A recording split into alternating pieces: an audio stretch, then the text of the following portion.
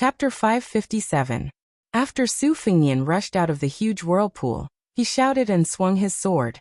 Using the force of the throw, his body continued to climb up to the sky. When he reached the highest point, he sat down cross-legged like a celestial sitting still at the heavenly gate, watching the clouds rise and fall. This was probably the most carefree scene in the mortal world.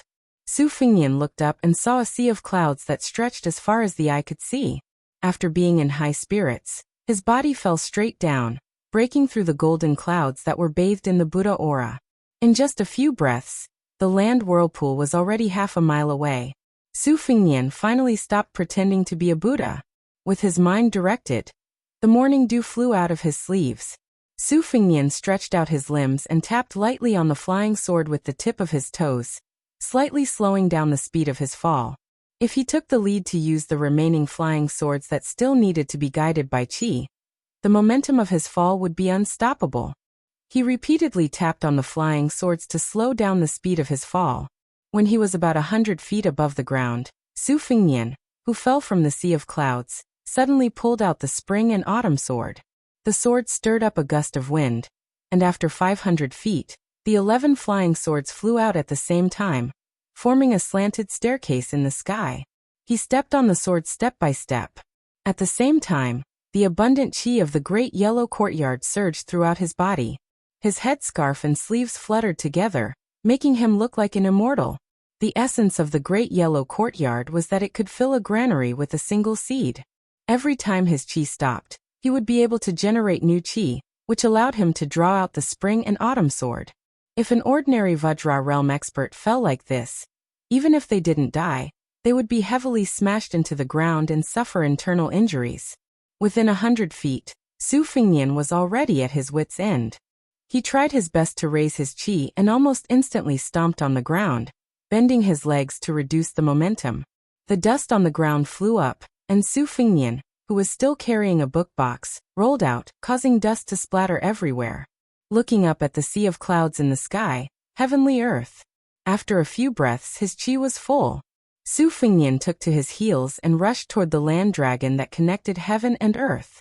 Like before, he used the spring and autumn sword to split open a crack in the wall. After entering, he still chopped countless boulders with his sword, stepped on the rocks and floated up. Once again he rushed out of the dark and dim land dragon's mouth.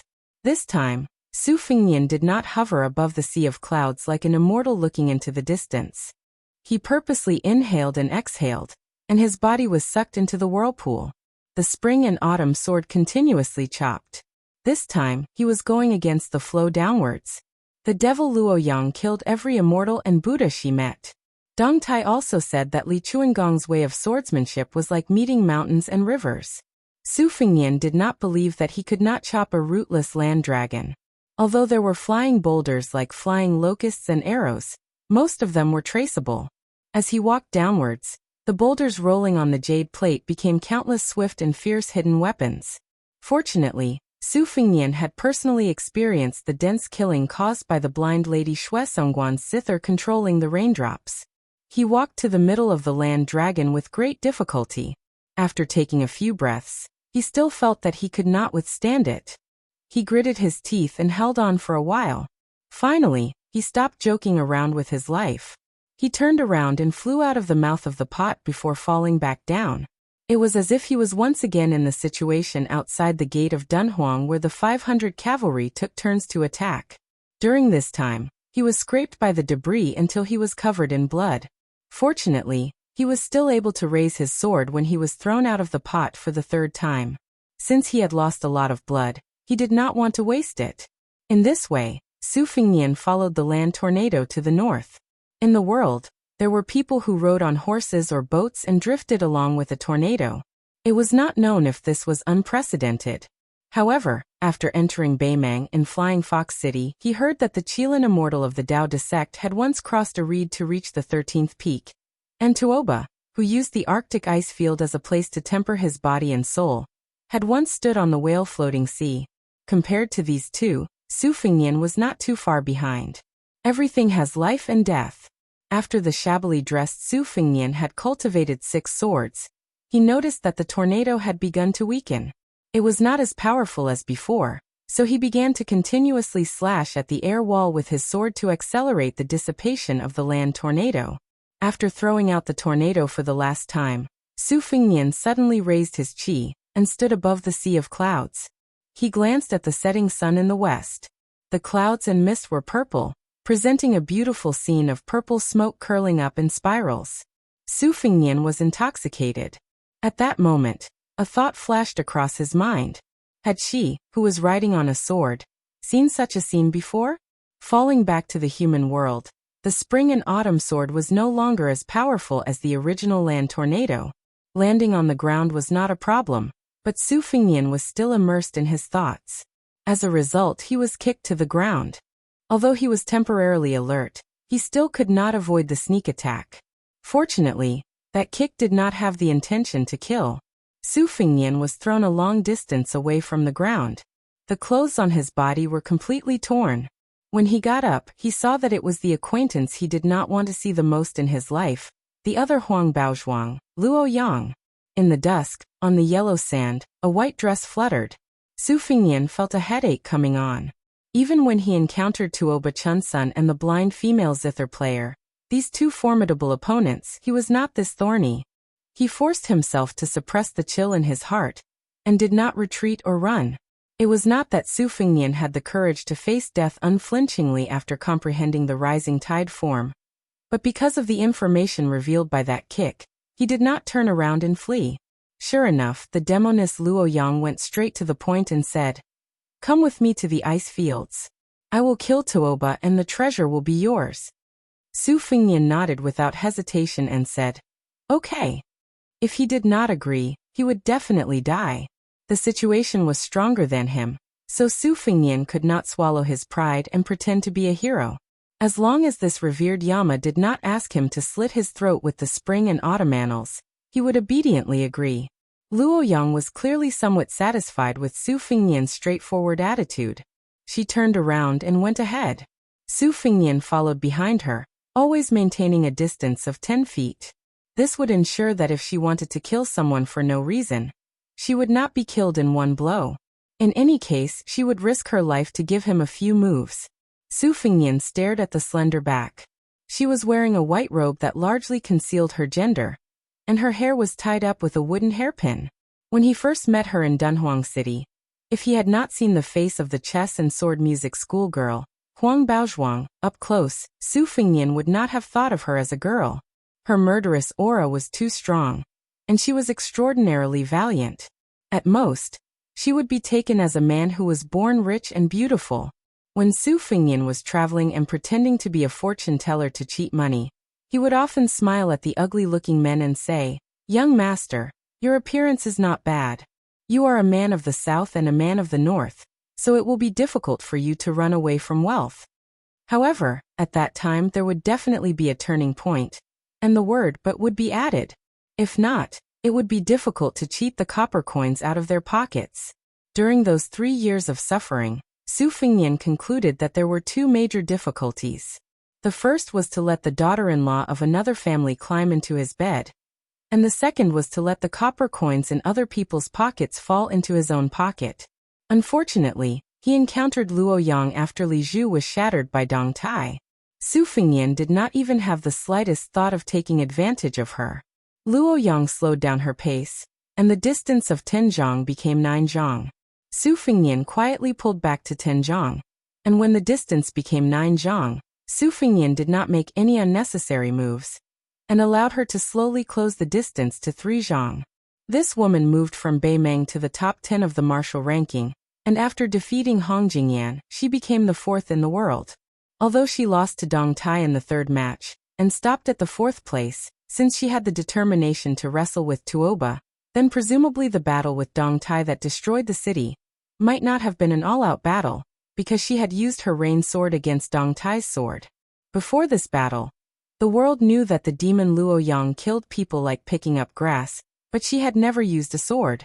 It was easy to imagine that the most frightening thing about Luo Yang was not her high ranking, but her rapid improvement at such a young age. She was clearly walking the same path as Wang Xianji and Tuoba, which was to use battle to nurture battle. With her back to Su Fengnian, Luo Yang said calmly, You want to go to the site where the Wu swordsmen were buried?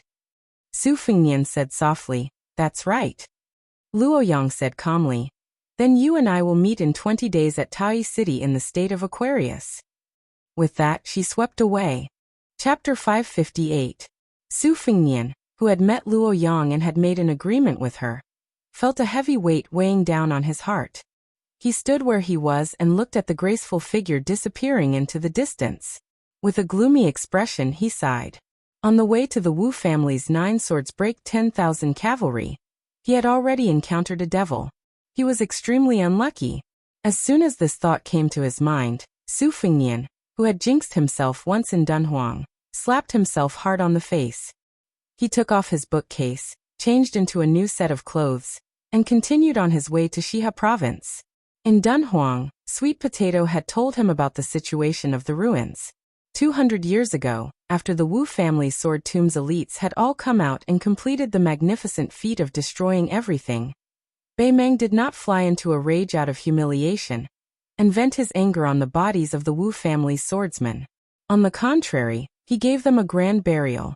The swordsmen who died in battle were given a grave, a tablet, and a sword. A few swordsmen who did not accompany him at that time entered Bei Meng one after another, and built a hut to guard the tomb until they died of old age. Bei Meng, who specially stationed a team of armored cavalry at the battlefield, did not harm the swordsmen. After the swordsmen died, the descendants of the Wu family who guarded the tomb from generation to generation continued to take care of the tomb. This was a stark contrast to the Central Plains practice of digging up the coffins of their enemies and whipping their corpses. When the scholars and celebrities of the Central Plains talked about the customs of the 2 dynasties, they only said that the northern barbarians drank raw meat and blood, and were despicable. Su Fengnian calculated the distance with his fingers. When he arrived at his destination in Shihe State, he found out that the ruins were located in a small basin with a radius of 3 to 4 miles. What made him not know whether to laugh or cry was that perhaps there were too many sword practitioners who came here because of its reputation. Around this sunken basin, there were stacks of stalls selling wine, tea, and fruits. Without exception, no matter what the main business was, there were stacks of martial arts manuals stacked on top of the stalls. Among them, the Wu family's swordsmanship manuals were the most numerous. Their names were very scary, such as 9 Swords of the Wu family's Immortals, 10 Sword Techniques of the Sword Tomb, and so on. There were also other secret manuals, most of which had the subtitle, 18 Styles of Wang Xianji's Lifelong Secret Art. In any case, they were just scaring people. Su Fengnian spent some money to buy a bag of Shihe's specialty dried green fruits and dates. He picked up one of the manuals in front of him, which had the words, If you miss this book, you will regret it for the rest of your life, written on the cover of the book. The vendor was a short middle-aged man with shifty eyes. When he saw business, he immediately spat. Young hero, this secret manual is extraordinary. After reading this book, as long as you practice diligently for a few years, I can guarantee that you will become a level 3 expert. Don't look at the tattered books of the Wu family's swordsmanship that are sold at the next stall, which are full of extravagant praises. In this world, there is no such thing as becoming a sword immortal after just a few glances. Here, you get what you pay for. This Mighty Bull's divine art is the secret manual of the Xianyuan family in the Liang dynasty. Don't judge it by its reputation, but it is real. I can see that young hero's physique is very good, and with one look, I can tell that you are a talented martial arts prodigy. The original price of this manual is 6 taels of silver. Only 3 taels. Su Fengnian was eating green fruits and jujubes. He looked at the stall owner who stretched out 3 fingers and just smiled. Soon, the strong man from the stall next to him pulled the rug out from under him. He sat on the bench with his legs crossed, and while eating sunflower seeds, he sneered and said, Bull power, right? I have a bunch of them here, but they haven't been sold yet. Not to mention 3 taels of silver, one book is only 30 coins, and it's a buy one get one free. Do you want it, young master? With this price, it's not expensive to wipe your ass. The short man who was selling both dates and secret manuals turned around and scolded.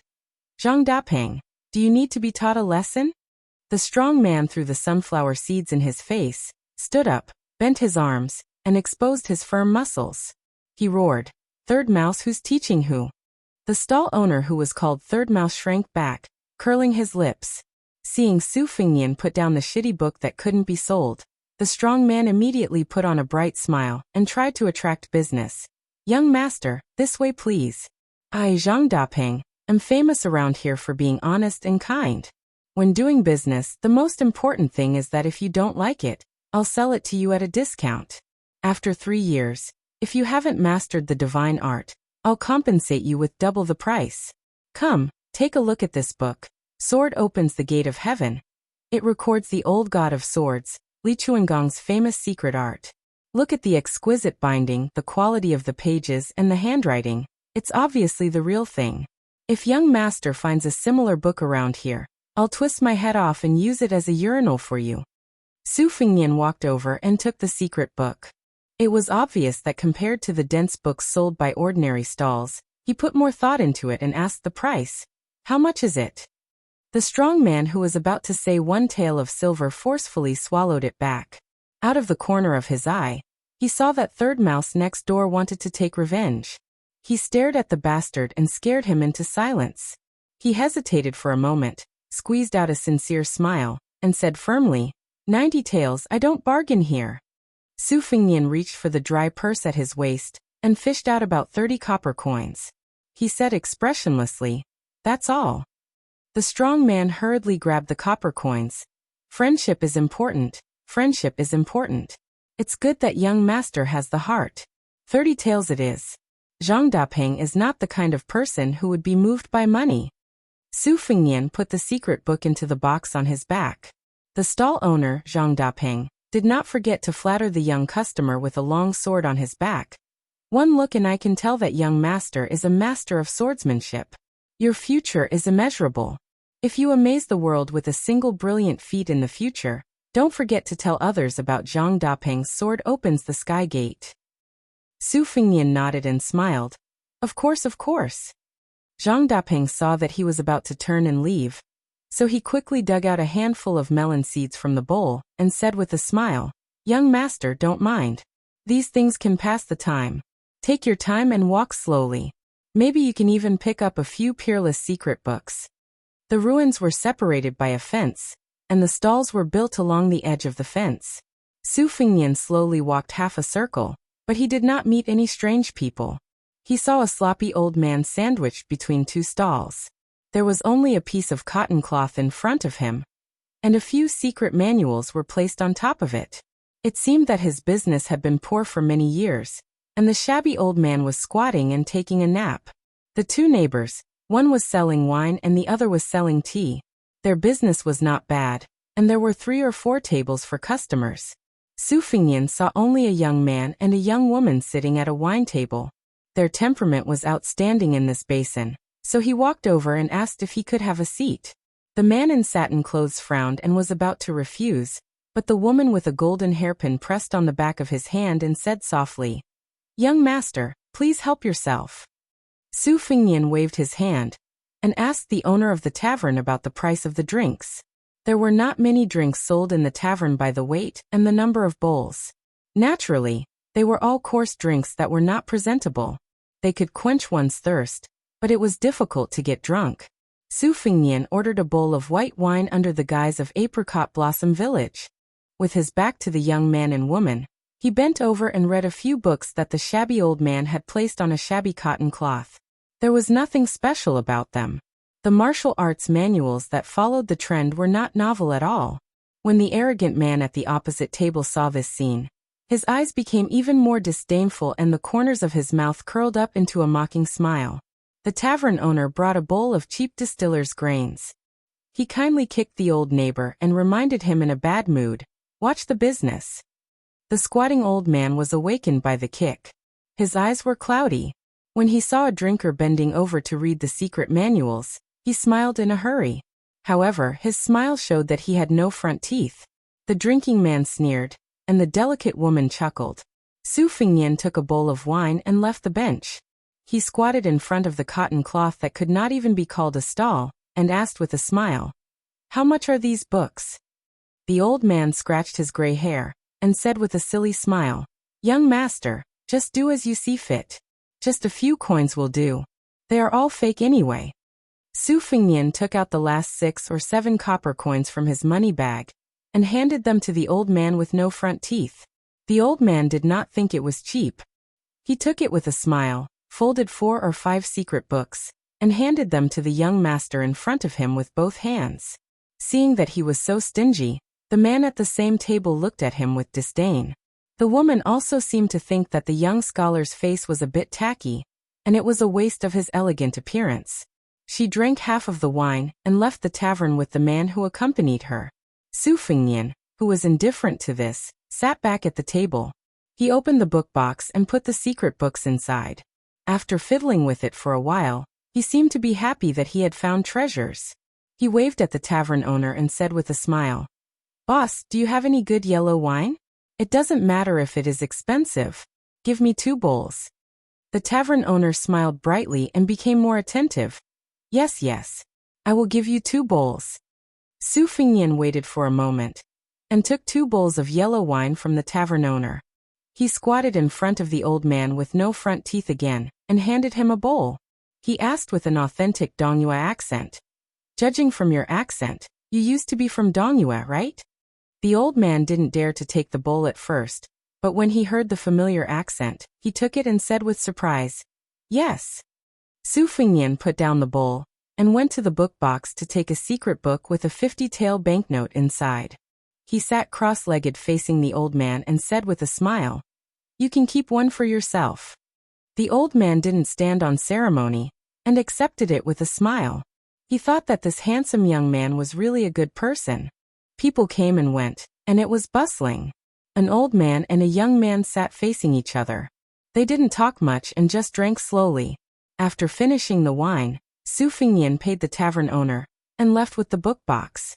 The old man was in a good mood and had nothing to do. He wiped his saliva and hummed a tune as he flipped through the book. Suddenly his eyes widened. The old man with no front teeth opened his mouth and stared at the back of the young man with a sword and a book on his back. He quickly closed the secret book that wasn't hidden at all. He was shocked and confused. One day, Su Fingnian approached the Wu family's swordsman graveyard.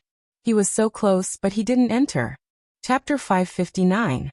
With old Huang and the old man wearing the sheepskin fur coat, these 2 swordsmen in front of him, it did not matter whether he saw the Wu family ruins or not. Su Fingnian passed by the Wu family ruins, but did not enter it. Walking up the northern hillside, he found a group of buildings that were neither donkey nor horse, half temple, half Taoist temple. Green and white-robed Taoist priests and red-robed lamas mingled together, each of them soliciting pilgrims. Su Fingnian gnawed on dried green fruit and dates, bypassing the red-mottled outer wall, and stopped at the door to the rear courtyard. There was a bright red Taoist peach talisman hanging above the door. The couplet was written in the characters of the Central Plains. It was rare to see the strong strokes and silver hooks. It was quite a Buddhist style. No matter how lawless you are, seeing this bright mirror hanging high above, ask yourself if you still have the guts? You must know that I can be lenient and forgiving. Put down the butcher's knife and quickly turn around. Su Fingnian crossed the threshold. It was dusk. A group of lamas wearing red robes had finished their evening classes and were sitting on the floor of the corridor outside the main hall, discussing sutras. The older lamas were already 70 or 60 years old. The younger ones were only 7 or 8 years old. They were all wearing red velvet robes. Some of the more lively young lamas simply sat on the railing. They had not been cultivating for a long time, making a string of squeaking noise.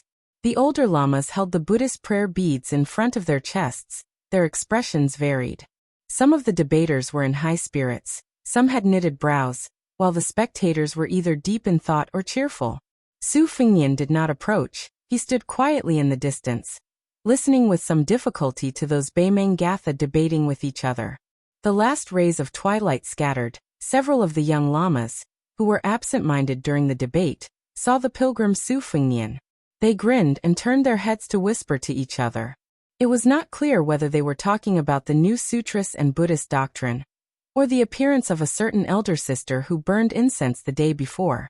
The inside and outside of the courtyard were only a few feet high, a small threshold that could be crossed in one step. But to be out of the secular world was the big threshold. Su Fengnian walked along the wall. Along the way, a middle-aged monk came toward him with a wooden basin in his hand. His expression was calm. He gently saluted with one hand. Su Fengnian returned the salute and went to burn 3 incense sticks outside the main hall to worship the Buddha, the Dharma, and the monks. For some reason, he thought of the impending catastrophe of the 2 dynasties, as well as the dragon tree monks saying that one must have the Buddha's heart even without the Buddha's image and Buddhist scriptures. He sighed with emotion. Could an old monk of the 2 Zen temples withstand it? Su Fengnian shook his shoulders, tightened the belt, and slightly hung the bookcase. He was about to find a way to leave through the main entrance when he saw a familiar man and woman coming out of the hall.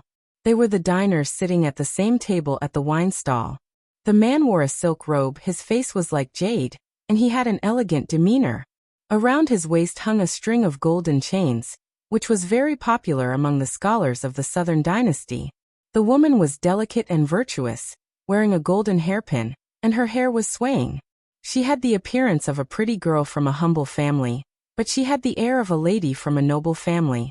The young, handsome man was talking to his companion about the 32 forms of Buddhism, and conveniently explained the difference between the golden body form of Buddhism and the Vajra realm of first-grade martial artists. His words were profound and simple, and it was obvious that he was familiar with the classical classics of Buddhism. The woman nodded her head gently. Su Fengnian did not want to speed up and overtake the 2. His original intention was not to disturb this outstanding man and woman, who were only a little bit less than a couple. Unexpectedly, after a while, the man turned his head and glared fiercely at him, as if he felt that Su Fengnian was staring at the woman's graceful figure with ill intentions. However, because of the man's upbringing, he did not say any malicious words. Su Fengnian could only stop and wait until they were far away before he continued forward. With his hearing, he heard the man angrily say, "My dynasty's dharma is already at the end of the world, and it should have been completely cleansed. Take these temples for example. If someone obstructs a monk from becoming a monk, even if you are the abbot, you will be cursed to be blind for generations to come. As a result, most of the monks in these temples are heretical liars who rely on Buddhism. If they don't do shady business, they don't understand what Dharma is. Buddhism is a pure land, so how can it be pure? They are a bunch of disgraceful things who deserve to be killed." The woman's temperament was gentle. Her way of looking at human affairs seemed to be a lot gentler. She spoke softly. "Those lamas debating sutra are all very nice. They don't look like bad people. You deliberately offered them gold and silver, but they were unwilling to touch the money. Instead, they gave you a sutra book." The man's finger flicked the jade bracelet on his waist. "Ding dong. Ding dong," he said with a scornful sneer. "The general trend is irresistible. 1 or 2 good monks are not enough." The woman dismissed it with a laugh. Although she had her doubts, she did not argue with him. From a distance, Su Fengnian saw them burning incense and praying to heaven in front of a cauldron.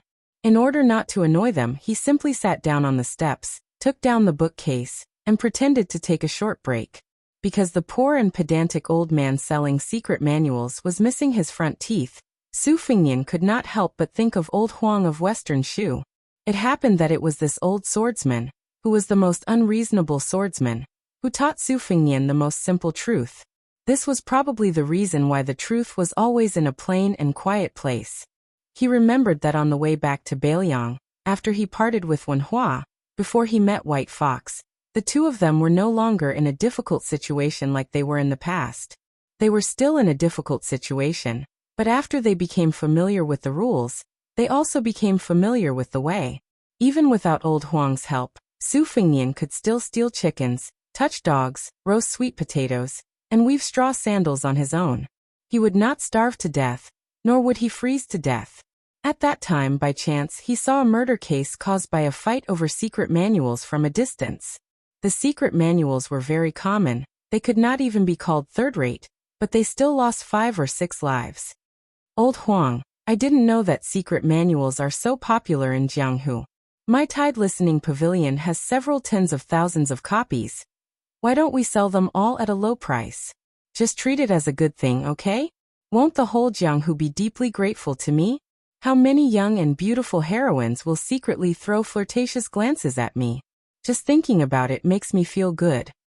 Chapter 560. Young master, you can't do that. Others don't know, but if I, old Huang, heard that there were secret manuals for free when I was young, I would also have to abandon my martial arts. In the end, not many people in Jianghu would be willing to practice martial arts. Old Huang, other than raising horses, what else can you do? Besides, you don't even know how to read. It doesn't matter how many secret manuals I give you. If you don't recognize words, words won't recognize you. Blacksmithing, young master, you don't say. When I was in my early 20s, my front teeth were still there. Old Huang, I was also a famous handsome guy within 10 miles. At least, I was the most handsome blacksmith. There was also a young lady who secretly sent me rice wine. She didn't look good, but was very perky. When I left home, I couldn't bear to drink it and buried it in the backyard. I thought that when I returned home, I would dig it out. It would definitely be fragrant. Only one jar? She could only be considered a daughter of an ordinary family. Even if she yearned for my handsome appearance, she couldn't send much. With your appearance, you were also handsome when you were young? Then wouldn't I be handsome to the heavens? Of course, I can't compare to young master. If young master was here, that jar of wine would have nothing to do with me. Enough, don't mention wine. Our throats are burning from walking. I'm dying of thirst.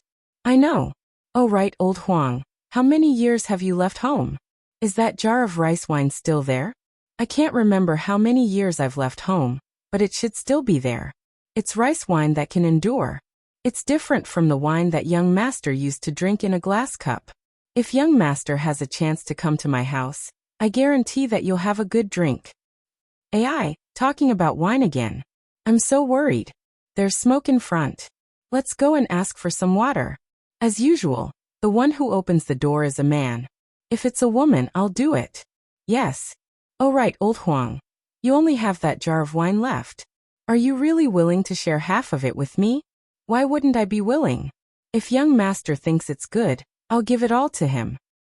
If it were me, I definitely wouldn't be willing. At most, I'll share half with you. Young master is an honest person. I like it. Go go go, if you're a pretty girl I'll like you. Sigh, it's a pity that I haven't married yet. If only I had a daughter. It's up to you. I don't like it either. Old Huang, don't even think about it. Don't look at me like that. That time, he had bumped into a woman who had gone out to work. It was Su Fengnian who had come to ask for 2 bowls of cold water. He still remembered it to this day. When he occasionally looked back, old Huang was squatting by the side with a bright smile. As always, he was missing his front teeth and looked very comical. While drinking water, old Huang did not forget to naively talk about how good it would be to have a daughter. Old Huang, if you have a daughter, I'll marry her. However, these words were like the yellow wine that didn't make it into their stomachs. They couldn't say it out loud. Su Fengnian sat on the steps in a daze.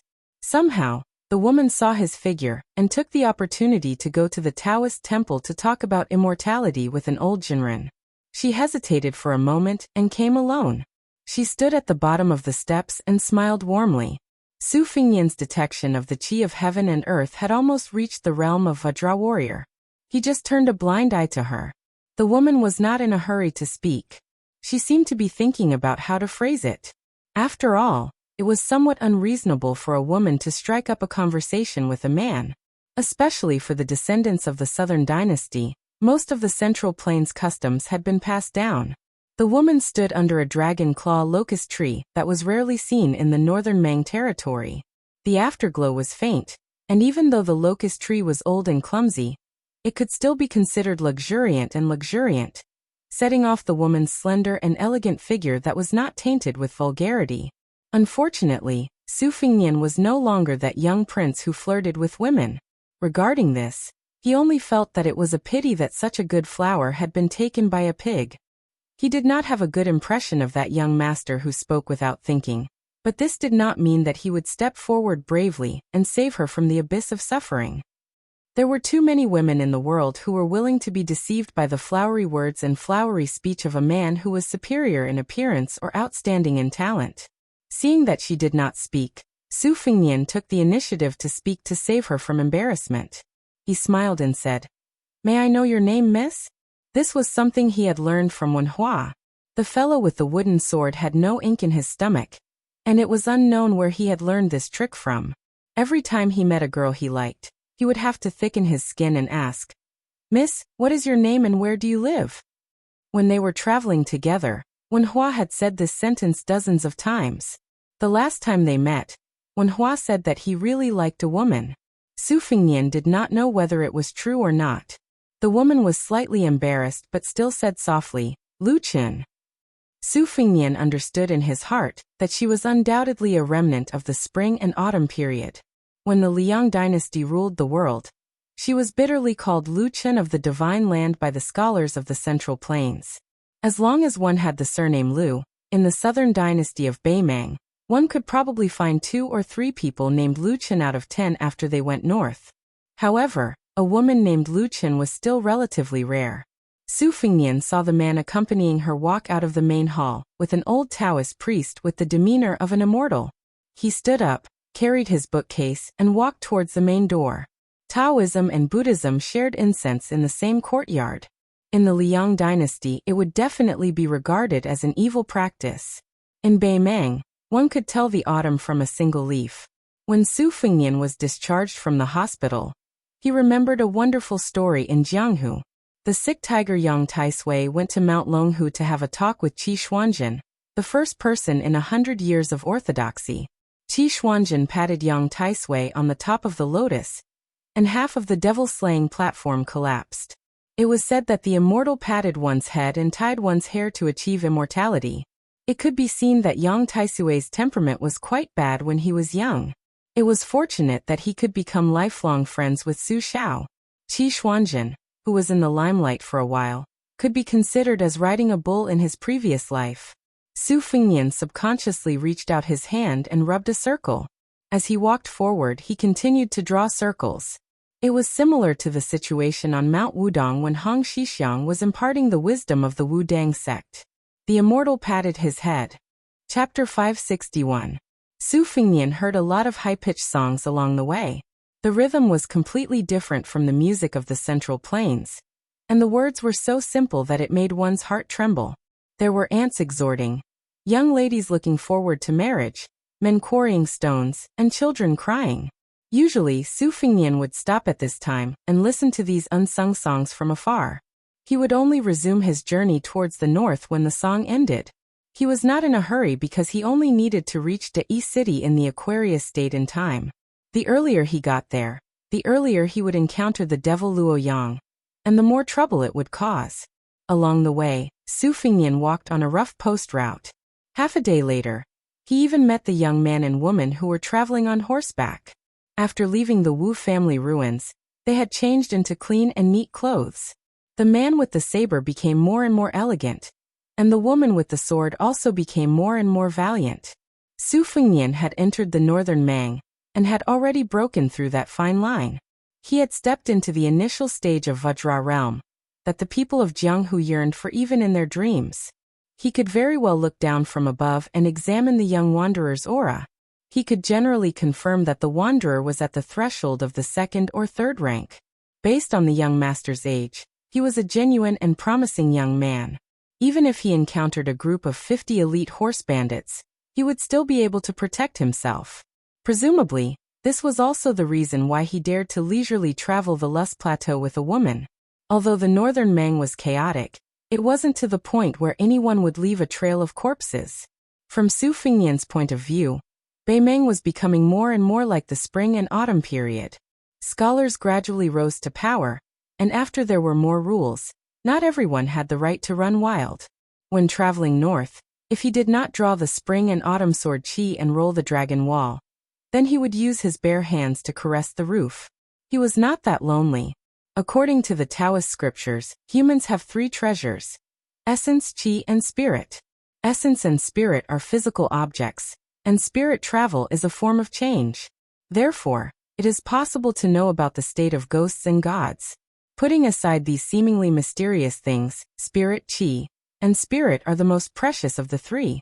That is why there is a saying that a demigod's spirit travels outside his body.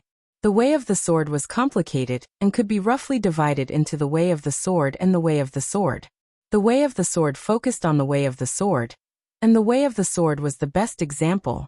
The way of the sword focused on the way of the sword, and there was no shortage of people who focused on the way of the sword. The way of the sword focused on the way of the sword, and the way of the sword was similar to the way of the sword. The way of the sword was similar to the way of the sword, and the way of the sword was similar to the way of the sword. The way of the sword was similar to the way of the sword. He was fascinated. These 4 simple words were extremely difficult for a martial artist. Talent, luck, hard work, none of these could be missing. On a scorching afternoon, Su Fingnian didn't know whether to laugh or cry. He saw 2 familiar people who had fallen from the sky. He didn't know if the man and woman were extremely unlucky as they bumped into a huge force that he couldn't tell if they were horse bandits or elite troops. Hundreds of people and horses were wearing leather armor, and each of them carried a standard weapon. It was also the fault of the pampered young master, who didn't know how to appreciate human relationships. After being provoked by an elite armored leader, he pulled out his blade and completely destroyed the armored soldier's face. After charging and striking him down from the horse, he even added another blade. If it wasn't for the fact that the fish scale armor was better than normal leather armor, he would have been chopped to death. This angered the crowd. The grassland roaming hunting had always been utilitarian.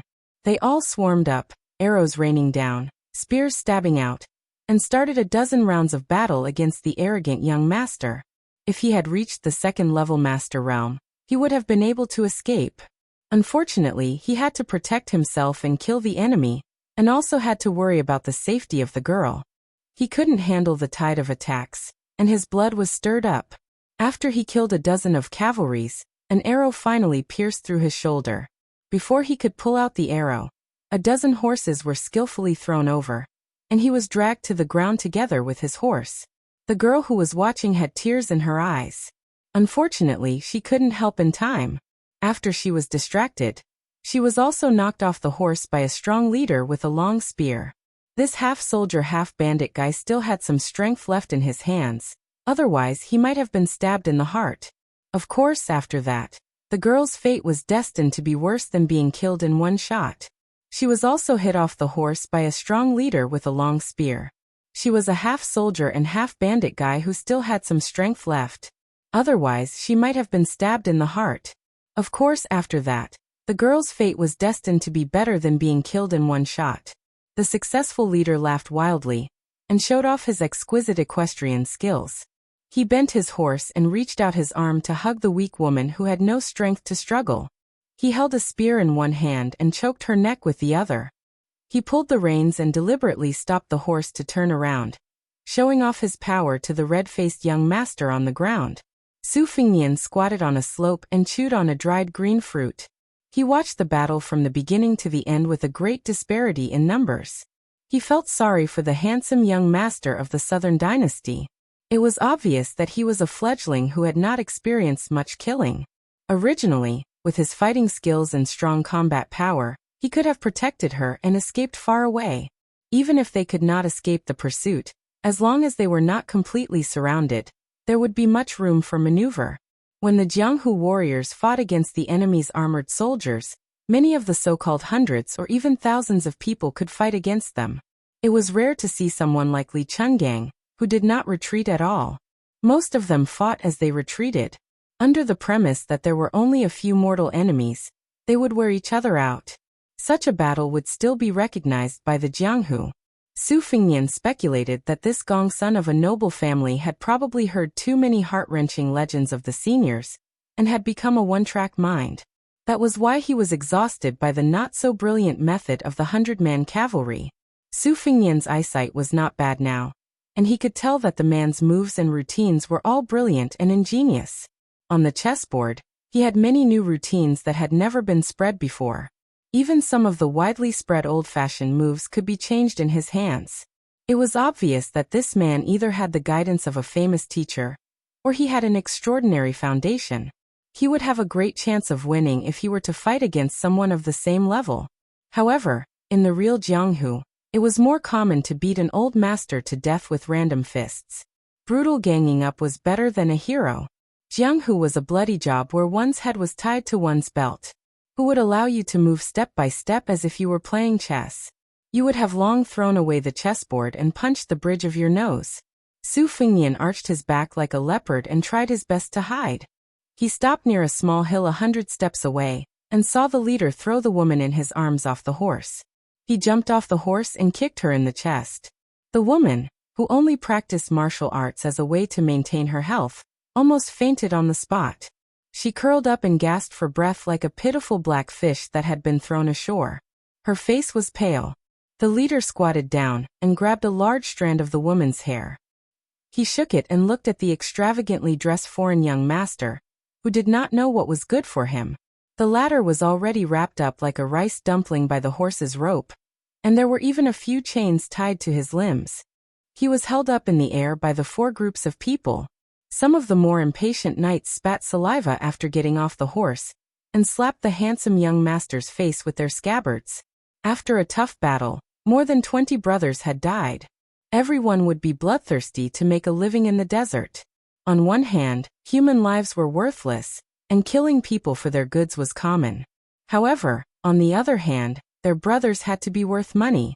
This had nothing to do with brotherhood, but if they were not careful, they would be eaten by other people.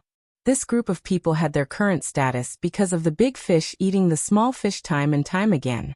If they had a few dozen people, they would be able to act like a big boss. If they had 100 people, even the imperial army would have a headache.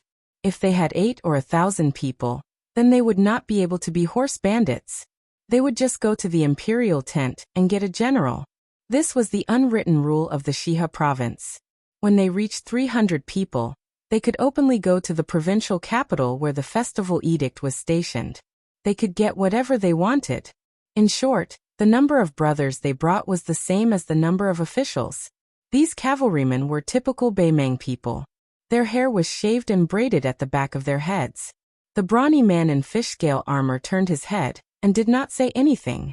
The 4 groups of dismounted cavalrymen who were pulling the iron chains also understood tacitly and began to tug of war with hideous smiles. A few men in scaled armor who looked like leaders gathered together. Their eyes were not only filled with malevolence, but they were also clearly calculating and weighing the pros and cons. As they watched the show, they muttered. Perhaps they felt that since they had formed a deadly feud, there was no need to care about face and consequences. Anyway, human lives in the desert were like weeds, withered and flourishing with each passing year. There were not so many thin streams that flowed endlessly. Regardless of the identity and background of this young master, they really did not believe that the big families of the southern dynasty would bring people to the Shiha province to seek revenge. There were 4 iron chains in 4 directions, and there were a total of more than 20 people. They stretched the chains with all their strength. Fortunately, the young man who was about to die had a high-tier martial art, but he suffered even more unknowingly. One of the horse bandit leaders felt that it was not enough, so he ordered his subordinates to get on their horses and put another iron chain around the young man's neck. He was determined to tear the young man's body apart with 5 horses. The 5 horses pulled with all their might. The young man's eyes were red, and his wrists and ankles were bleeding. Not to mention his weak neck, he let out a miserable roar like a dying beast. The only thing left in his body was his chi. The iron chains trembled like ripples in water, and it actually caused the 5 horses to take a few steps back. Suddenly, the iron chains became as straight as spears, and the horses holding the chains immediately died. No one had expected this person to be so brave and fierce. The leader in fish-scale armor vented his anger on the young woman. He threw her to the ground and handed her over to his subordinates to look after. He personally got on his horse and called for 4 of his strong subordinates to deal with this dying beast that could not be underestimated. The warhorse's hooves moved forward with great difficulty. Blood poured out from the young man's limbs and neck. If there were no accidents, the relatively weak neck would be torn apart first, followed by the arms and legs. However, these horse bandits were skilled at this. The cavalrymen in charge of pulling the 5 corpses were very particular about strength. They would tear off the young man's arms and legs first, leaving behind the neck and the remaining leg. Only then could this bloody feast be considered complete. Chapter 562. compared to hanging corpses with spears and lances. This kind of method was even more vicious and horrifying. It was a method invented by the Northern Mang's border army. It was unknown how many Liang dynasty captives had died under these 5 horses. The only flaw was that the Northern Liang army loved to fight to the death. After the battle, there weren't many survivors. Moreover, there were many small-scale skirmishes that happened without warning, often between the 2 armies' most elite crossbowmen and horse stalls. The Northern Liang army always had the advantage. Therefore, a captured Northern Liang captive was more valuable than any beautiful woman in the Northern Mang royal court. Often, they could be sold for a jaw-dropping price. For example, Tao Qianji, who had left the city behind, would kill a Northern Liang soldier every day. In the eyes of the Northern Mang officials and nobles, this kind of behavior wasn't killing people, but large amounts of gold. Bei Mang was even more disciplined. Killing a Beiliang soldier on the battlefield was a big crime after retirement. Just as the man was about to be torn apart, the 5 people on the horse died almost instantly without any obvious wounds. They just fell off the horse and died immediately. A few horse bandit leaders who were qualified to wear scale armor gathered their courage to take a closer look. They saw a small hole between the man's eyebrows, as if a small sharp object had pierced a hole. It was inexplicably strange. The people of Bei Mang were not divided into rich and poor. They all believed in Buddhism and fate. However, no matter how devout they were, they would not hesitate to kill people. However, when disaster came, even the most vicious people would hesitate, afraid that they would really annoy those dignified clay bodhisattvas. At this time, the 5 people died in a strange way beyond imagination. Even if it was not done by immortals, it was done in secret. More than 20 people were killed just to deal with a crown prince of the Southern dynasty. The horse bandits came and went like the wind, so they immediately turned over and dismounted. A meticulous leader wearing scale armor wanted to secretly kill the man and woman without leaving any future trouble. But immediately, something pierced between his eyebrows, causing a trace of undetectable blood. As a result, no horse bandits dared to make a move. They all ran away in an instant. Men and horses had 6 legs so they could escape quickly. The woman from the Southern dynasty called Lu Chen did not know why. After a moment of absent-mindedness, she realized that she had survived a disaster. Crying, she got up and ran to the young man who was her family friend. She untied the iron chain with difficulty, especially his neck, which was badly mutilated and shocking. She felt incomparable pain just by looking at it. She suppressed her sobs and sat cross-legged beside him. She tore off her sleeve and bandaged a few wounds that exposed the bone. The woman was really made of water. Her tears did not stop. She softly called his name, Zhongguo, over and over again, afraid that he would die here. She did not have the courage to live alone. The journey back was thousands of miles. How could she, a weak woman who was more familiar with holding a sword than holding an embroidery needle, go back? Besides, if he died, what fun would there be for her to live? The young man who was lucky enough to walk back to the world of the living slowly took a breath. After exhaling a large mouthful of turbid air, he forced a smile and said with difficulty, "I won't die." Taking back his flying sword, Su Fingnian wanted to leave, but he saw a horse in the distance who was still looking at him. He had to be patient and stay where he was to ensure that he would see the Buddha through to the west. Once again, he rode his sword out of his sleeve and assassinated the unlucky horse gang. He leaned close to the ground and listened. The horse gang finally accepted their fate and fled. Su Fingnian quietly stood up, carrying his bookcase, and was about to walk away. He took it as a chance encounter, and was doing a chivalrous deed for once. He did not expect the woman to repay him with her body, nor did he expect the young man from the aristocratic family to bow down to him. This kind of brotherly relationship was too pretentious to bear any scrutiny. Digging around, he took out the last few dates and threw them into his mouth. He saw the swordsman who could no longer stand up fall to the ground with the woman's help, bleeding profusely.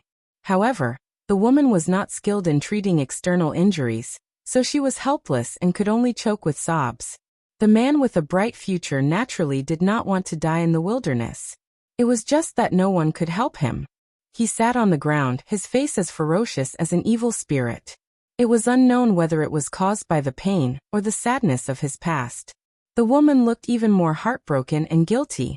She regretted that on the way back, he had tried to sleep in the same bed several times, but she refused because of her modesty.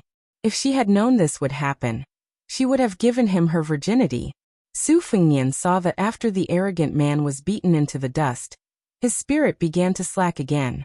He showed signs of dying if he was not treated in time. He frowned and had to walk out of the small mound. His figure appeared in the world, and he had to pretend that he saw injustice on the road. He ran in small steps toward the man and woman, squeezing out a flawless face of fear and nervousness. The young man's eyes were already cloudy, but when he saw Su Fengnian, he showed a touch of light. When he did not find any flaws, he returned to his deathly stillness. However, he gently put one hand on the iron chain.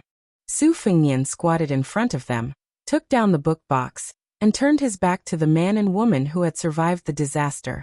The man seemed to be thinking about something, but in the end he did not use the iron chain as a weapon to kill this kind-hearted passerby. Su Fengnian, who seemed to be oblivious to everything, hurriedly took out a porcelain bottle from the book box that he had brought from Dunhuang.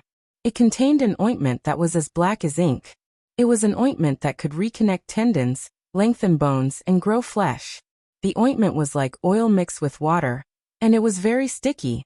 The mouth of the bottle was facing down, and it did not pour out in torrents. It was just like the scene of water droplets sliding down a lotus leaf, slowly dripping down. The young man's eyes were cold as he looked at the black ointment dripping on the wounds on his hands and feet. It was cool to the bone and indescribably pleasant. Because he knew the goods, he was more shocked in his heart. How did this stranger, who could only spend a few coins to buy a fake secret manual, get this bottle of ointment that was worth 100 or 200 gold? Su Fengnian rolled up his sleeves and wiped the sweat on his forehead. He raised his head and smiled with a pained expression, as if he had just made up his mind after a great struggle. He handed the bottle to the woman called Lu Chen and said with a grimace, "This ointment is a secret ancestral recipe. One bottle can be sold for a lot of silver.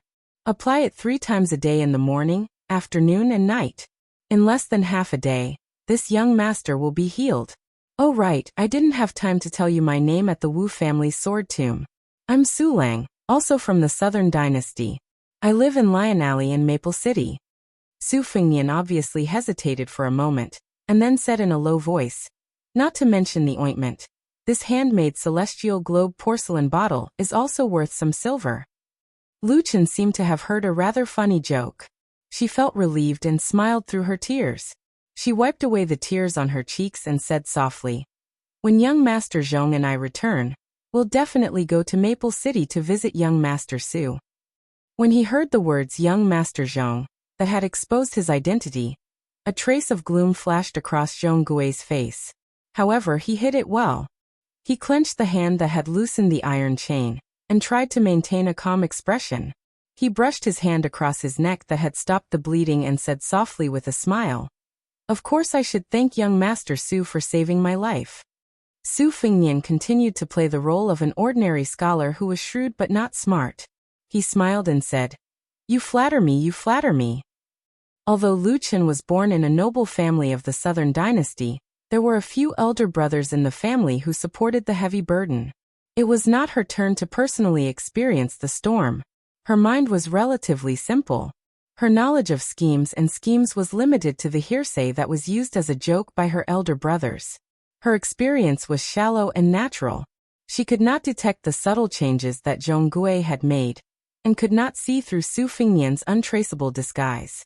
To the children of wealthy families, like Lu Chen and Zhong Gui, who were so honorable that they could become the honored guests of the Shiha State Festival Edict, they did not have to care about the schemes of ordinary people. However, today's unexpected disaster made her feel especially grateful. Su Fengnian asked, "Do you want me to escort you back?"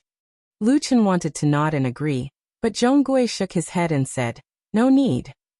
At this moment, the noble demeanor of the heir of a noble family was unmistakable. Lu Chen did not know the knack of it, and only thought that Zhong Gui could not put down his face. Seeing that his eyes were firm and stubborn, she could not say anything more. Su Fingyan smiled and reluctantly glanced at the porcelain bottle in Lu Chen's hand before he stood up and bid farewell. Lu Chen had a good impression of this stranger's shallow pretense.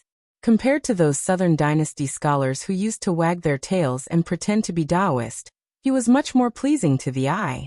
She suddenly widened her eyes. She saw that the man carrying the booklet had just stood up and turned around when he was hit in the back by the iron chain that was like a straightened poisonous snake. He flew forward and fell to the ground without moving again. He was most likely dead. She turned her head and looked at Zhong Gui blankly, her eyes full of horror. Zhong Gui said coldly, "You can see that I am in dire straits. As for him, he does not have the fortune." Chapter 563. Lu Chen covered her mouth and was about to cry.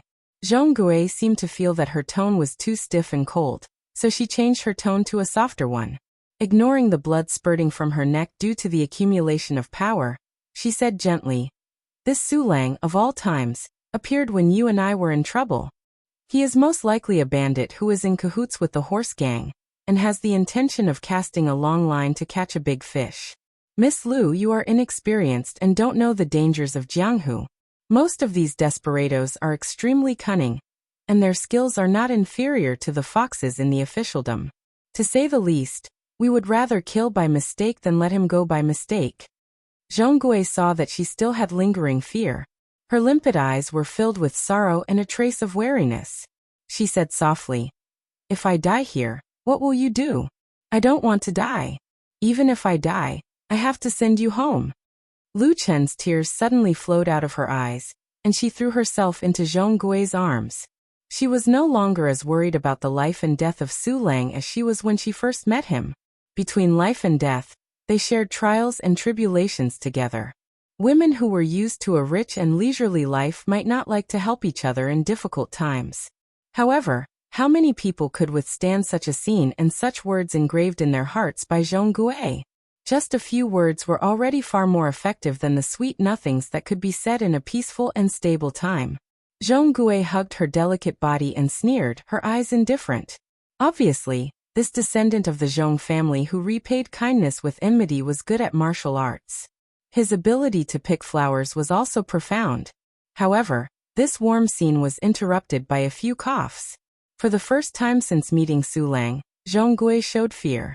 Su Fingyan stood up and patted his sleeves, murmuring, "It's tiring to be a good person. No wonder there are so many devils in Beimang." Seeing the expressionless man carrying a box and a sword walking over, Zhong Gui forced a smile and said guiltily, "Young Master Su, please don't be offended. It's my fault for acting so abruptly. It's just that Zhong Gui's identity is sensitive, and I can't let my guard down when I travel outside." Zhong Gui saw that the person was calm, and did not even have a mocking expression. He knew that something was wrong and hurriedly tried to make up for it. "My name is Zhong Gui, a descendant of the Zhong family of the Southern Dynasty. I can make up for it and give young Master Su a great fortune.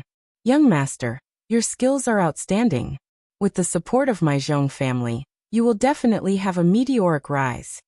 As he spoke, Zhong Gui grabbed the iron chain with one hand. He wouldn't shed tears until he saw the coffin. Su Fingyan finally rewarded him with a smile. "Come, let's see if you can kill me again." At this moment, Zhong Gui could neither make a move nor let go. Ever since he was born, this kind of shame and resentment was unbearable. It was only slightly better than being dragged by 5 horses just now. Zhong Gui was lucky to return to the world of the living from the netherworld, while Lu Chen fell from the world of the living to the netherworld. She sat aside blankly, her heart cold as if it had fallen into an ice cellar. Su Fingyan drew a circle with one hand and slapped it on Zhong Gui's head. Zhong Gui sank into the ground and his head and limbs exploded at the same time. It was as if someone had smashed him into a meat patty with a sledgehammer. It was more miserable than being torn apart by 5 horses. A celestial being patted the head. It was not only used to tie hair and receive immortality. Fresh blood splattered all over Lu Chen's body, but she just stared blankly and remained indifferent. She was simple, but she was not stupid.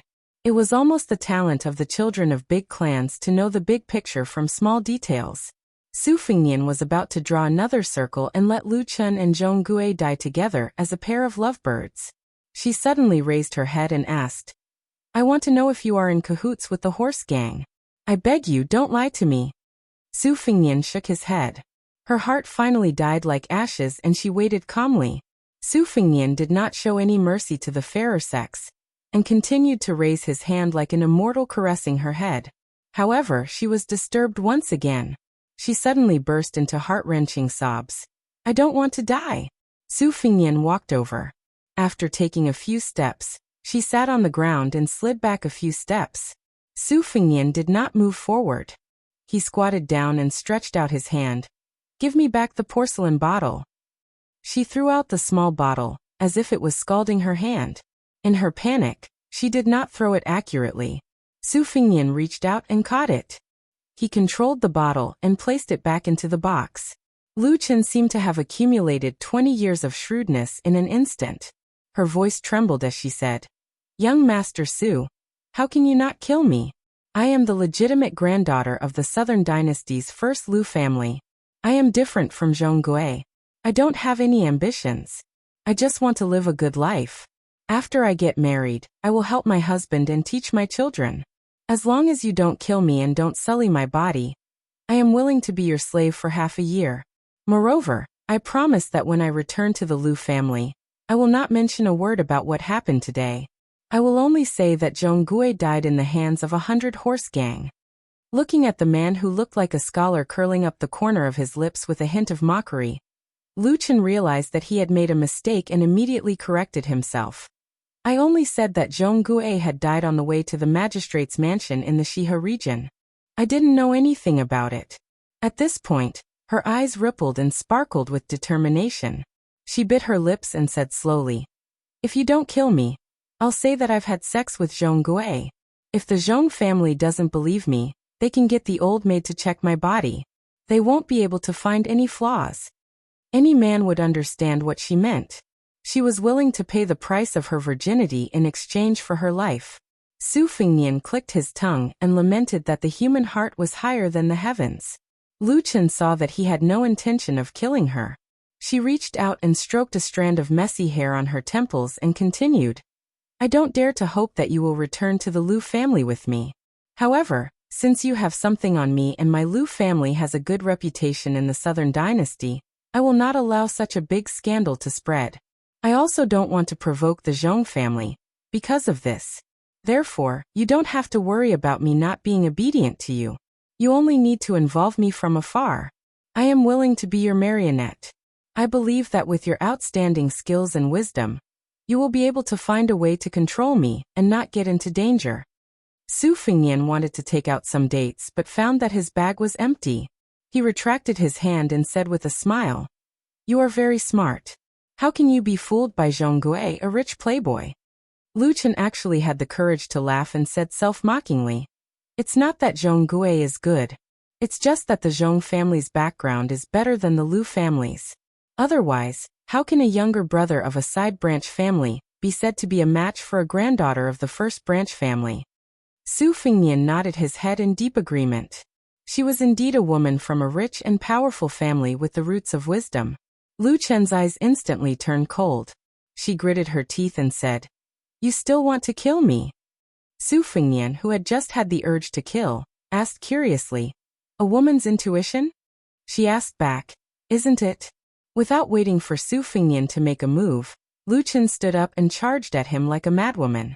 She was seeking her own death. She punched and kicked without any rhyme or reason and cried pitifully, You bastard! Great demon!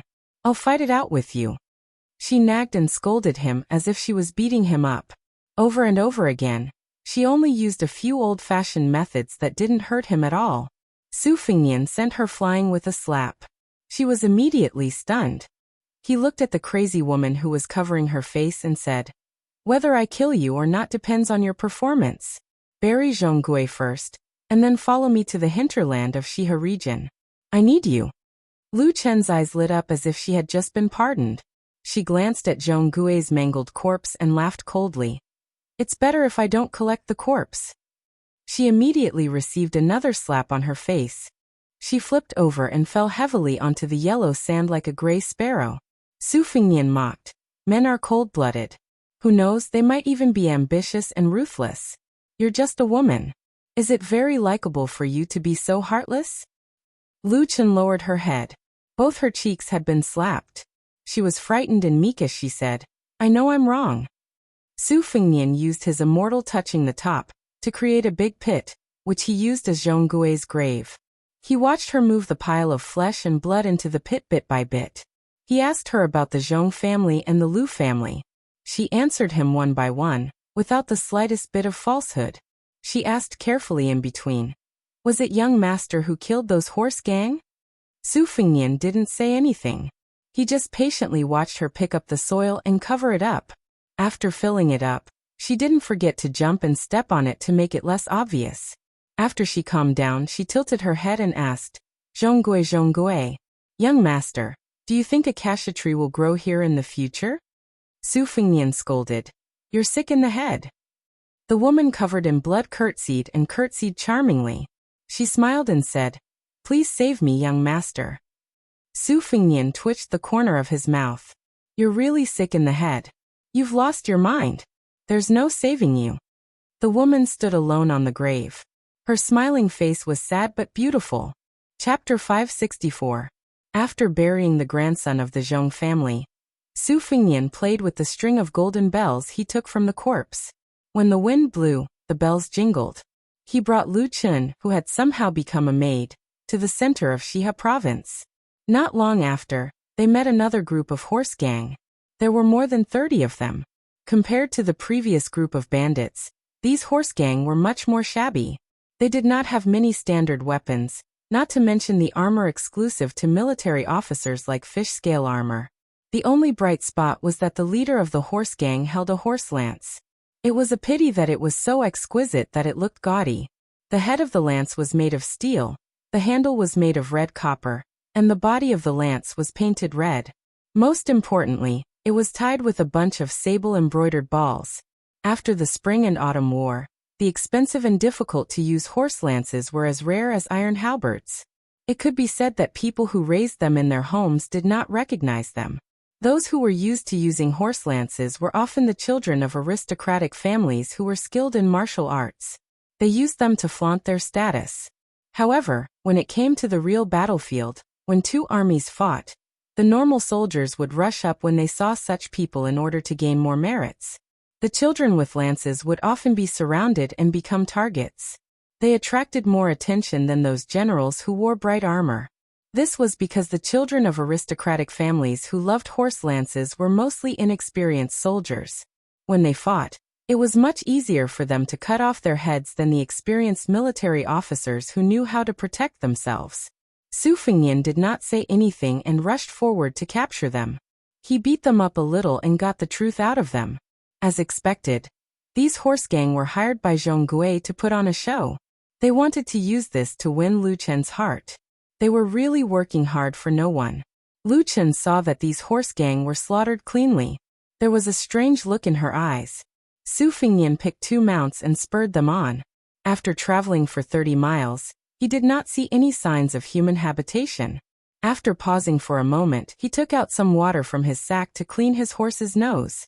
Lu Chen, who was wrapped in a headscarf, lifted a corner of her head, revealing her slightly dry cherry lips. She asked curiously, "Are you really called Su Lang? You should be at the Master Realm, right?" Su Fengnian did not reply. She asked again, "Are you trying to make an issue out of my identity? I've already told you before that Zhong Gui and I just left the group and took a detour. Now I'm the only one going to the magistrate's mansion in Xia province. Once my whereabouts are discovered, how will you explain it?" Lu Chen was not discouraged when he saw that the young man was still practicing his vow of silence. He asked, riding a horse and stopping every 30 miles, "Are you from Beiliang?" Su Fengnian was washing her horse. She didn't even raise her head. She left, put away the water bag, mounted the horse and continued to move forward. The stubborn Lu Chen struggled to keep up with him, and kept pace with him. She tilted her head and stared at the young man who was shrouded in mist like an infatuated woman looking at her lover. Su Fengnian finally spoke. "I changed my mind. I'll leave after I send you to a safe place." Lu Chen's eyes were unfocused. Su Fengnian mocked. "Just a moment ago, You were so desperate that you wanted to be buried with Zhong Gui. How come you're not even willing to collect her corpse in the blink of an eye? Is it just you or all women with noble surnames like you? Even if I take you in as a concubine maid, you might strangle her to death one night. You won't be able to sleep well. Lu Chen pondered seriously for a moment, as if she was reflecting on herself. She slowly replied, I hate it when people lie to me. I once told myself that it doesn't matter who I marry in the future. If he sleeps with another woman, he has to tell me first. I don't mind if he doesn't bring her into the family to disgust me. I'll continue to be a good housekeeper. But if I'm the last one to know that he sleeps with another woman and becomes a joke, I'll definitely want to cut off his manhood with a pair of scissors and paint that woman's face until she can't seduce another man for the rest of her life. Su Fengnian smiled and said, You don't look like that kind of woman. When I first saw you in the Wu family ruins, I mistakenly thought that you were easy to get along with, the kind of woman who doesn't dare to go back to her mother's house to complain after being wronged. Lu Chen bit her lips and said, But I'm that kind of woman. Su Fengnian smiled faintly and said, Should I smash your head with a slap? Her charming eyes were like silk. Young master, you can't be so heartless. Su Fengnian dismissed it with a smile. It was very interesting to talk to her and watch her do things. It was the same principle as writing about unfairness. It was always unexpected. She sensed that this young master Su was in a good mood, so she went along with it and said softly, I'm guessing that young master must be from a martial arts family and not a general's descendant like Zhong Gui. That's because young master will feel guilty if he kills someone. Su Fengnian held his stomach and laughed. What do you know? She tilted her head and asked with an innocent face, Did I guess wrong? Su Fengnian scolded jokingly, Don't pretend with me. I've seen so many beautiful women that I can't even count them. Your looks aren't even worth 70 cents. It's not worth mentioning. Lu Chen didn't care about this belittling and said to herself, I've never been a good-looking woman. Su Fengnian changed the topic. Say this time, the Zhong and Lu families have joined hands to head to the Shihe state capital. Your father Lu Gui is leading the Lu family. What do you think they're planning? Lu Chen shook her head and said, I've never been concerned about these things and I don't know about the inside story. Su Fengnian glanced at her limpid eyes and gave up on probing further. Lu Chen smiled and said, I can't believe it. That Zhong Gui, who's known to be talented and courageous, died just like that. Moreover, he didn't die in a heroic manner at all. Su Fengnian casually threw away the string of golden bells. His original intention was to borrow Lu Chen's identity to go on a killing spree in the heart of Beimang, and make a killing spree. However, he found out that the experts of the Zhong family were all present on this trip, especially Zhong Liang, who was ranked 7th among the demons. Even Zhong Shentong, one of the 12 great generals of Beimang, had disguised himself and hid among them. After weighing the pros and cons, he didn't want to get himself into trouble and delay his agreement with white dress Luo Yang. Even if he could escape the Zhong family's pursuit, he might not be able to leave Beimang. Seeing this, Lu Chen smiled and pulled out a dagger from her sleeve. She said straightforwardly, I was looking for an opportunity to stab you to death. Now should I give you the dagger or throw it away? Su Fengnian didn't even turn his head and said, Keep it. If you don't take it out before the next 30 miles, you'll die an unknown death just like Zhong Gui. Lu Chen smiled happily and said, I made the right bet.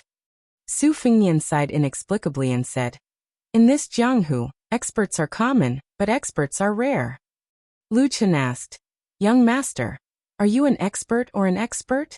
Su Fengnian shook his head and said, I can't be an expert. The two of them spent the night in the desert and rested at the bottom of a leeward slope. The temperature difference between day and night was huge. Su Fengnian picked up many dry branches and threw them into the bonfire. Other than secretly nurturing his sword and maintaining the bonfire, he pretended to sleep the whole night. When dawn broke, he saw that she was still dozing off, so he walked to the top of the slope alone and looked up at the sky. Suddenly, Su Fengnian rushed back to the foot of the slope and stared at the woman who was trembling with a dagger in her hand with a complicated expression. She was actually ruthless enough to use the dagger to cut 4 bloody grooves on her own face, causing her skin to split open. What kind of tenacious woman would do such a thing? Actually, with their intelligence, they knew that every step closer to the state city of Shihe was most likely one step closer to the Yellow Springs. The Zhong and Lu families didn't lack shrewd and ruthless characters. Zhong Gui, who had supreme skills, died, but she, a weak woman, unexpectedly survived. It was almost impossible for her to muddle through and continue to live a wealthy life. Even Su Fengnian couldn't think of how she could fabricate a flawless reason. He said that he wanted to send her to a safe place, but in fact, to the woman surnamed Lu. The tree that used to shelter her from the sun was the most dangerous place in the world. This pair of man and woman whose fates were intertwined for no reason seemed to be a good person. After the disfigurement, she said that the enemy killed Zhong Gui and then let her live.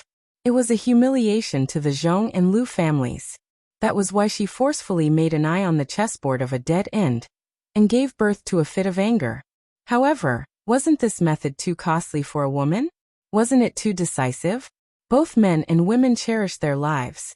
Men cherished their lives and women cherished their appearances. This was common sense. Su Fengnian immediately surged with hostility and almost had the urge to kill her. However, he slowly exhaled a mouthful of turbid air and suppressed his murderous intent. The woman looked at the young man in front of her whose surname she only knew. Her eyes were dazed. Instead of tears flowing down her cheeks, her face was covered in blood. This woman who had once said that she wasn't good-looking finally stopped looking unfocused, and some tears appeared in her eyes. She held back her tears and smiled. It hurts. Chapter 565. Su Fengnian and the disfigured woman rested in a small town that was not covered by city walls. They were still 3 days away from the provincial capital. She wore Su Fengnian's scholar's robes, which were rather loose. The 4 scars on her face had begun to form calluses. Fortunately, in order to not leave any traces and let her wounds heal at the same time as Zhong Gui's death, she was able to apply ointment to speed up her recovery. However, the desert wind was rough. After being brushed by her face, even with a headscarf covering her face that was no longer delicate, she was often badly mutilated. The pain she suffered was probably not any easier than being cut by a dagger. She did not cry much. Su Fengnian also did not say anything to comfort her. The two of them remained silent. Occasionally, Lu Chen would take the initiative to ask about some Jianghu matters. Su Fengnian would also tell her everything in a serious and gentle manner. Perhaps he was afraid that if he made her laugh, she would suffer again. Su Fengnian and her had just entered the city when the sky suddenly changed. Dark clouds covered the sun. It was clearly noon, but the sky was as dark as night. A sandstorm was approaching. Su Fengnian and Lu Chen had no choice but to enter a shabby inn. The innkeeper took advantage of the situation and raised the price as high as he could. Su Fengnian's original intention was that it did not matter if he was cheated of a few taels of silver. As long as he had a place to stay, he did not expect Lu Chen to be so stubborn. She tugged at his sleeve and refused to be cheated of money. It seemed that she was sincere when she said that he was good at running a household. Su Fengnian had no choice but to turn around under the innkeeper's rolling eyes. He wanted to go to another inn that was more considerate. Before he even stepped over the threshold, he saw merchants and travelers swarming over from the narrow streets. Judging by the situation, if he did not stay in this inn, he might have to sleep on the streets and hide in the alleys to avoid the sandstorm. Su Fengnian smiled at her. She did not insist. The innkeeper was narrow-minded and deliberately made things difficult for her. He doubled the price. Lu Chen was so angry that her shoulders trembled. Su Fengnian put his hand on her shoulder and shook his head. He obediently paid the deposit and took the wooden token and key to the residence in the backyard. Lu Chen, whose face was covered by a scarf, felt a little gloomy. Su Fengnian opened the wooden door, and the room was filled with a moldy smell. After closing the door, he took down the bookcase and the spring and autumn sword. There was a clay jar on the table. He shook it a little, and there was not a single drop of water left. Lu Chen sat quietly on the stool. She took off her scarf and gently turned her head away. She did not meet Su Fengnian's eyes. She only asked, "With young master's superb skills, why do you have to lower your voice to these commoners? You don't even need to unsheath your sword to scare them out of their wits." Su Fengnian closed the 2 leaky windows tightly and sat in front of the table. He smiled and said, Do you think that all experts have to have a pair of cold eyes? Or are they born with the backs of tigers and waists of bears? Or do they want to hang 2 pieces of tiger or leopard carcasses on their backs?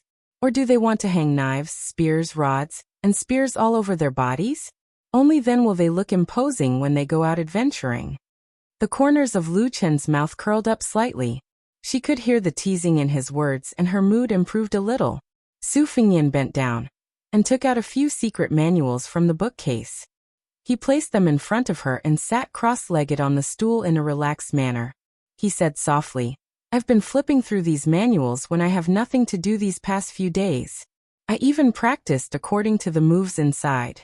Only then did I realize that they were really fun. She said softly, Why don't you try it? Su Fingyan waved his hand and said, That won't do. What if the sky falls and the earth shatters? Without waiting for her to speak, Su Fingyan said softly, Don't laugh. She really pulled a long face. Su Fingyan picked up the tea jar and said, I'll go get some water and food. Wait here. Lu Chen nodded. She picked up a fake secret manual and casually flipped through it. Su Fingyan soon returned with a tea jar filled with cold water. Lu Chen raised her head and asked, You spent money again? Su Fingyan smiled and said, There's no other way. Little ghosts are hard to deal with. A pot of water costs half a tael of silver. Later, we'll just drink it like nectar. Oh right, the food will have to wait for a while. Lu Chen lowered her head to continue reading and said, We can afford to wait. Without knocking on the door, a waiter of the inn casually pushed the door open and entered. Lu Chen hurriedly grabbed her headscarf and hurriedly wrapped it around her head. The waiter was holding a large wooden tray with a few sloppy and crude dishes on it. He inadvertently caught a glimpse of Lu Chen's face and jumped in fright, almost knocking over the tray. He hurriedly put down the food and ran out. Just as he crossed the threshold, he shouted loudly, Come and see, there's an ugly freak in the house. I saw a ghost during the day. Lu Chen tugged at Su Fingyan's sleeve. However, Su Fingyan gently shook and strode out of the door. He kicked the unlucky guy who spoke without thinking, causing him to sink into the courtyard wall. It was unknown whether he was dead or alive. After returning to the house, Lu Chen said sadly, I've always been ugly. Su Fingyan said calmly, Yes, you're not good looking. With the makeup on your face, it'd be strange if you looked good. However, if anyone dares to say it out loud and into my ears, I'll let him. She continued. Go and die? Su Fingyan said seriously. How can that be? I'm not a devil. I've always liked to convince people with my appearance. If it really doesn't work, I'll convince people with my virtue. Lu Chen stared at this scholar who she couldn't tell if he was a good or bad person. She pursed her lips and shook her head with a faint smile. She said, It's not funny at all. Su Fingyan dismissed it with a smile. He distributed the dishes and then buried his head in wolfing down the food. Lu Chen covered her face with one hand and chewed slowly. She had the demeanor of a lady who didn't speak while eating. She put down her chopsticks at the same time as Su Fingyan. She hesitated for a moment and said, I thought you'd say some pretty words to comfort me. Su Fingyan saw that she still had leftovers and didn't stand on ceremony. He moved the leftovers in front of him and said as he ate, Didn't you say that you hate it when people lie to you? No matter if you believe it or not, in my eyes, you're still that delicate girl. You're not good looking, but you're not much better. Lu Chen asked, Really? Su Fingyan lowered his head to eat and nodded. The storm lasted for half the afternoon and gradually calmed down. Su Fingyan pushed open the window and looked out. It was already dark enough to delay their journey. He walked out of the courtyard with Lu Chen. The unlucky inn worker had already been carried away. There was no sign of any retaliation from the inn. Su Fingyan bought her a veiled hat on the street and rode slowly on his horse. Perhaps because she knew that they were about to reach the destination. Lu Chen's words became more lively. She began to take the initiative to ask Su Fingyan about some of the stories of Jianghu. She told him about the Wu family's 9 swords break 10,000 horsemanship. She didn't have any intention of testing him. The pair of man and woman both intentionally and unintentionally became less scheming. Lu Chen herself was also a lively girl. Otherwise, she wouldn't have gone out alone with Zhong Gui. Where there's a gathering, there's a parting. As they neared the provincial city, the width of the relay road was no less than the main roads of Bailiang. Lu Chen gazed at the majestic city sprawled on the yellow sand like a colossus. Her heart palpitated with fear.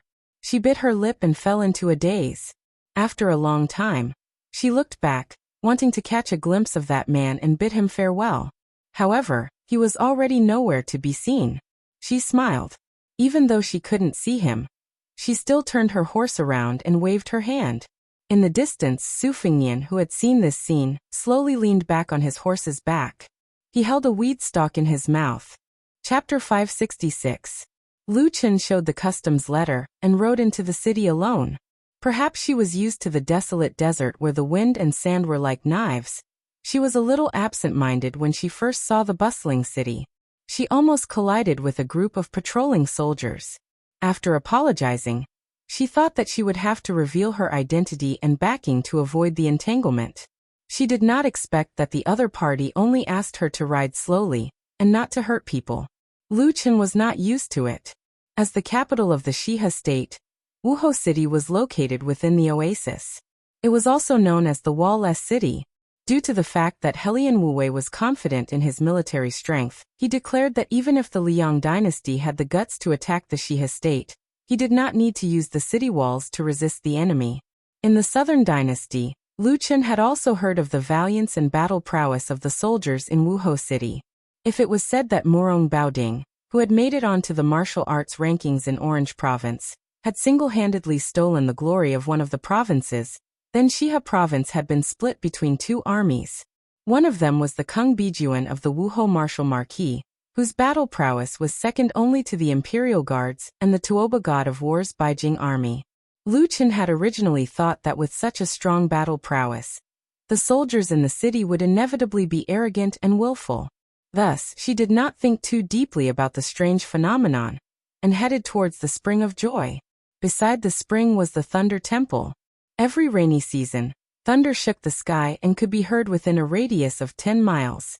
Near the Spring of Joy, there were many mansions, where the most powerful figures of the province lived. After the remnants of the spring and autumn period fled to the north, only the northerners lived in the north while the south was gradually handed over to the big clans of the southern dynasty. The boundaries were clearly defined. However, the Zhong family owned a private mansion in the north of the Spring of Joy. It was only because they were able to live in the north that the south was gradually handed over to the big clans of the southern dynasty. Although the Lu family was a big surname, they were only able to live in the north of the Spring of Joy because of their glory. Lu Chen had just approached the Spring of Joy when a luxurious carriage hung with silk bells came towards her. The 100 thin jade bells were naturally far more pleasant than camel bells. Compared to him, Lu Chen was really like a firefly's light. How could the light of a firefly compare to the light of the sun and the moon? In the Liang dynasty, there were as many military officers as there were hairs on a cow. They could only command 300 to 400 soldiers, and had to be controlled by others. In Beimang, it was 100 times more expensive, especially the military officer of a military town at the border. He could be considered to have taken a big step forward. Moreover, Zhong Tan was still young and well-versed in both the pen and the sword. His literary talent was appreciated by the Empress, and he was a rare scholar in Beimang. Zhong Tan's temperament was boorish, but he liked to wear scholarly clothes and was not pretentious. He was on good terms with Dongzhua. Back then, it was he who led the 3,000 Jingalong cavalry to kill Chen Jibao who had crossed the border. It would be strange if such a person did not have a meteoric rise in power. However, every time Lu Chen saw the smiling Zhong Tan, she would feel uncomfortable and fearful from the bottom of her heart. She could not pinpoint why she did not like this person's way. She could only explain herself. The military officer of the Liang dynasty was a military officer of the Imperial Examination, a military officer of the Imperial Palace. In Beimang, the first military officer of Beimang. Bimortal was a military officer of the Imperial Examination, a military officer of the Imperial Palace officer. His empress was Imperial, and had the Imperials, the Imperial of the Imperial, to the Imperial. The Imperial was The Luzhou Imperial was that of the Imperial of Imperial of Imperial Imperial Imperial, SS Imperial Imperial Conan. S Imperials the Imperial, of the Imperial Imperial was the of the Imperial of Imperial for the of in the. Lu Chen was originally half a daughter-in-law of the Zhong family in name. Sitting in the same carriage as Zhong Tan was not considered to be against the customs. Moreover, with the prestige of both the Zhong and Lu families, there was no need for them to be bothered by those gossips. There was an ice pot in the carriage. In a place like this, one tael of ice was one tael of gold. Neither the rich nor the noble could afford it. There was an average-looking maidservant sitting quietly by the side. She did not seem to be attending to the Zhong family's heir. Zhong Tan took out a pair of silver pliers and picked up a piece of ice for Lu Chen and the maidservant. Lu Chen shook her head and declined politely. The maidservant, however, did not know the rules and accepted the ice pot with a slight crunching sound. She seemed to have sensed that there were outsiders around, and it was inappropriate. She quickly covered her mouth to reduce the noise. Zhong Tan was tall and slender with long arms like an ape. He bent down to lift the curtain of the carriage and draped it over his shoulders, so that Lu Chen could enjoy the scenery of the Spring of Joy. There was a wide bluestone path by the side of the spring, nestled in the shade of the trees. The western region was filled with sandstorms and the sun was scorching. The wind and sand were stirred up. However, if one were to hide under the shade of the trees, one would be able to cool down very quickly. It was unlike Jiangnan, where it was stuffy and hot and there was nowhere to hide. Zhong Tan looked at Lu Chen and said softly, "Miss Lu, I'm sorry that you've been wronged." Lu Chen lowered her eyebrows and remained silent. Zhong Tan turned his head and sighed. "It's the Zhong family that has let you down." Lu Chen raised her head and hesitated to speak. Zhong Tan smiled and straightened his body as if he was sitting upright. He waved his hand and said slowly, "I don't have the habit of rubbing salt on my family's wounds. If Miss Lu doesn't want to talk about the details of this trip, you can just write it down on a piece of paper and ask someone to pass it to me when the time comes. You won't have to face those nagging old fellows. However, I'll say this in advance. When the family grows bigger, there will naturally be a lot of gossip. Miss Lu, you can go in one ear and out the other. I'll also inform the elders in the family and treat it as if the Zhong family never gave the Lu family any letter of engagement. We won't taint Miss Lu's innocent reputation. Zhong Tan can guarantee that when Miss Lu has a happy marriage of 100 years, the Zhong family will not hesitate to come and congratulate you." Lu Chen raised her head and looked directly at the future head of the Zhong family. Her eyes were resolute as she said, "I was born as the daughter-in-law of the Zhong family, and will die as a ghost of the Zhong family. I'm willing to be a widow for the Zhong family. When I see my father, I'll persuade him to allow a ghost marriage." Zhong Tan looked out of the window, his brows tightly knitted. Lu Chen's tone was bleak as she said, "This is Lu Chen's life. I can't escape it." When they arrived at the Zhong family's mansion, Zhong Tan got off the carriage first. He stood by her side and personally escorted her down the carriage. In the eyes of many people at the door who had spent their entire lives studying people's hearts, it was destined that they would have a different feeling in their hearts. Zhong Tan walked her to the E-gate. He did not cross the threshold, saying that he was going out of the city to burn incense at the Thunder Monastery. After bidding farewell to Lu Chen, he returned to the carriage. The maidservant smiled without the slightest bit of flattery, as if she had met a long-time friend. Zhong Tan was also accustomed to this. She held a piece of ice in her mouth and puffed out her cheeks. She asked in a soft and vague voice, "Won't the Zhong family be disgusted by you excusing Lu Chen like this and pulling her out of the whirlpool? It's just that you've provoked her to marry into the Zhong family, forcing Zhong Gui's family to not leave. Be careful not to pick up a sesame seed and lose a watermelon."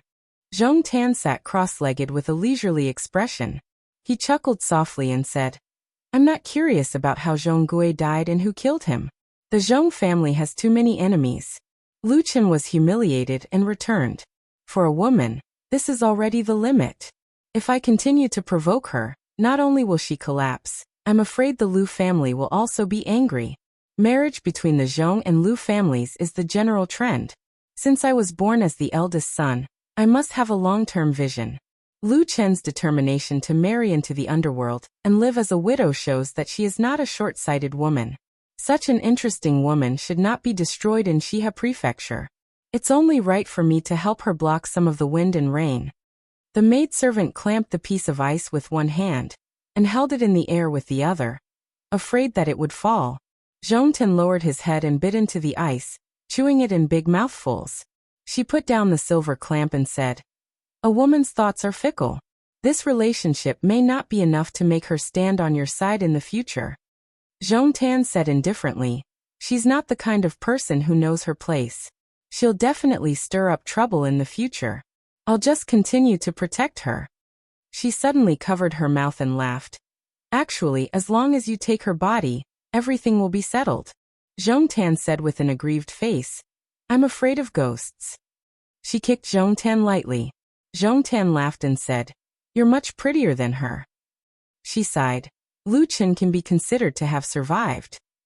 Zhongtan clicked his tongue and said, "Does this count as me doing a good deed every day? When we reach the Thunder Rolls temple later, I'll have the confidence to burn incense." A storm that could overturn an ordinary person was blown away by a gentle breath from some people. Chapter 567. Outside the city, about 3 li away from the city, Su Fingyan rode his horse on the road that was filled with pedestrians. He deliberately restrained his qi, so that his fata morgana was gone. He was sweating profusely like a normal person. Su Fingyan was not in a hurry to enter the city. There were trees on both sides of the road, but there were rules and regulations. The watermelon farmers who sold watermelons did not dare to approach the road. They only set up their tents 20 steps away from the road to sell their watermelons. Su Fingyan dismounted his horse and led it out of the road. He walked on the gravel road. Merchants and travelers often haggled. Those who were good at haggling could bargain from 50 copper coins to 10 copper coins for a caddy of watermelons. Su Fingyan led his horse slowly and saw a robust old farmer who had erected a wooden board in front of his stall. Su Fingyan looked at the suntanned watermelon farmer. The latter, who was squatting on the ground, also looked at him. The latter seemed to have noticed that Su Fingyan's money pouch was not empty. He grinned and said, "Young master, pick one? If it's not tasty, I don't want a single copper coin from you." Su Fingyan, who had wanted to continue forward, stopped and joked, "Even if it's tasty, if I say it's not tasty, will you still take my money?" The old farmer's eyes were not like those of the unruly people. He said, "I still won't take your money." Su Fingyan let go of the reins and squatted down. There was a pile of watermelons, but he did not know where to start. "Uncle, help me pick one." The old farmer brought over a small stool for Su Fingyan. He knocked on the watermelons and put them down. Then he picked a watermelon that was not small. It was about 7 to 8 caddies. He skillfully smashed it with his fist. The watermelon was brittle and roughly split in half. He handed it to Su Fingyan. Su Fingyan opened the watermelon and asked while eating, "This watermelon is not cheap."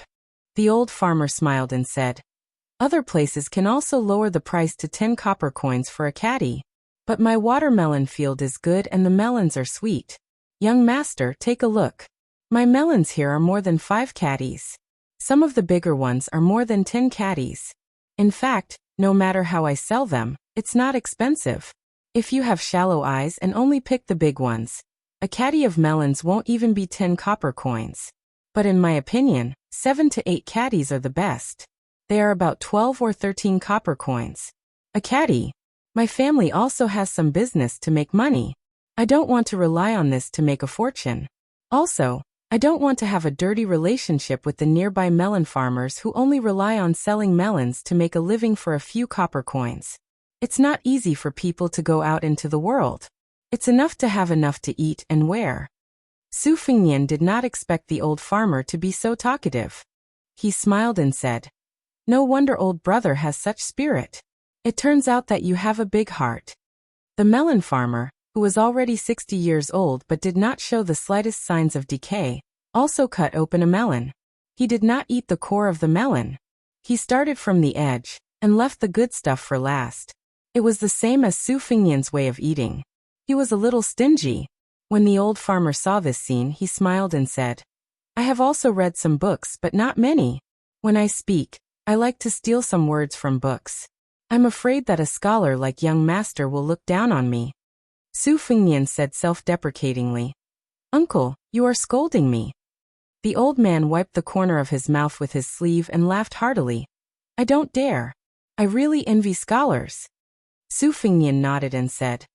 All day long they point at the rivers and mountains, rule the country and pacify the world.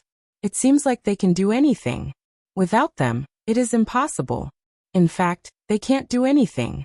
Uncle, if a scholar comes to sell melons, can he sell more than the surrounding melon farmers?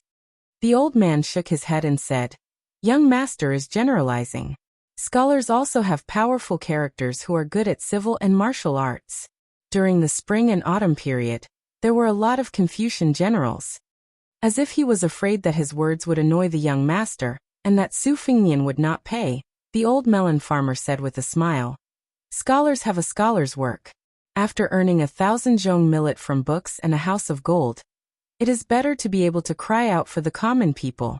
Selling melons will be handed over to an old man like me. Well water does not interfere with river water, and we can all live a good life. For example, young master, when you were young, you carried a book to study. Reading 10,000 books and traveling 10,000 li was the best thing. Su Fengnian chewed on the watermelon and said with a smile, Uncle's experience can be said to be insightful. Indeed, there are crouching tigers and hidden dragons in the marketplace. The old melon farmer was particularly happy to be flattered by a scholar. Every wrinkle on his weathered face revealed a sense of comfort and contentment. Young master, you can listen to this old man's nonsense. You are a real scholar. Su Fengnian smiled and asked, Then this melon? The old farmer was stunned for a moment. With a helpless expression he said, I'll sell it to you for 50 copper coins. I can't go any lower. Su Fengnian finished eating more than half of the watermelon. He took out a small piece of silver from his money pouch. It was about 100 copper coins. He handed it to the old melon farmer, who spoke well but could not be considered too elegant. He said, Don't give me any extra money. Just treat it as buying 2 melons and giving one to uncle to eat. The old melon farmer stared blankly for a moment before praising. Who said that scholars can't sell melons? If young master sells melons, I guarantee that it won't take more than a few years for you to buy a sizable residence in the city. Su Fengnian also said helplessly, Uncle, if you say so, I really can't eat a second melon. The old farmer said straightforwardly, Listen to what young master is saying. In a moment, this old man will give you a cloth bag. Take 2 melons and hang them on the horse's back. When you get to the city, find an inn with well water to chill them. You can fish them out before you talk. They are very cold. After Su Fengnian finished eating the melon, he sat on a small stool and looked at the scenery in Wuhou City. Perhaps it was because he was in an oasis. He looked along the relay road. The clouds were thick and heavy, layer upon layer, and fell straight down. It was as if they were about to press down on the city. It was as if the clouds of the 9th heaven were hanging down. There was only a fine line between heaven and earth. In this fine line, there was a building with a raised eave in the city that was the most eye-catching.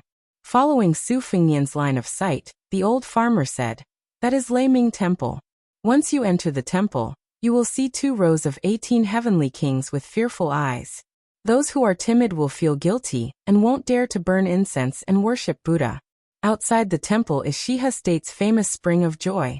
Even the bodhisattva who glares at Vajra would lower his eyebrows. Scholars and beauties with prominent status would be happy to tour the temple. The spring of joy has become more and more foul in recent years. In fact, there is nothing to see. If young master believes in Buddha, it is better for you to go to Leiming Temple. Young master, don't worry. There are many important people in the city. However, it is hard to say that there are none who openly bully men and women, but they can be counted with one's fingers.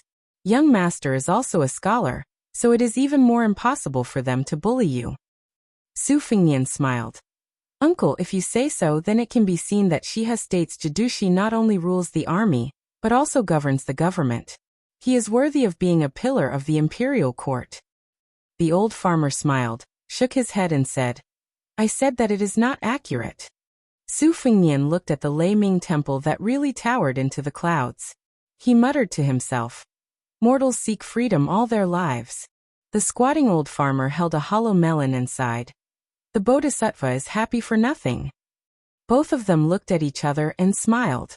After Su Fingnian stood up, the old farmer really picked 2 melons and put them in 2 cloth bags for him. Su Fingnian did not refuse and accepted them calmly. He hung one on each side of the horse's back. After getting on the horse, he sat on the horse's back and cupped his fists to bid farewell. The old farmer waved his hand with a smile. In life, people who meet by chance meet and then part. It cannot withstand scrutiny. Most of the time, they will never meet again. It is very rare for them to not hate each other, and even leave a good impression. Su Fingnian did not think about this. He only thought that he met an interesting old man from Beimang. In his heart, he was still thinking about the upcoming sneak trip to Wuhou City. Perhaps it would be as dangerous as Tuoba Chunsen's assassination and hunt. In the past in Beiliang, which seemed to be an iron bucket but was actually surging with undercurrents, people from all walks of life came to seek revenge on him. All kinds of stories and legends, countless joys and sorrows, could be compiled into a book. 100 Ways to Assassinate the Butcher Su Shao and the Hedonistic Prince, and a book, Assassin's Men of Sacrifice Encyclopedia. Most of these dead people did not change until death. Even if they had to sacrifice their lives, they would still fly into the fire. However, many of the so-called blood feuds could be traced back to his grandfather's generation. But when it came to killing His Royal Highness, no one would be soft-hearted. Su Fingnian knew that when he succeeded the king of Beiliang one day, the number of assassinations would only increase and not decrease. The reason was very straightforward. If he could not kill the butcher, who claimed that even the king of hell did not dare to accept him, wouldn't it mean that he could not kill a child of Beiliang who could not even compete for military power? If Chun Jibao did not want to kill Su Fingnian, there were plenty of people who wanted to kill him. There was no need for the white-clothed warrior immortal to kill him with a borrowed knife. Su Fingnian carried his sword, his box, and his melons, and headed straight for Wuhou City. Chapter 568. Zhong Tan's gentle attitude had unknowingly become a protective talisman for Lu Chun. This made Lu Chun, who had prepared for the worst, feel as if she was waiting for a knife to slit her neck, but instead, she was waiting for a feather to brush against her neck. She was pleasantly surprised and somewhat at a loss. It was probably Zhong Tan's instructions that she was specially arranged to stay in a small lakeside building in the Zhong family's other residence, where she could enjoy a rare shade. Zhong Shentong and his younger brother, Zhong Liang, one was a Beimang great general with great authority, the other was a top-ranked Devil Path great warlord. Presumably, they would not bicker with a girl from the Lu family. However, the Lu family's temporary forbearance did not mean that the Lu family could be indifferent. After all, Zhong Gui was not worth mentioning in front of his elder brother, Zhong Tan. Compared to the descendants of the great clans of the Southern Dynasty, he was still a first-rate talent. It would be unreasonable if the Lu family did not take the initiative to explain his sudden death in a foreign land. At this moment, Lu Gui was standing in front of the window of the small house, quietly listening to his daughter narrate her painful experience. From beginning to end, he did not interrupt, question, or console her. Lu Gui's expression was sorrowful, suppressing her depression, doing her best to speak in a calm tone. Lu Chen did not admit that she had made any mistakes. Some girls were really born actors. As the head of the A family Lu family, Lu Gui had a slender figure, and was worthy of the evaluation of a handsome man. Although his hair was slightly white, he was still a handsome man who could make a girl's heart sway. This was especially true for women who had tasted the flavors of love and sex. Only then did Lu Gui slowly turn around and stare into his daughter's eyes. Lu Chen subconsciously withdrew her gaze. No matter how much she wanted to mend it, in front of someone like Lu Gui who had been immersed in the imperial court for half his life, it was futile. Moreover, no one knew a girl better than her father, so how could she hide it so well? However, Lu Gui, who understood her clearly, smiled sadly. He walked closer to Lu Chen, removing the veil that she had not had time to change off. Gazing at the almost unfamiliar and tattered face, he gently placed his hands on her tight shoulders. Shaking his head, he said, "If father did not care about you, how could he only have one daughter? Whether the story you told is true or false, father is well aware of it. As for whether we can deceive the Zhong brothers, That is up to fate. Lu Chen's eyes reddened. She was about to spill the beans and spill the beans. At this moment, she clenched her fists, either intentionally or unintentionally. Her fingertips pierced her palms and she sobered up a little. She bit her lips and rested her head on Lu Gui's shoulder. Lu Gui patted her back gently and said, Zhong Gui's body has not been found yet. If I'm not wrong, it will be a cenotaph. Are you really willing to marry someone from the mortal world? Lu Chen sobbed and said, This is the duty of an unfilial daughter. Lu Gui was speechless. After Lu Gui left, the small house near the spring returned to its former tranquility. Lu Chen sat in front of the dressing table and looked down to see a bronze mirror. She waved her sleeve and threw it out, smashing it against the wall. A general is afraid of a new armor, and a beauty in her twilight years is afraid of a bronze mirror. However, she was still a young woman and had not married. After Su Fengnian entered Wuhou City, it was reasonable for him to choose a high vantage point to observe the geography of the Spring of Joy. However, he had been ill for a long time and was very familiar with assassinations and ambushes. He knew that there were many forbidden areas in the Thunder Pond. Bailiang Palace occupied a mountain as the king, with the prince's mansion as the center near Mount Qingliang as the center. The mansions of many generals and dignitaries were gradually spread out according to their positions and titles.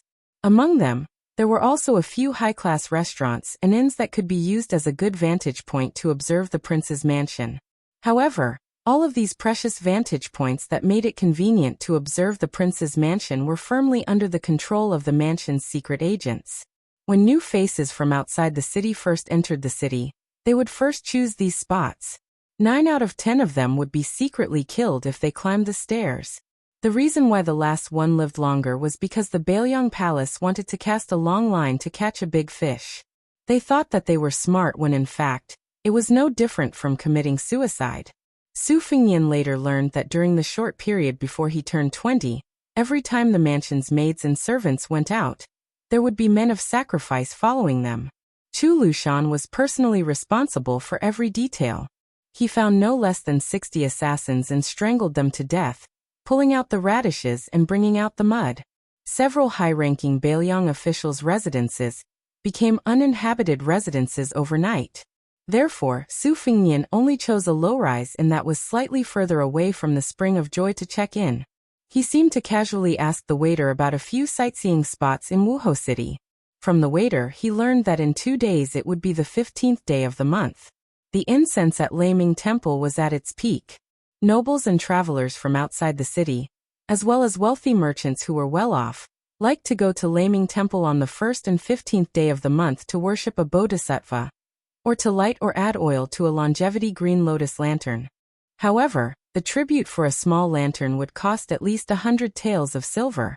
Those who were devout Buddhists would easily give away several dozen taels of gold. It was a bottomless pit. Chapter 569. Probably because he looked down on Su Fengnian from the bottom of his heart, the waiter spoke with an air of generosity. He kept saying that if Su Fengnian didn't have a few hundred taels of silver, he shouldn't go to Laming Temple to puff himself up at his own cost. Su Fengnian dismissed it with a laugh, saying that he would consider burning incense. While he was at it, Su Fengnian also praised the richness of Wuhou City, saying that as a foreigner, he had broadened his horizons. Only then did the waiter's expression turn for the better, and his tone of voice became warmer. Su Fengnian received the copper key, not forgetting to give him a few pieces of silver, and asked him to hang the watermelons in a bamboo basket and place them in the well water in the backyard. The waiter said good, and happily left with the 2 watermelons. He found this scholar more and more pleasing to the eye. Su Fengnian put down the bookcase, took down the spring and autumn sword, and placed them on the table. Before he left, he stuck 2 silk threads between the cracks of the window and the door, which were hard to detect. When he pushed them open, they would break. He then nailed the flying sword, Morning Dew, with its perfect sword embryo, to the roof beam. After entering the city, Su Fengnian restrained most of his qi activity. Within 100 steps, he was still concerned about Morning Dew, so he went downstairs to eat lunch. The business of the inn was bleak, and there were only a few tables of customers. Su Fengnian ordered a pot of liquor and drank alone. He was relaxed and had a bit of the spirit of a scholar. Before Su Fengnian went to the north, he had a lot of business dealings. Not only were there tea leaves and porcelain, but there were also a lot of antiques, scriptures, and other relics of the spring and autumn period that had been lost among the common people were also sold to Wuhou City and a few other big cities. Before Su Fengnian went to the north, he had some understanding of the 8 great festival holders and the 12 great generals. Helian Wuwei of Shihe province was relatively unknown. He only knew that he was of noble birth in Beimang, and was a romantic young man. However, after his family declined, he did not give up on everything. Instead, he turned over a new leaf. After 20 years of military service, his outstanding military service brought glory to his family. His wife died early from illness and he did not remarry, resulting in him having no children. He was completely different from Helian Wuwei, who was known for his military strength and ruthlessness. Other than his ability to lead troops, he could only be regarded as a troublemaker in the imperial court. He was also rarely seen in the Empress's annual spring and winter hunts. Therefore, among the 8 great festival holders, he was the most aloof. Su Fengnian returned to his room. The silk thread was still intact. Other than eating and drinking, he spent his time alone, flipping through the secret saber manual. Perhaps most people who obtained Wang Xianji's martial arts experience would be ecstatic and would quickly browse through it, wishing they could ascend to the first pin realm overnight. Fortunately, Su Fengnian was able to endure. He did not grasp the essence of the move, and did not turn to the next page. At this time, he was still stuck at the bottleneck of tying the black silk thread. He also did not play any small trick of taking a detour. During the battle at the Dunhuang City Gate, Dong Tai, who was about to go out to sea to visit the Immortal Mountain, and Luo Yang, who had the Jianghu innate talent, could be said to be evenly matched. Su Fengnian closed his eyes to feel the battle. After the battle, he stroked the hundreds and thousands of sword scars. He only felt that his heart was full of spirit, but he could not figure out what it was. Su Fengnian was not impatient. He still told himself to proceed step by step. The next day he carried his book and sword and marched to Wuhou City. He ate and walked. The military formation in the city was solemn and orderly. Li Yishan always said that the ability to manage an army was in the smallest detail. Su Fengnian clearly noticed this point from the map of Beimang's military town that was hung in the Tide Listening Pavilion. On the western front bordering Liangmang, Beimang's elite troops were all rushing to the southern border. They looked like they were going to fight to the death with the Bailiang cavalry. On the eastern front between the two dynasties, the military strength of both sides was a notch higher. It was just that as they moved northward, their military strength gradually increased. Beimang's eastern border had Dongjin and Jizhi prefectures, which were obviously inferior to Shihe Prefecture, which had Kungbijuan as its foundation. Su Fengnian did not know whether this arrangement, which was better or worse, was intentional or not. He did not know whether it was a deliberate arrangement or an unintentional move that had to do with the temperament and ability of the several preceptors. On the 15th day of the first lunar month, Su Fengnian did not follow the general trend of going to Lei Ming Temple at dawn. Instead, he left the inn at noon, when the sun was blazing hot. Lei Ming Temple was located at the intersection of the north and south of the Joyful Spring. It was built against the mountain. The main structure was a 9-story pavilion with multiple eaves. Inside the pavilion was a Buddha statue that was even bigger than the Dunhuang Buddha cave. It was a typical building with a slope on one side of a hard mountain in the western regions. Su Fengnian, who had restrained his qi activity, was sweating all over as he slowly entered the temple. Inside the temple, ancient trees towered to the sky, providing deep shade. He immediately felt refreshed. After burning 3 sticks of incense, he crossed the threshold of the main building. There were a total of 81 windows in the 9-story pavilion, but none of them were open. It was just that on the 4th floor below, several thousand green lanterns were lit. The lanterns were splendid, as if the Buddha's light was shining everywhere.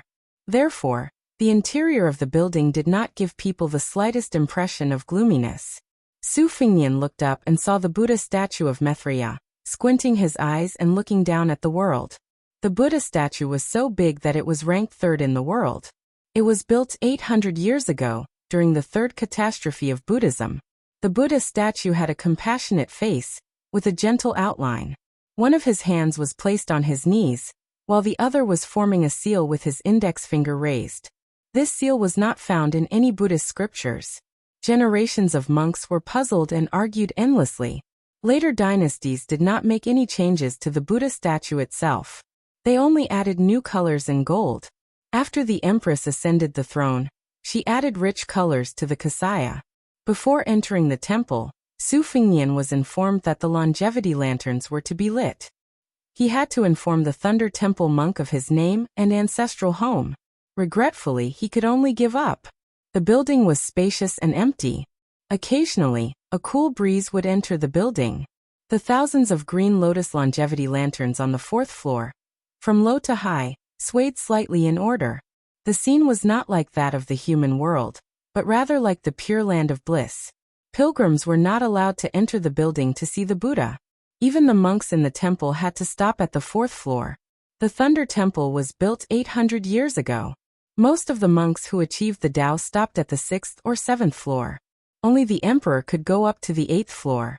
Even the emperor, who was known as the Emperor of the 9 and 5, had done so. It meant that he had lowered his status in front of the Buddha. Naturally, no one could go up to the 9th floor. Even the Beimang Empress, who had the ambition to unify the world, was no exception. Su Fengnian bowed to the Buddha and was about to leave the building. He was about to go to a nearby sutra pavilion to enjoy the scenery. In a flash, he had a telepathic connection and looked up. He saw a head poking out of the Buddha's palm. The head was looking straight at him with a cold gaze. At this moment, Su Fengnian only felt that it was ridiculous. His strange mood was indescribable. This woman was really audacious. The white-robed Luoyang, sitting on the Buddha's palm. She bent over and poked out her head.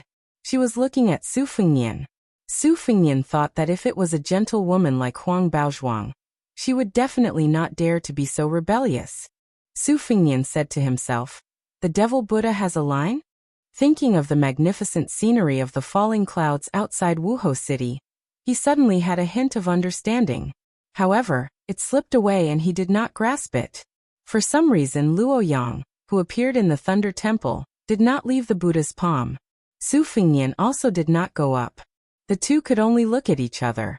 Then Su Fengnian almost vomited blood. The white-robed Luoyang seemed to be annoyed by Su Fengnian's cowardice. When her body floated down, her chi surged like a river flowing into the sea. Thousands of longevity lamps were extinguished in an instant. Su Fengnian felt a headache coming on. He cursed in his heart. What a sin! Chapter 570. For some reason, there was no one guarding the green lotus lamp in the building. Su Fengnian couldn't care less about this. He found a few fire folds in front of a small niche at the top of the stairs. After lighting them up, he glided backward along the corridor like a fish. Wherever he went, the longevity lamps would light up one after another. The ground floor was once again as bright as day. Su Fengnian hurriedly climbed up the stairs and lit up the second fire fold. He retreated so that he wouldn't extinguish the fire.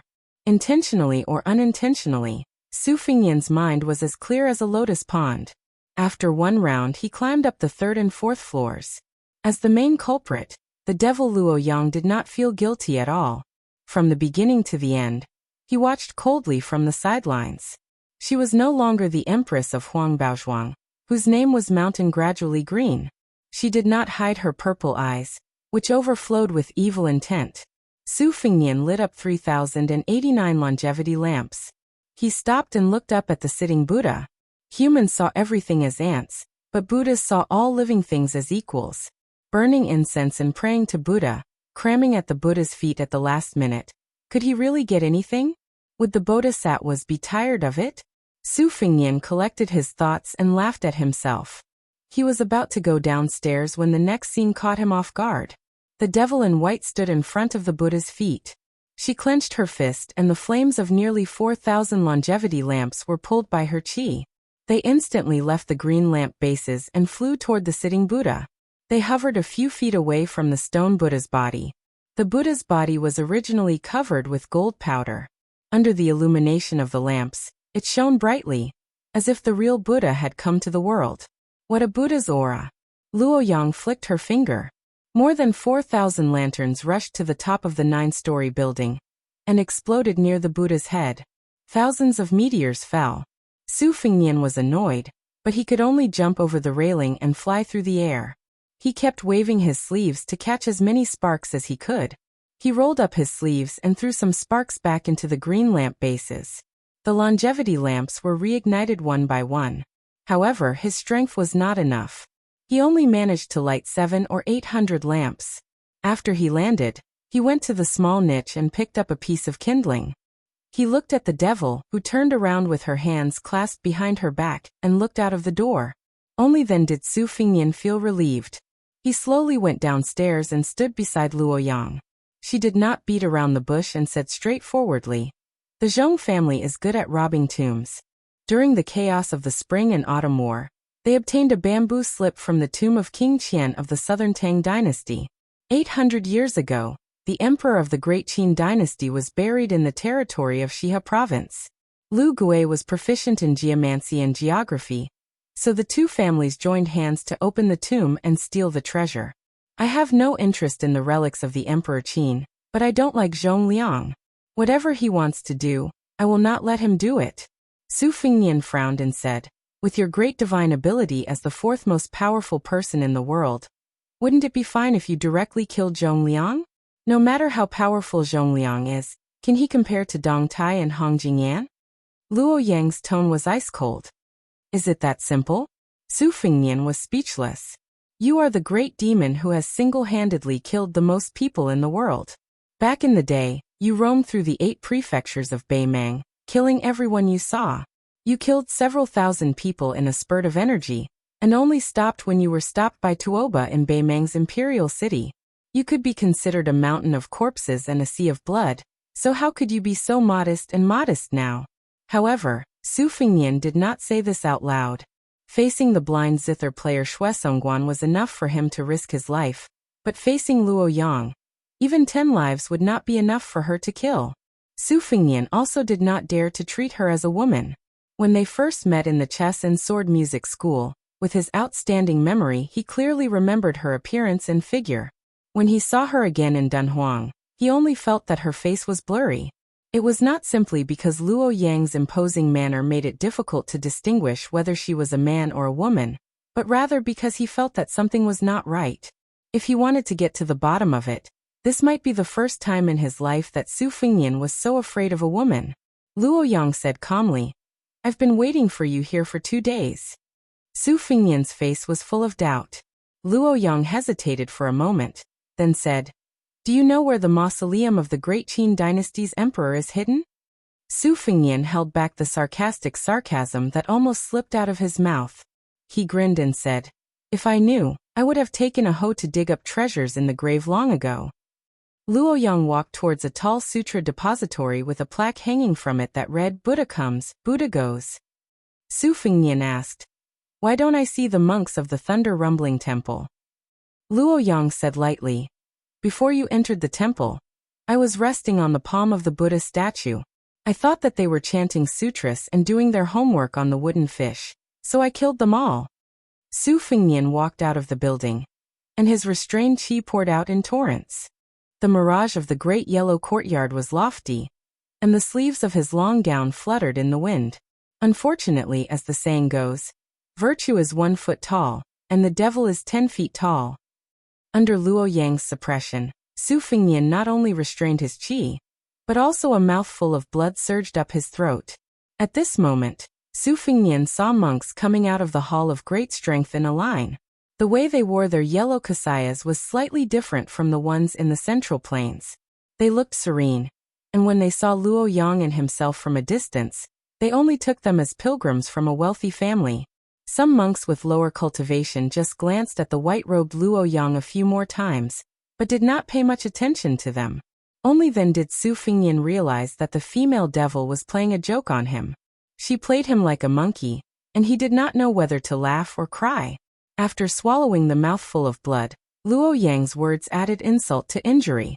"How did you enter the Vajra realm with your intellect? I think you just relied on your background as the heir of Bailiang, and the fated chance due to your identity. You are petty and have no foresight at all. What a waste of Dong Tai's gift. Su Fingnian did not refute. He comforted himself with the flimsy reason that a good man would not fight with a woman, and at the same time criticized her in his heart. Luo Yang was able to read people's minds. She sneered and said, "You must be comparing me with Li Chungang.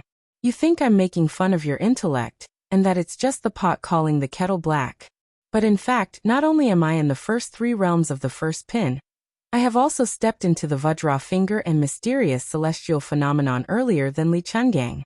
Even the earth immortal realm is no exception." Su Fingnian said in a low voice without any sincerity, "Yes, yes, yes. Your martial arts are matchless. Tomorrow, you will beat Tuoba until he runs away like a rat. The day after tomorrow, you will be beaten by Wang Xianji into a coward. On the 3rd day, you will be able to treat the heavenly tribulation as nothing." Then Su Fingnian flew into the sutra depository. He was attacked by Luo Yang. She hit his back with her palm, and the mirage collapsed. Firstly, Su Fingnian did not dare to dodge. Secondly, he wanted to estimate Luo Yang's strength. Only Su Fingnian, who was sitting on the stone floor of the pavilion, knew how painful it was. He wiped away the scarlet blood that seeped out of the corner of his mouth, and cultivated a sword amidst the pain. After the temperamental Luo Yang entered the pavilion, she did not even look at Su Fingnian, and went straight to the top floor. Although it was the Sutra Depository in name, it was actually a 6-story steel pagoda. The wooden stairs spiraled upwards. Luo Yang came to the top floor, and looked up at the spring of joy. On the top wall of the pagoda, there were many poems of scholars and poets who enjoyed the scenery. Because the latecomers did not follow the rules, the words were overlapping and changed beyond recognition. Su Fingnian looked around in boredom. He did not see many poems with good charm. They were all the kind that groaned for no reason. However, there were some small songs and sentences that were interesting. For example, the spring breeze in Jiangnan, the sound of the orioles on the ancient trees, and so on. He memorized them one by one in his mind. He wanted to plagiarize them and present them to his second sister, who was known as the best in the literary world. Chapter 571. Su Fingnian accidentally saw half of a poem, so he wiped it away with his palm.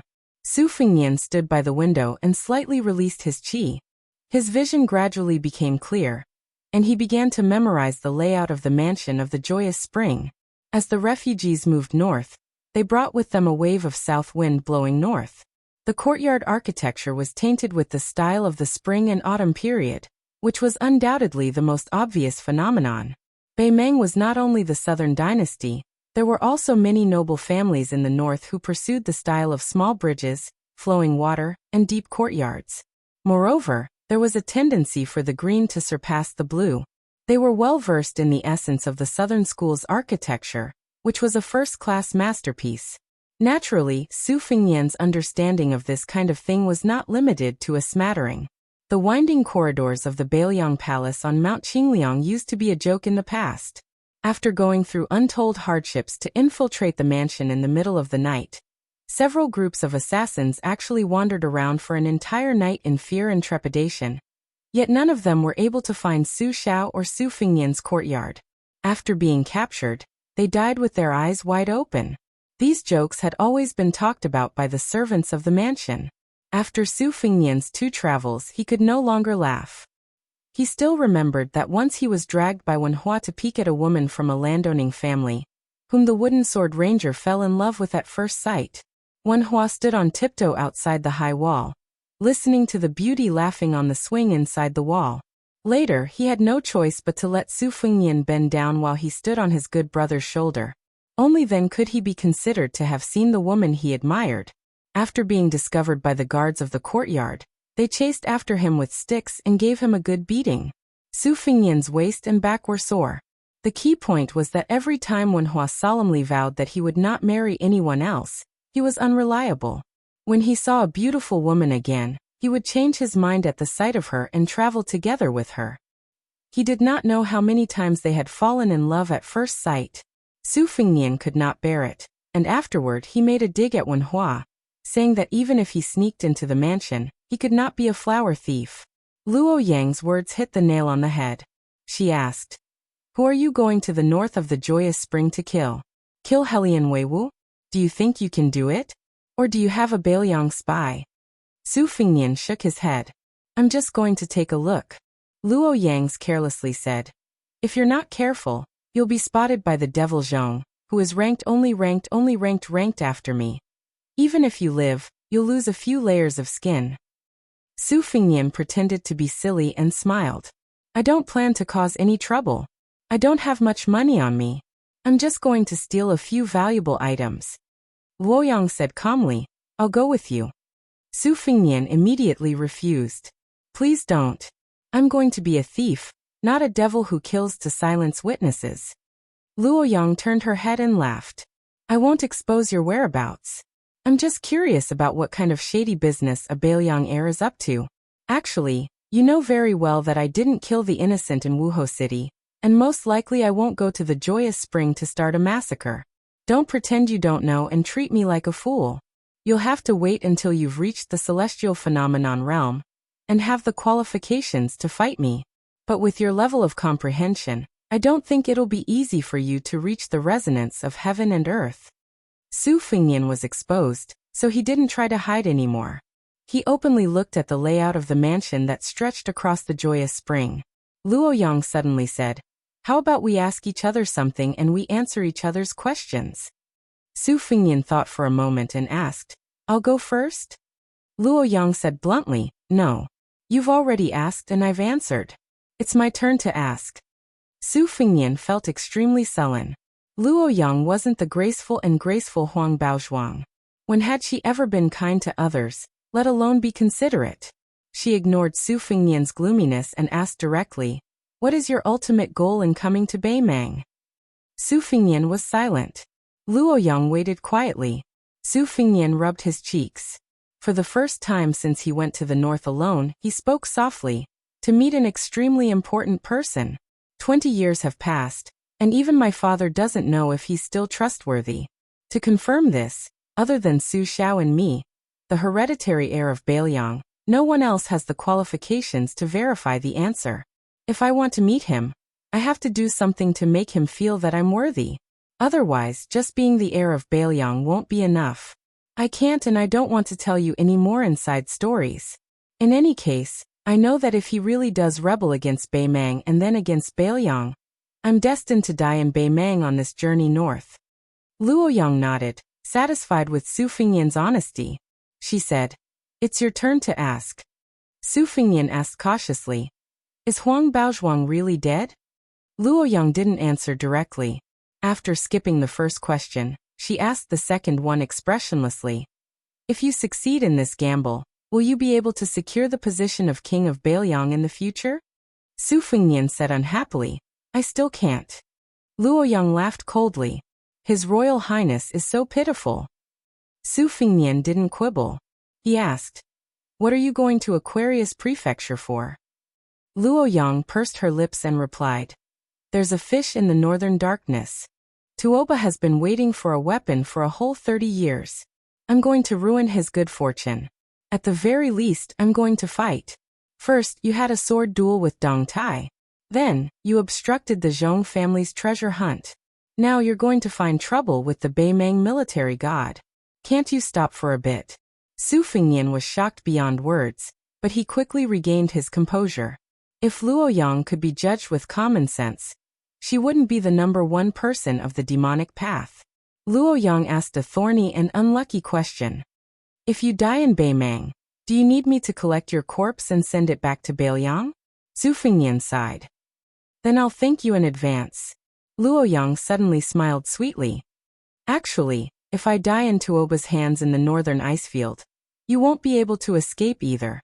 At that time, whoever dies later will have to collect the corpse. Su Fingnian smiled bitterly. Can't you not fight with Tuoba? You're still young. Won't it be safer if you wait until you're an earth immortal? Luo Yang's eyes were unfocused. She looked into the distance. Things that I'm confident in are boring. Su Fingnian said softly. It's just that I can't beat you.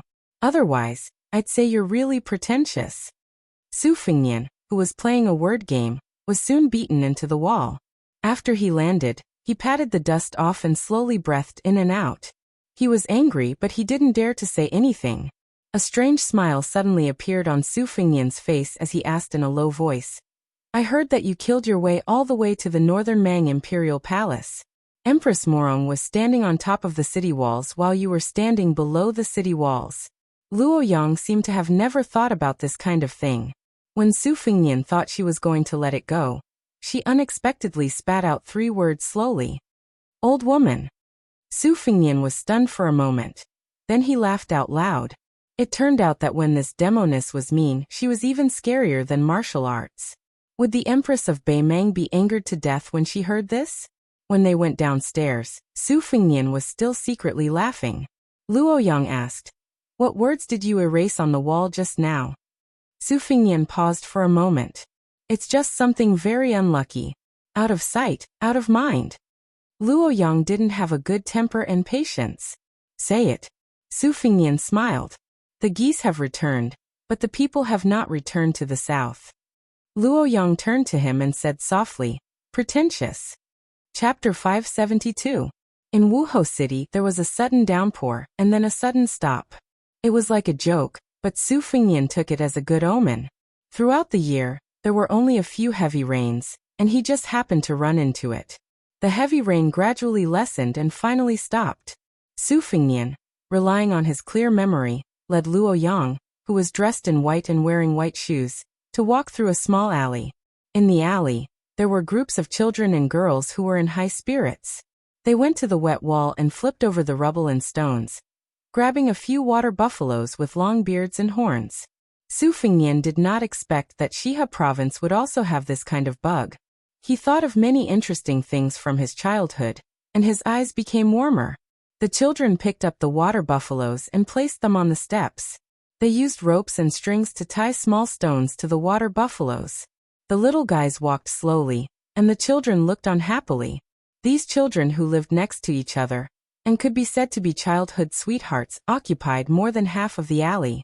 Su Fengnian stuck close to the wall and walked around, but Luo Yang directly walked past him, and stepped on one of the water buffaloes to death. The owner was a fair and clean girl with goat horns. Seeing the pet she had just obtained die an unnatural death, she was stunned for a moment. She first glanced at Luo Yang, but did not dare to get angry, and could only cry loudly. The boys also did not have the courage to stand up for her, and could only stare blankly at the white-clothed elder sister. She was beautiful, but her temper was too bad. Su Fengnian was afraid that this group of children would unintentionally anger the demoness, so he hurriedly signaled to Luo Yang, and then eagerly went to the foot of the wall to get busy. He pulled out 2 water buffaloes and handed them to the girl with goat horns as compensation. The children had simple hearts. What they gained they lost. Happiness and unhappiness came and went in a hurry, so they did not bicker with this pair of elder brother and sister. They slightly distanced themselves from them, playing with the water buffaloes, and gathered together to whisper. Su Fengnian looked at Luo Yang helpless. He thought to himself, could it be that this is what it means to be in the king's company is to be in the tiger's company? He really did not know how the cat Han Diaoxi had survived. Was he called Han Xingxian? Rumor has it that he is good at killing celestial phenomenon experts. I don't know if it's true or not. Does he have a 40% chance of winning against Luo Yang? While Su Fengnian's imagination was running wild, Luo Yang turned the corner of the alley and stopped in front of a stall. Su Fengnian looked up and saw that it was a narrow shop selling roasted mutton noodles. Luo Yang took the lead and sat down. The shop owner was a fat woman, but she looked kind and had a happy personality. Seeing that the young man and woman were both noble, she became even more friendly and began to boast about their mutton noodles, saying that mutton was the tender meat of the forelegs and the waist. Moreover, the ingredients used to moisten the taste were pure and had been passed down for several generations. Su Fengnian smiled and ordered 2 bowls of mutton noodles with water. Although the woman was a businesswoman, she could not hide her kind nature. There was not much meat in the soup, and she even sprinkled a lot of fresh flower peppers and green coriander powder on the noodles. She also handed over 2 fresh green onions. Su Fengnian was full of praise. He did not have much luck with children, but he was indeed talented in dealing with women, especially women. The shop was quiet. The lady boss was sitting at a nearby table, laughing nonstop. Su Fingnian ate quickly as well. Luo Yang, on the other hand, ate slowly. Su Fingnian simply ordered another bowl and paid the bill after eating. There was too much silver and too little copper, so he felt a little guilty. Su Fingnian originally wanted to pay a little more, but the woman was very forthright. He did not know if it was because she had made up her mind to win over these two returning customers, or because she missed Su Fingnian's handsomeness, which was completely different from that of a rough man, so she only asked for copper. Before leaving, Su Fingnian said that he would definitely come back for a meal before leaving the city. The lady boss laughed nonstop, and even said a few celebratory words about having a son early, which scared Su Fingnian so much that he broke out in a cold sweat. Fortunately, Luo Yang turned a deaf ear and directly left the shop. They leisurely made their way back to the inn. Luo Yang asked for a superior standalone room, and the two agreed to meet at midnight. When Su Fingnian returned to the room and saw that everything was fine, he held his breath and concentrated on cultivating his golden lotus. During this period, he silently nurtured his sword. It was only until midnight that he began to prepare for his trip to the Spring of Joy. Actually, with Luo Yang accompanying him, there were both pros and cons. The downside was naturally that this devil's temperament was unpredictable, and no one knew what kind of moth she would cause.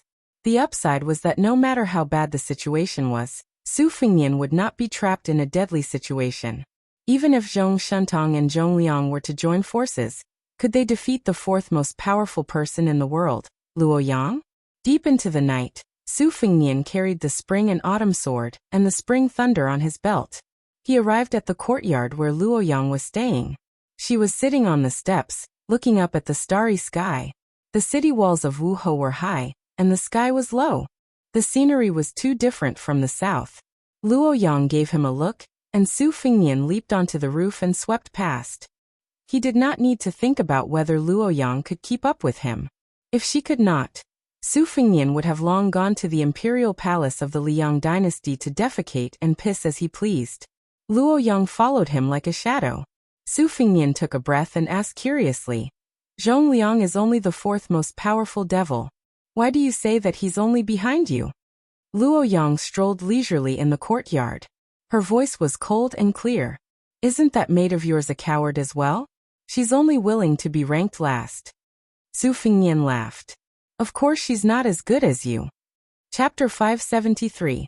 Fortunately, Su Fingnian was no stranger to the military night curfew and the layout of the city defense.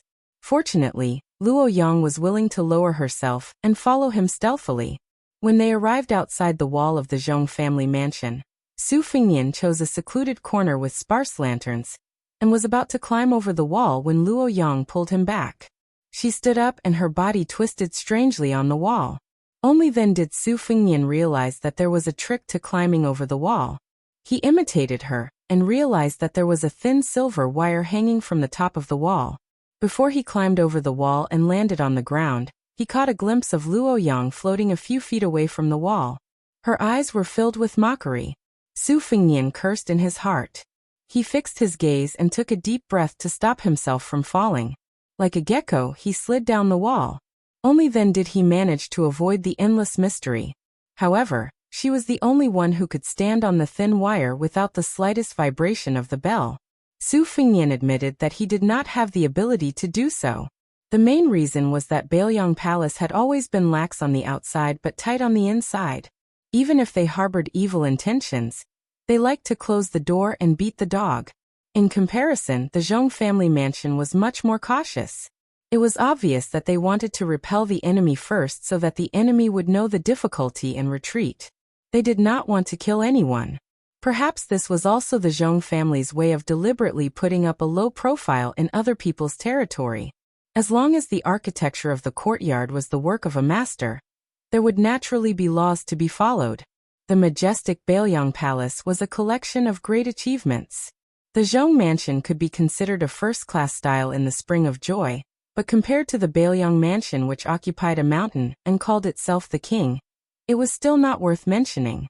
Su Fingnian walked very leisurely and contentedly. Hearing voices, he circled around the people he met, as if he was taking a stroll in his own home. He led the white-clothed devil around the beams and through the corridors. However, at first he could still sense Luo Yang's presence, but after a quarter of an hour his perception completely disappeared. Su Fengnian was also too lazy to worry about groundless fears and speculate based on his identity. He did not want to go to Zhong Shentong and Zhong Liang's place and invite trouble. He arrived at the elegant courtyard of the distinguished guest, Lu Gui. The closer he got to the main courtyards, the more relaxed the security was. This was also the Zhong family's conceit. Like a swallow returning to its nest, Su Fengnian hung under the eaves that did not reflect his figure. The room was brightly lit, and the golden threads pierced through the small holes in the paper window. He saw a middle-aged man who looked about 60% similar to Lu Chen reading a book at night. His brows were hazy, and there was also an old man dressed in sackcloth sitting opposite him. The old man looked thin, and his 10 fingers were crossed on the table. The most eye-catching thing was that his lips were purple, which was exactly the same as the Beiliang's master Qing Shui, Yao Jian. It was obvious that this was caused by years of tasting soil and identifying acupoints. It could be seen that the Zhong family's journey to the west was indeed to borrow the Lu family's geomancy technique, to explore the mausoleum of the Emperor Qin. The old man in sackcloth had an exquisite brass lamp in his hand. Both he and Lu Gui were deeply worried, but they did not rejoice at the prospect of opening the mausoleum and getting a share of the loot. Su Fengnian could still be considered somewhat understanding. When it came to the mausoleum of the Emperor Qin, the mausoleum of the Emperor of the mortal world, the technique of mechanisms was only a small matter. What was more troublesome was the contamination of fate energy. If the Yin energy was too heavy, not only would the people who entered the mausoleum temporarily die after obtaining the treasures temporarily, it was likely that they would also bring disaster to several generations of their descendants. The brass lamp was also known as the ventilation lamp. It contained the essence and blood of a child. Once it was lit, it could be used to ward off the Yin energy. The old man in the house sighed. 36 lamps are still too few. The divination also shows that the odds are against us. Lu Gui looked tired and said helplessly, "Things happened in a hurry. Where can we get enough lamps for the great Zhou dynasty?" The old man sneered. "The Zhong family is boorish and arrogant. How would they know the knowledge behind this? It's not something that can be matched by human strength." Lu Gui said softly, "The walls have ears." The old man laughed involuntarily. "Master, the Zhong brothers still have the breadth of mind." Lu Gui shook his head. "It's better to be safe than sorry. In front of great wealth, everyone is narrow-minded." At this point, the old man did not say anything else. His 10 fingers gently stroked the brass lamp with the carved Buddha statue. Although he was born poor, he had great skills. Since he was young, he had learned how to make Buddha from an unknown Buddhist master. It was only after that Buddhist master passed away that he was valued. He was known as the ancestor of the revival of Dunhuang Buddha Cave. After his death, he was posthumously conferred the title of abbot of the whole mountain. He was especially good at making guanyin statues. Although the old man was not a monk, he was ingenious. His Buddha statue did not stick to the guanyin. It was said that the 10,000 Buddhas were in the heart, 32 faces, good for light, and good for 80 kinds of good. The qi-exchanging lamp was his creation. According to the precepts of the king's scripture, if the Buddha statue was not as good as the Dharma, even if the Buddha Bodhisattva was consecrated by the eminent monk, they would not come to receive the Buddha. In layman's terms, the common folk only knew that it was not easy to invite the Buddha, but they did not know how difficult it was. In fact, if the Buddha statue was not as good as the Dharma, the real Buddha would not come. Therefore, many places of worship were not blessed by the Dharma. And many places of worship were full of evil. This led to the Buddha statue not being effective, and the prayers not being fulfilled.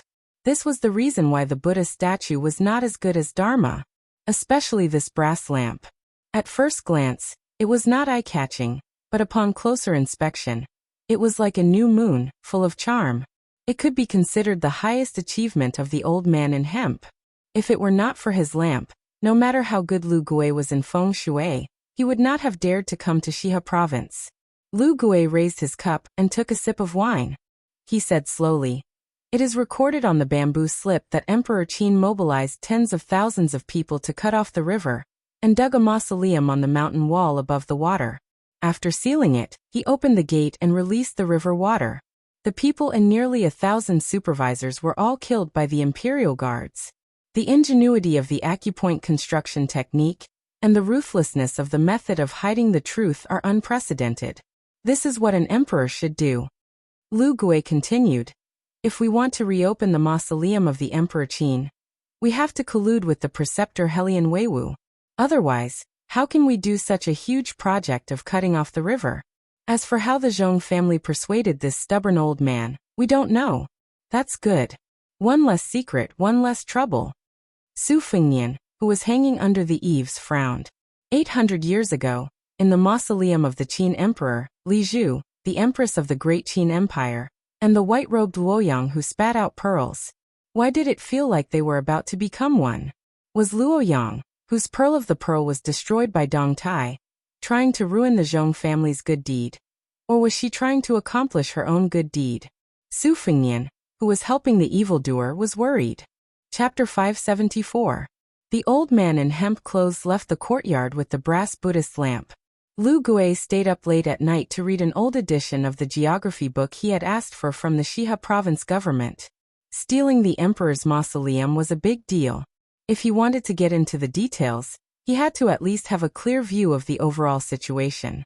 It was already late at night, but there were still guests. Su Fengnian restrained his qi and did not move. When the young master and servant knocked on the door, he easily recognized them. They were Zhong Gui's elder brother, Zhong Tan.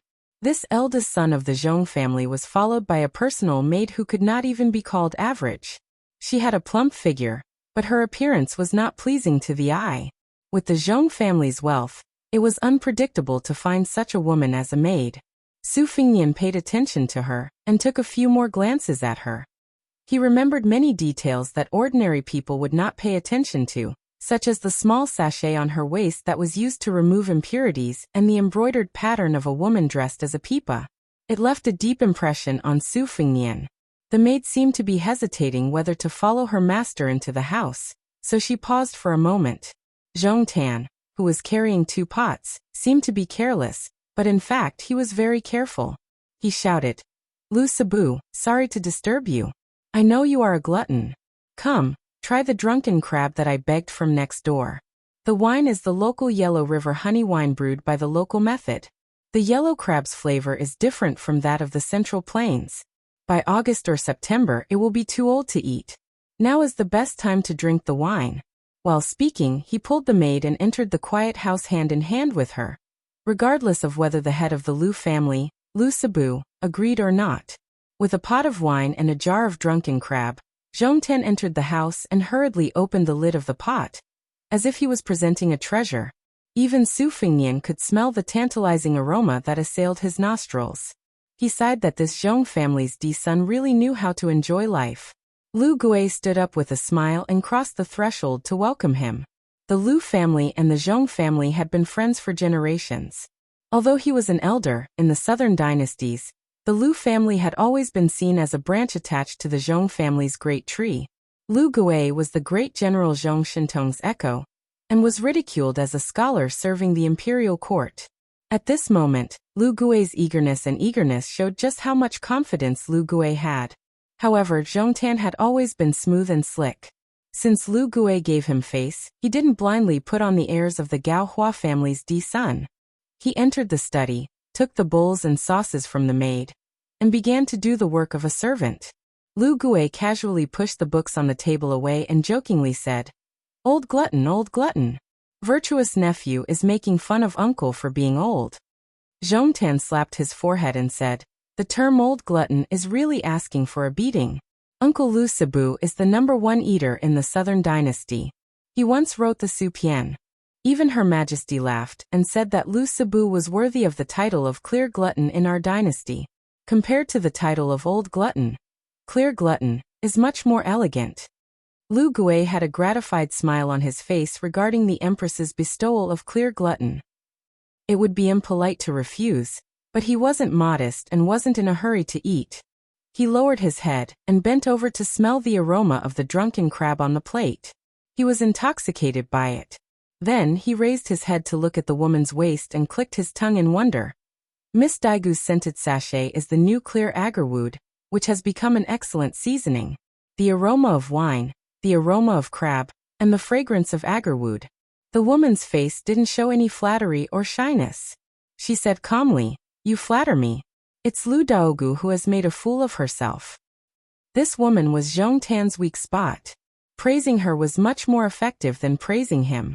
However, when people flattered him, they either praised Maid Lu's countenance as a flower, or said that she was like a hibiscus. They didn't hit the nail on the head and would only annoy Zhong Tan. Her realm was far inferior to Lu Gui's.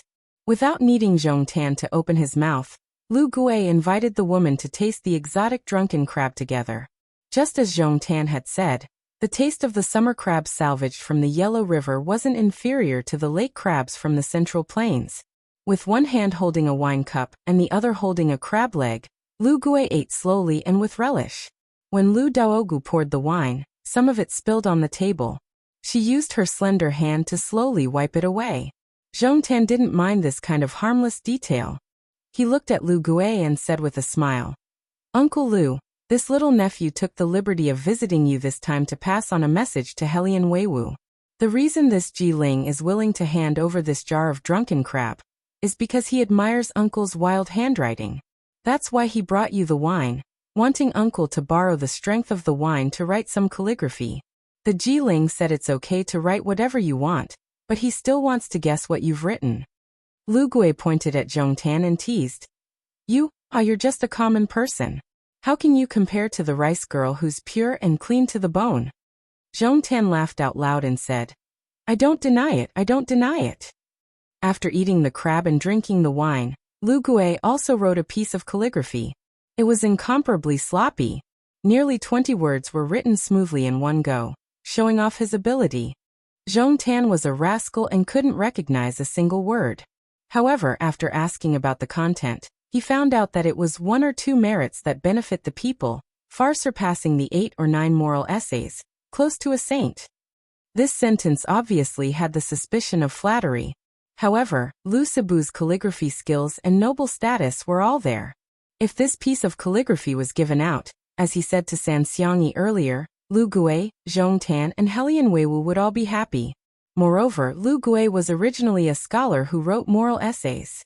He belittled himself to elevate the Ji Ling of Shihe province who was a martial artist. He didn't hesitate to use the 4 words close to a saint to comment on it. It could be said that he had read a brilliant knowledge. Chapter 575. When Su Fingnian and the woman stepped through the door and walked towards the courtyard, Su Fingnian did not look at the backs of the man and woman. Instead, he stared straight at the window to observe the changes in Lu Gui's expression. When he saw Lu Gui looking at the window with a hint of nervousness, Su Fingnian knew that something was wrong. At that time, the maidservant poured the wine carelessly with her back to him, and used her fingers instead of her sleeves to smear the wine. Su Fingnian was suspicious. Although he was not sure how she knew about his whereabouts, when he thought about Lu Gui's strange behavior, Zhong Tan was most likely going to call for someone to reel in the net. Su Fingnian had no interest in being a drunk crab. The spring and autumn struck first to gain the upper hand. In an instant his chi was vast and mighty like the Milky Way pouring down from top to bottom. As expected, Zhong Tan only turned around to watch. The maidservant with a vulgar name struck first. Her slender hands were as sharp as the Milky Way pouring down from top to bottom. As expected, Zhong Tan only turned around to watch. The maidservant with a vulgar name struck first. Her slender hands were as sharp as the Milky Way, and she could kill with just a light lift of her hand. Unexpectedly, Zhong Tan only turned around to watch. The maidservant with a vulgar name struck first. Her slender hands were as sharp as the Milky Way, and she could kill with just a light lift of her hand. She actually had the demeanor of a grandmaster. Su Fingnian had tirelessly studied the saber manual on the road to the north. In addition to the sharpening of many life and death battles, his saber technique had reached perfection. The spring and autumn sword bent at an angle, and instead of retreating, she attacked with her fingers like a whetstone. Instead of retreating, the spring and autumn sword moved up and down 30 times in an instant. Su Fingnian did not think that he had underestimated this strange woman. but still underestimated her skills. He pulled out his sword and retaliated. Sparks flew in all directions. Since Su Fengnian's strike failed, he put his sword back into its scabbard and prepared to engage in close combat. He did not expect the woman to be so unforgiving. She took a series of small steps that were pleasing to the eye. The courtyard was windless, and her sleeves fluttered. Ever since Su Fengnian started practicing the saber manuals and sword manuals that he had read could be piled up into a small mountain. As for the rest of the manuals, he could only be considered average.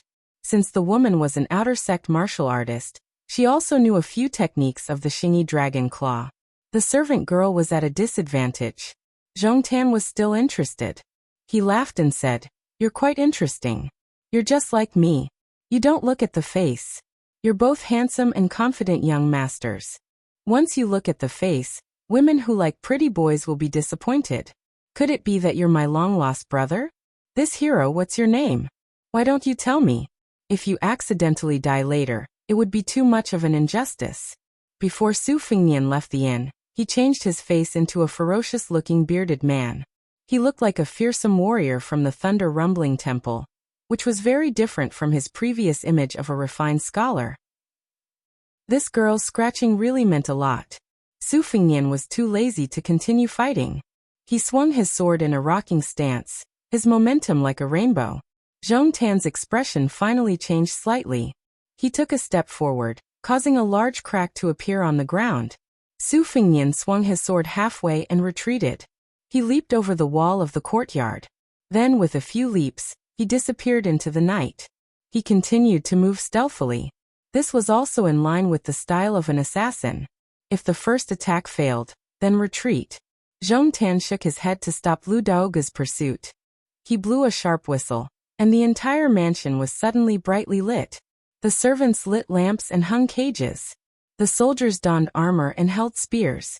The men of sacrifice chose a place to hide. There was no panic at all.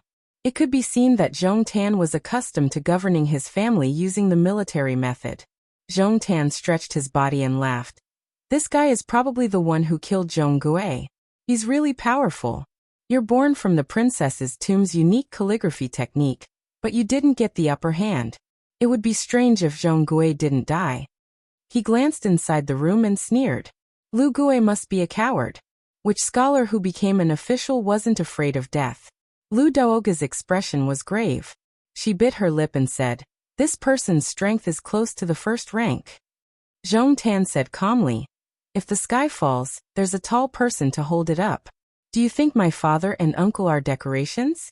Let's not worry about this. If he dares to run around, he'll die sooner or later. Not to mention close to the first rank, even if he's a genuine finger xian, he'll still die." The girl asked softly, "Then what about this Lu Gui's cursive calligraphy?" Zhong Tan shook the ink on the calligraphy and painting. He said, "Forget it.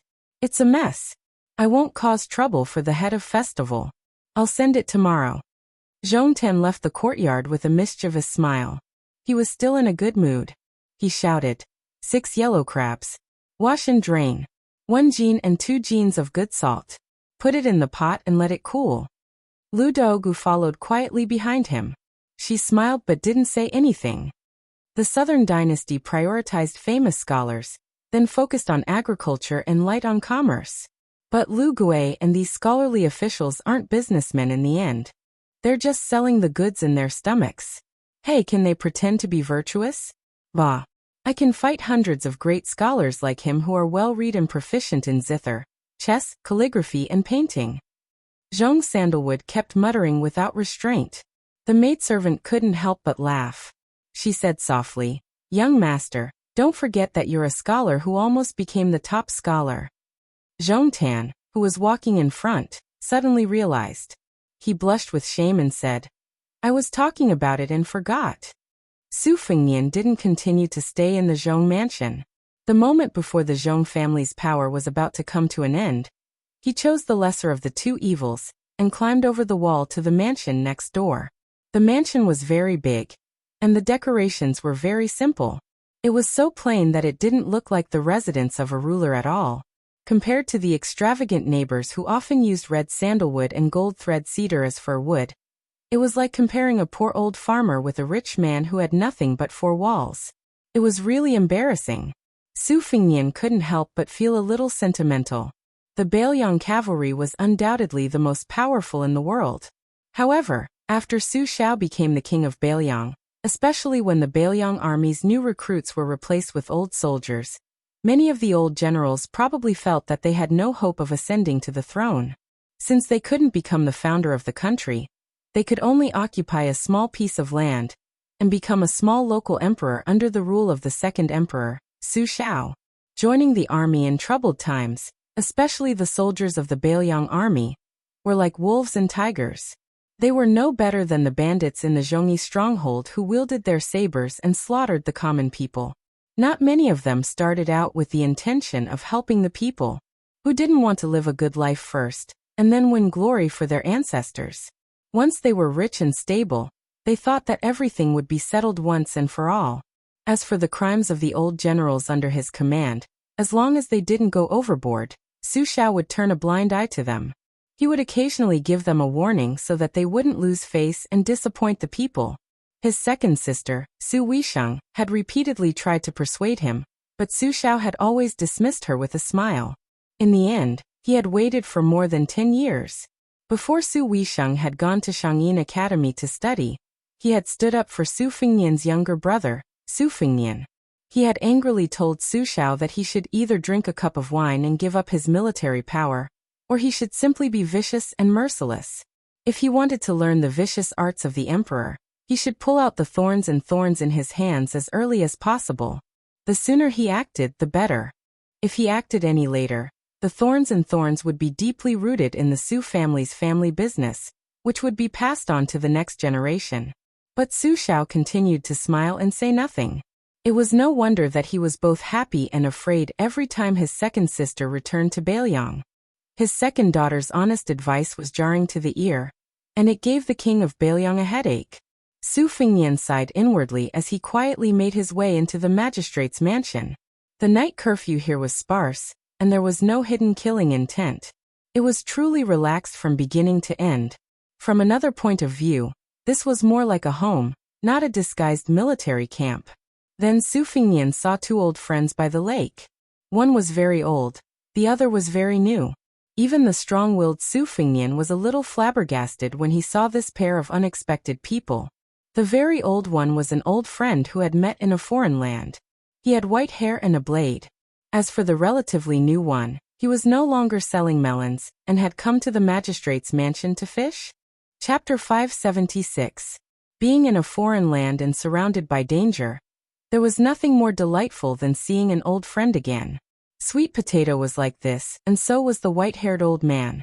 Unfortunately, Su Fengnian did not have the time to be happy. The old man he had released from the bottom of Tidehark Lake made a fool of himself. His two snow-white blades, nailed into his shoulder blades, flew recklessly towards Su Fengnian. Previously, Lu Daogu of the Seed Mansion had used the skill of a woman's embroidery, but when it came to the old man, it was like splashing ink. For a moment, the inner mansion's lakeside stirred up a storm. The fish that had bitten into the old farmer's bait sensed the ripples and fled with their tails wagging. Su Fengnian did not bother to explain himself. For the time being, he pretended to be weak. Then he suddenly exerted his strength and combined it with the swimming fish style he had learned from the herd of buffaloes. He used the Husong paddle that he had secretly learned to scatter a series of swift and fierce blade strikes. Then he suddenly leaped up and used the immortal's touch on the head to smash the white-haired old man, who had been accumulating strength all this time, into the ground. The old man bent his knees and stood in the pit. He was not angry but happy. His old face beamed with joy. He was a man so old that he had become a wily old man. Naturally, he knew the severity of the situation. It was inappropriate for him to speak in a loud and heroic manner. He only clicked his tongue and said, "His Royal Highness is really something. Even without using his blade, he has 20 to 30% of this old man's strength." Su Fengnian smiled wryly and said, "Grandpa Chu, you flatter me." The old man jumped out of the pit and put his arm around Su Fengnian's neck. There was not the slightest hint of unfamiliarity. "You're too kind. You've made great progress, kid. This old man can be considered half your master." It's comfortable to look at him. Su Fingnian grimaced, but he did not have the nerve to refute. The fisherman, who had been ignored, was calm. He did not even look in their direction. He was very tactful, but unreasonable. The white-haired old Kuei could not hold back his words. He pulled Su Fingnian to sit by the lake and told him everything in one breath, revealing many shocking inside stories. This old man is the disciplinary officer of the West River State. His name is Helian Weiwu. Like me, he is also a guest of the princess's tomb. However, we have different styles. He is more scholarly, while I am more martial arts. This old man knows that you're full of tricks and are not straightforward. So, I won't keep you in suspense. Just listen to me. It's up to you to believe it or not. Years ago, when Su Xiao led 200,000 soldiers to this place, Helian Wuwei was not skilled in martial arts and was careless in his command of troops.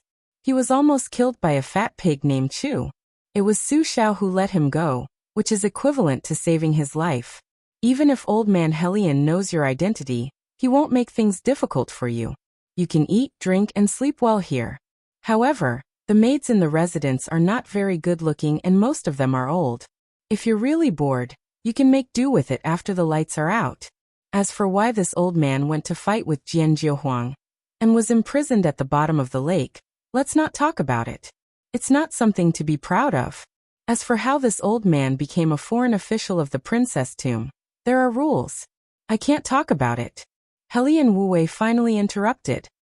He first smiled warmly at Su Fingnian, then glared at his old friend who he had known for half his life. He sneered mercilessly. Why can't you talk about it? You're just a lecher with poor eyesight. When you saw a girl in the princess tomb, you drooled over her beautiful buttocks. In the end, you couldn't force yourself on her. Instead, you were beaten down by an old woman and became a prisoner. You shamelessly gave yourself the title of foreign official. There have only been 6 foreign officials in the princess tomb in the past 300 years. The first 5 are dead, and the 6th is sitting right next to you. What are you talking about? You're just trying to save face. If it weren't for the fact that your shoulder blades were nailed into your blades, and you were forced to abandon the sword and practice the blade, you wouldn't have achieved what you have today even if you walked on the wrong path of the sword for 10 lifetimes. The old man didn't expose his friend's shortcomings out of anger. Instead, he sat down cross-legged and looked at the lake. He murmured, "What a good girl." Helian Weiwu sneered. "If you can still say the same thing when you look at her now, I'll be convinced." The old man laughed. "You're already so old. Old men and old women who are about to die. There's no need to see her. Just keep the good memories of the past." Su Fingnian stood up and performed the etiquette of a junior. Respectfully and reverently he said, "Su Fingnian greets Governor Helian." Helian Weiwu didn't put on airs. He put the fishing rod aside and waved his hand. "No need for formalities. We met outside the city. You and I have similar words and temperaments. It's good that we can be friends despite our age difference. If you still can't let go, you and I can call each other uncle and nephew." The old man was surprised. "Helian, old man, I've never seen you speak so nicely to any younger generation before. Why? Just because this kid is Su Zhao's eldest son? You want to pave the way for him to defect to the enemy and commit treason?" Helian Weiwu scolded. Bullsh *T. Su Fingnian had a headache when he saw someone in white walking on the lake. However, when he saw the behavior of the 2 old men beside him, he was completely confused. The dignified Beimang Shiha province's county governor patted his sleeves and stood up from the small bamboo stool. He folded his hands over his abdomen and put on a respectful look to welcome the guest. Although the old man was somewhat reluctant, he still knelt on the ground with his hands on the ground. He said in a low muffled voice, "The guilty slave of the princess grave greets the great idea." Chapter 577. The princess tomb was one of the top 5 sects in Beimang, on par with giants like the chess and sword music school in Mount Tibing. It was very mysterious and had been passed down for 800 years. It had almost no contact with the outside world. Su Fingnian had only learned from the Tide Listening Pavilion's secret scrolls that the princess tomb was divided into 2 groups. The Flying Immortal Dance of Dunhuang, taught by Sweet Potato, originated from the Flying Immortal painting of colorful clothes in the princess tomb. Su Fengnian would never associate the devil Luo Yang with the princess tomb, let alone the identity of the princess tomb. In Su Fengnian's original impression, Luo Yang was the kind of celestial being who came out of nowhere. She was all alone in the world and lived a lonely life without a grave or a place to mourn after her death. The atmosphere was strange after Luo Yang's arrival. She bent down to pick up Helian Weiwu's fishing rod, changed the bait, and swung the rod into the lake. The old farmer, whose other identity was the guest of the princess tomb, was respectful but not afraid. He sat back on the stool and turned his head with a smile. Fengnian, let me ask you, what is the princess tomb? Su Fengnian shook his head. He did not know. Helian Weiwu said slowly, the princess tomb is the tomb of the youngest daughter of the founding emperor of the Great Qin dynasty. The father and daughter were buried together in different tombs. The women of the princess tomb were all guardians of the tomb. Su Fengnian asked doubtfully, the Qin empress's mausoleum is in Dragon Waste State? Helian Weiwu turned his head and glanced at Luo Yang. Then he chuckled and said, these are the secrets of the imperial palace that cannot be brought to the table. Do you want to hear them? Su Fengnian did not treat himself as an outsider. Just now in the mansion next door, I accidentally became the assassin who tried to assassinate Lu Sibu and the young master of the Zhong family. I smelled Uncle's secret Yellow River drunken crab. How about drinking it with wine? Helian Weiwu kicked the old man. The last few jars of drunken crab were all hidden by you.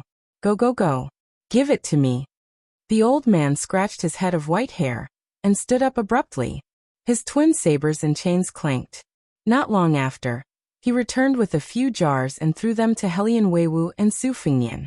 However, the latter's jar in the air was snatched by the woman of hand in the air. She tore the oil paper jar of the oil paper and didn't even tear the crab.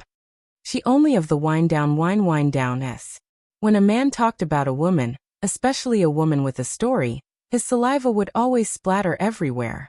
The three men, one a high-ranking official, one a mysterious Bailiang heir, and one a wandering Jianghu machete man, talked about the Li family and the Wang family like a woman. It was very low class. Helian Weiwu said vaguely, I heard from my elders that the woman that the Emperor Qin liked was killed by the jealous Qin empresses. The emperor took the woman to the watchtower of Mount Li in private, and said that I will rule the world. Finally, I can love the beauty and not the country. I don't know how these words of love entered the empress's ears. The next day, the woman was killed, and the woman was pregnant with a dragon fetus. This made the Emperor Qin furious. Ignoring the objections of his officials, he issued a secret edict that forbade the empress to be buried in the same grave after death. Later, Qin empresses died of depression. The Emperor Qin seemed to feel guilty, so he gave the pearl to the empress, who had accompanied him to conquer the country, and let her carry the pearl into the coffin. Su Fengnian said recklessly, and then it was snatched away by Luo Yang? The old man smiled strangely. Helian Weiwu paused and joked, if you want to know the answer, you can ask her yourself. Su Fengnian had nothing to lose. He said, hey, how did you become the great idea of the princess grave? Luo Yang stared straight at the lake, waiting for the fish to take the bait.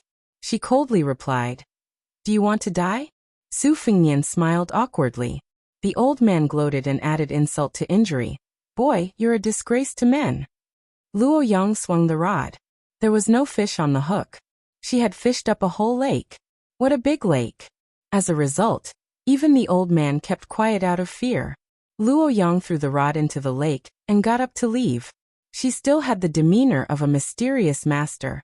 Helian Weiwu smiled and said, this great idea is good in all aspects, but her temper. The old man did not continue to explain, leaving a lingering impression. He changed the topic and explained, a few years ago, the Zhong family bought a piece of land a few thousand miles away from the Yellow River. This time, they used the excuse of changing the river to make the poor land into good land.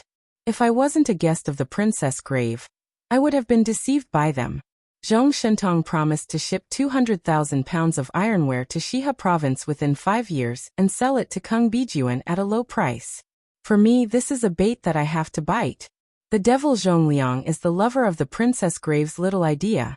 Not only that, this time, Hong Jingyan's shadow was also hidden in the river robbery. This person is very scheming and ambitious. The whole Beimengjiang who probably can't satisfy his appetite. The reason why the great idea was able to swallow the pearl was because he had the evil intention of letting the great idea cultivate the pearl. Fortunately, there's no one in the world who can predict everything. Hong Jingyan missed the great idea's realm. When the pearl ripened, not only did he not take away the great idea's realm, but he also lost and almost suffered from qi deviancy derangement. Su Fengnian sighed and said, "Why does it sound like Hong Jingyan is more terrifying than Tuoba?" Helian Weiwu nodded and said, "Tuoba and Su Shao are the same kind of people. Even if you lose to them, you'll be convinced. Hong Jingyan is different. His character is very treacherous, so you can't let your guard down." This person went to the Liangmeng border with the copper man holding the plate some time ago. On the surface, he fought with Chen Jibao, but who knows what happened inside. Su Fengnian looked at the lake that was gradually becoming calm like a mirror. He felt suffocated as if a storm was coming. The old man suddenly said, "Kid, do you know that the dragon tree monk of the two Zen temples went to Dao's sect and sat in front of the heavenly gate for 3 days and 3 nights? How pitiful, he was beaten by Qilin Immortal for 3 days." Su Fengnian was worried and sick at heart. "Is the old abbot dead?" The old man shook his head and said, "Not yet. The Buddha's diamond body is really amazing. But I don't think he can hold on for much longer.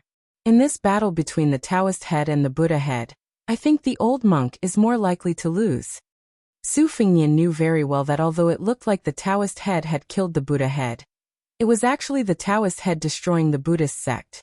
Helian Weiwu laughed and said, "I've seen the old monk's bodhisattva lowering eyebrows.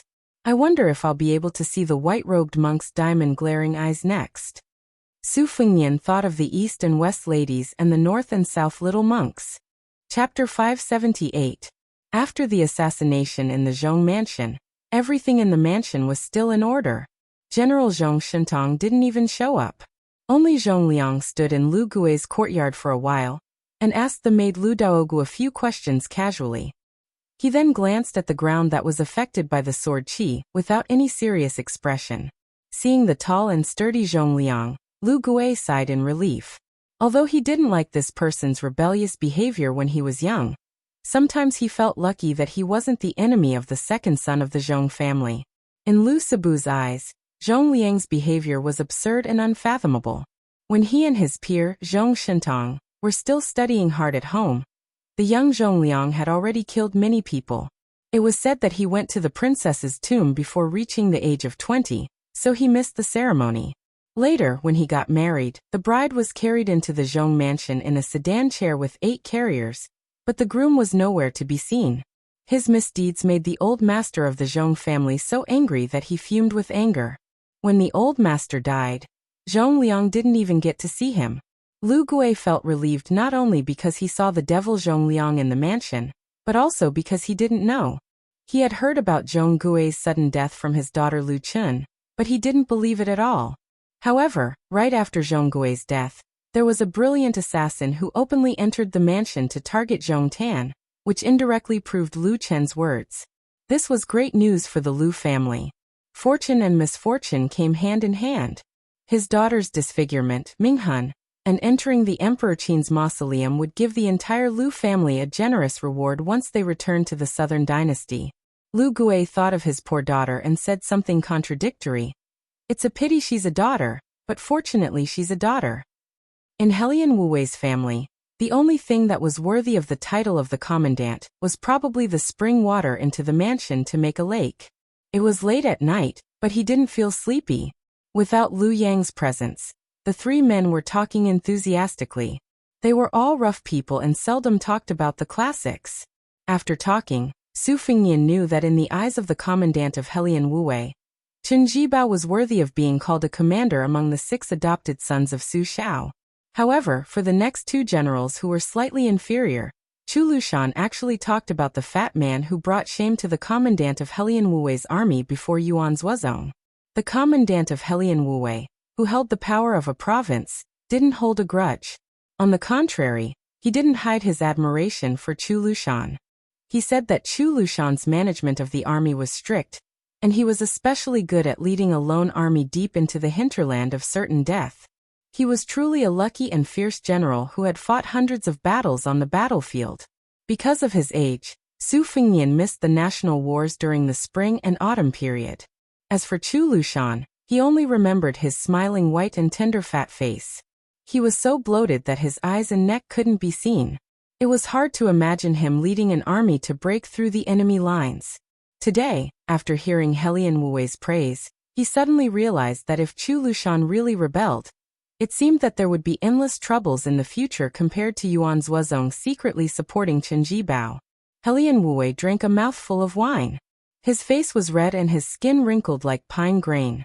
He looked more like an old farmer. I've heard of some gifted sons of aristocratic families who practiced martial arts and eventually became masters. I've never heard of a son of a feudal lord who could achieve great things.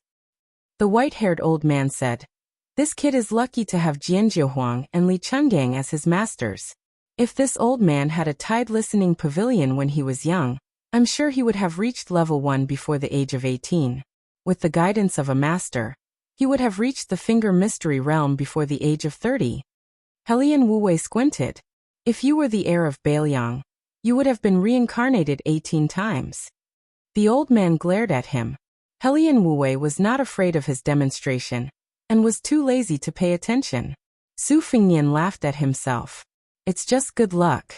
Taoism says that from the time of conception, a man's innate talent is based on 8. After the age of 78 or 56, there is no vitality left. Only the acquired qi is left. That's why rich old people, when they are old, believe in Huang Lao and seek immortality. It's often an extravagant hope. They can only slightly prolong their life. Practicing martial arts is very important before the age of 8. If one doesn't work hard before the age of 16, it's almost impossible to become a master.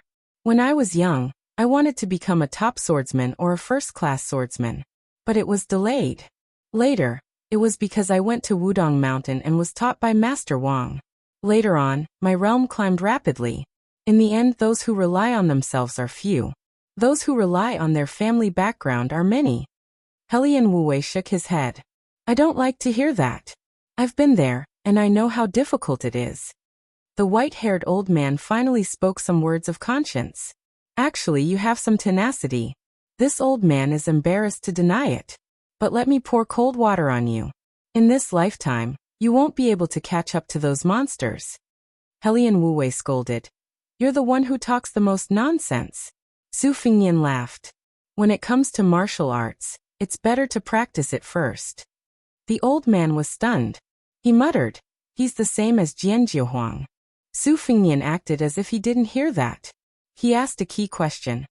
Uncle Helian, did you agree to intercept the river and let the Emperor Qin's mausoleum surface and see the light of day again? Helian Wuwei narrowed his eyes and drank. He pondered for a long time. Then he slowly said, originally, this old man didn't want to bite the bait.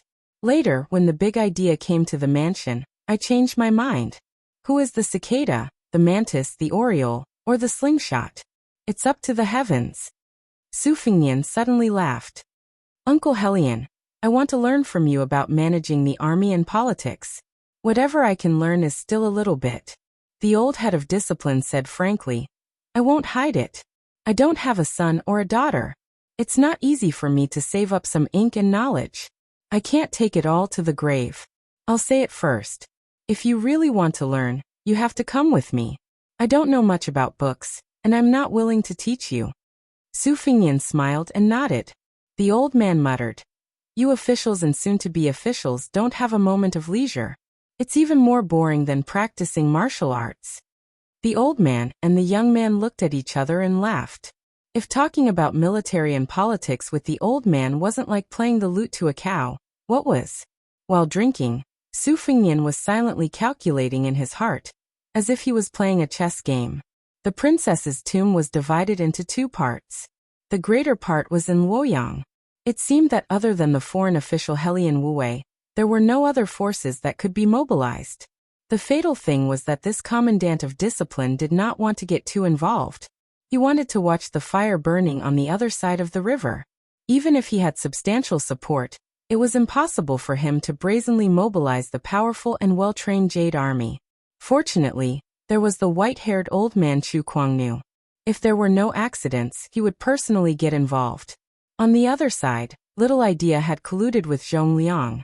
He should at least turn a blind eye to the opening of the emperor's tomb. It was even very likely that he wanted to get rid of the shackles of his identity as the 800-year-old guardian of the tomb. There was no need to talk about the Zhong and Lu families. Even the powerful minister Zhong Shentong, who was on the same level as Helian Wu, had personally come to Shihe province. The power of the aristocratic families was bound to be shocking. Apart from this, it was not clear whether there would be some disorderly mountain heads that would come for profit.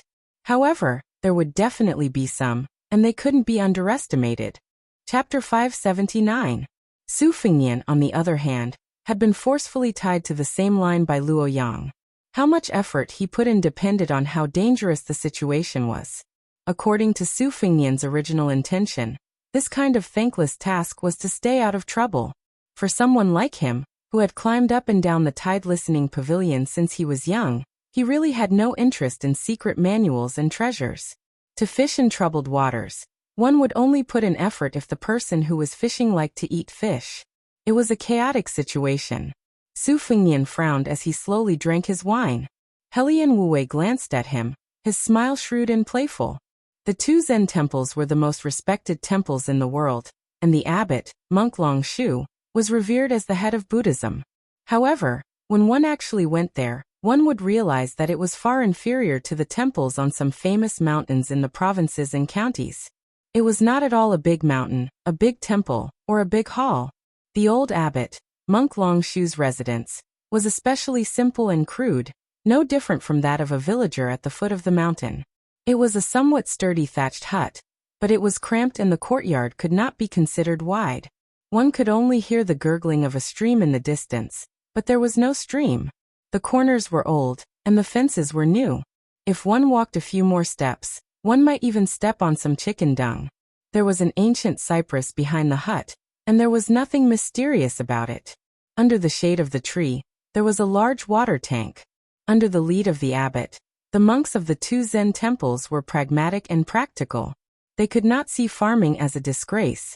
Every time monk Long Shu returned from his work at dusk, he would go to the water tank to wash away the mud, and a lot of silt would settle at the bottom of the tank. It was said that a famous Jiangnan scholar used this mud to make a famous pot, which was widely spread. At this moment, a man and a woman were standing in front of the water tank, whispering to each other. The old abbot had left the temple and descended the mountain. He was going to Beimang, which was thousands of miles away, to quarrel with someone. Someone had to take care of these chickens and ducks, so he handed them over to these two children who had grown up on the mountain. In any case, they often played here and were most familiar with the place, so the old monk was very relieved. The little monk was draped in a brand new and clean green jade kasaya. The two Zen temples were different from the Taoist master mansion on Longhu Mountain. Even if they were rewarded by the imperial court, they did not like to drape themselves in purple. The little monk's kasaya was of a standard that very few monks of high virtue in the temple could wear. However, at this moment, the delicate and pretty little monk had a melancholy expression on his face. His words were full of hesitation. "Lizzie, someone came to the temple to ask for the mud in this large tank. Do you think we should give it to them?" The girl reached out and stirred the clear water in the tank. While doing so, she rolled her eyes and said, "No. In this world, how can a guest come to the temple and take something for free? That's too shameless." The little monk's brows were almost knitted together. But as long as there's mud, the old abbot will agree every time. The girl glared at him and said, "Now that the old abbot isn't here, I'm in charge. I have the final say. If master and mistress knew about this, they would complain that I don't know how to treat guests." The girl's bright eyes lit up. She was immensely proud of herself, thinking that she had found a perfect compromise. "Why don't we sell it to that person for 1 tael of mud or 1 tael of silver?" The little monk was a simple-minded person. Obviously, he wasn't that smart. He had a troubled expression on his face, but he didn't dare to refute the girl. He could only remain silent.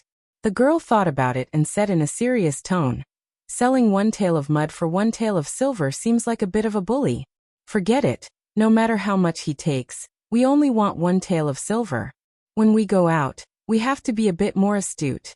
Since we're in our own home, we have to be honest. You see, last time when we went to Bailiang Palace, Su Fingnian was very generous with us. That's called being generous. I can't be stingy. The little monk Nambe grinned brightly. The girl withdrew her hand from the water jar and whispered, "When we go back to my mother, father, and the old abbot, you can't say that I earned 1 tael of silver. Do you remember?" The little monk smiled foolishly and thought of a stupid idea that didn't need to lie. "Later when we sell mud, I'll go to the mountain to drive the chickens and ducks back into the cages. I won't see anything." The girl rolled her eyes. "When you get older, you'll definitely die of stupidity. How can you become a Buddha and burn the Saraira?" The little monk touched his bald head, feeling a bit embarrassed. Just as the girl was about to go find the thick-skinned Jiangnan celebrity, who refused to leave the temple to do business, she saw a tall monk in white robes leisurely stroll over. Her eyes smiled into crescent moons as she jogged over and called out, "Father." The little monk, who was imitating the crow of a chicken to lure the old chickens back into the cages, also smiled. The white-robed monk rubbed his daughter's head and let her do her own thing. The little girl was innocent and carefree. She gave the stupid Nambe a look that said, "Don't let it slip." Only then did she skip away. The stupid Nambe was actually not stupid. He only took one look at his master's expression and knew that something had happened. He stopped his comical action of driving the chickens back into the cages. The white-robed monk Li Dongxin hesitated and said, "Your master's master can't quarrel and can't fight. I'm going out for a while. When I'm not here, take care of the plums." The stupid Nambe nodded vigorously and then asked, "Master's wife knows?" Li Dongxin smiled and said, "Listen to her for small things and follow me for big things. It's been like this all these years." The stupid Nambe turned his head and thought that since he could remember, he had never heard of a big matter where he listened to his master. Didn't he listen to his master's wife? The white-robed monk touched his big bald head and knew what his stupid disciple was thinking. He laughed and said, "Isn't this a big matter?" The stupid Nambe carefully asked, "Master, can you go back to the temple with the old abbot?" The white-robed monk sighed. "I don't know." The little monk Nambe did not say anything else and went to chase after the plums. After a while, he came back with the angry girl. The white-robed monk smiled helplessly. There were 4 people in the house. The daughter-in-law's words were not as effective as his daughter's. He could only nag this disciple.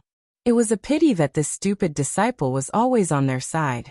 The little girl put her hands on her hips and said, "Father, why didn't you tell me you were going down the mountain?" The white-robed monk smiled embarrassedly and said, "I was afraid you wouldn't allow it." The girl's expression quickly changed from gloomy to affectionate. She was about to speak, but her father knew her best. Li Dongxin shook his head and said, "Lizi, you can't go." The little girl's expression dimmed. She lowered her head and looked at her feet. She seemed to be hiding her red eyes and asked, "Mother agreed?" The white-robed monk nodded. The girl walked closer to him and lightly tugged at his sleeves. "Do you want me to ask for some money from Mother?" "No need. Keep it to buy rouge and face powder. Dress up beautifully. Father will only think about the plums at home. The more he thinks about it, the less he feels cold and hungry." Boasting again. "Right, Father, there are many big baldies in the temple. Old baldies all know how to fight. Do you want to call them to go with Father?" "No need. Father walks quickly. They can't keep up." "Oh, Father is not home. If you are bored, go down the mountain with Nambe and Nambe to play. You haven't been to Great Peace City. The rouge there is good. Father doesn't have money, but your father's master's abbot's room has many good things. If you sell them, it will be worth a lot. Compared to selling the stinky mud in the water tanks, you can earn much more. Just like the old abbot's meditation mat. That's not good, right?" "What's not good about it? When we go back, I'll have Nambe weave a new one." "Ah, let's go, let's go. Also, don't hook up with those girls that throw themselves at you. You will make Mother angry." "How can that be? In Father's eyes, other than Li Zi and your mother, there are no other women." On the mountain path, Many pilgrims saw a monk with white robes fluttering in the wind. Some young women and matrons instinctively looked a few more times. In the 100 Years of Jianghu, the young sword godly Chungang with the wooden horse and bull was truly outstanding. The white horse and white robes were still in great peace. The emperor personally led the horse into the palace. Li Dongxin at that time was also truly outstanding.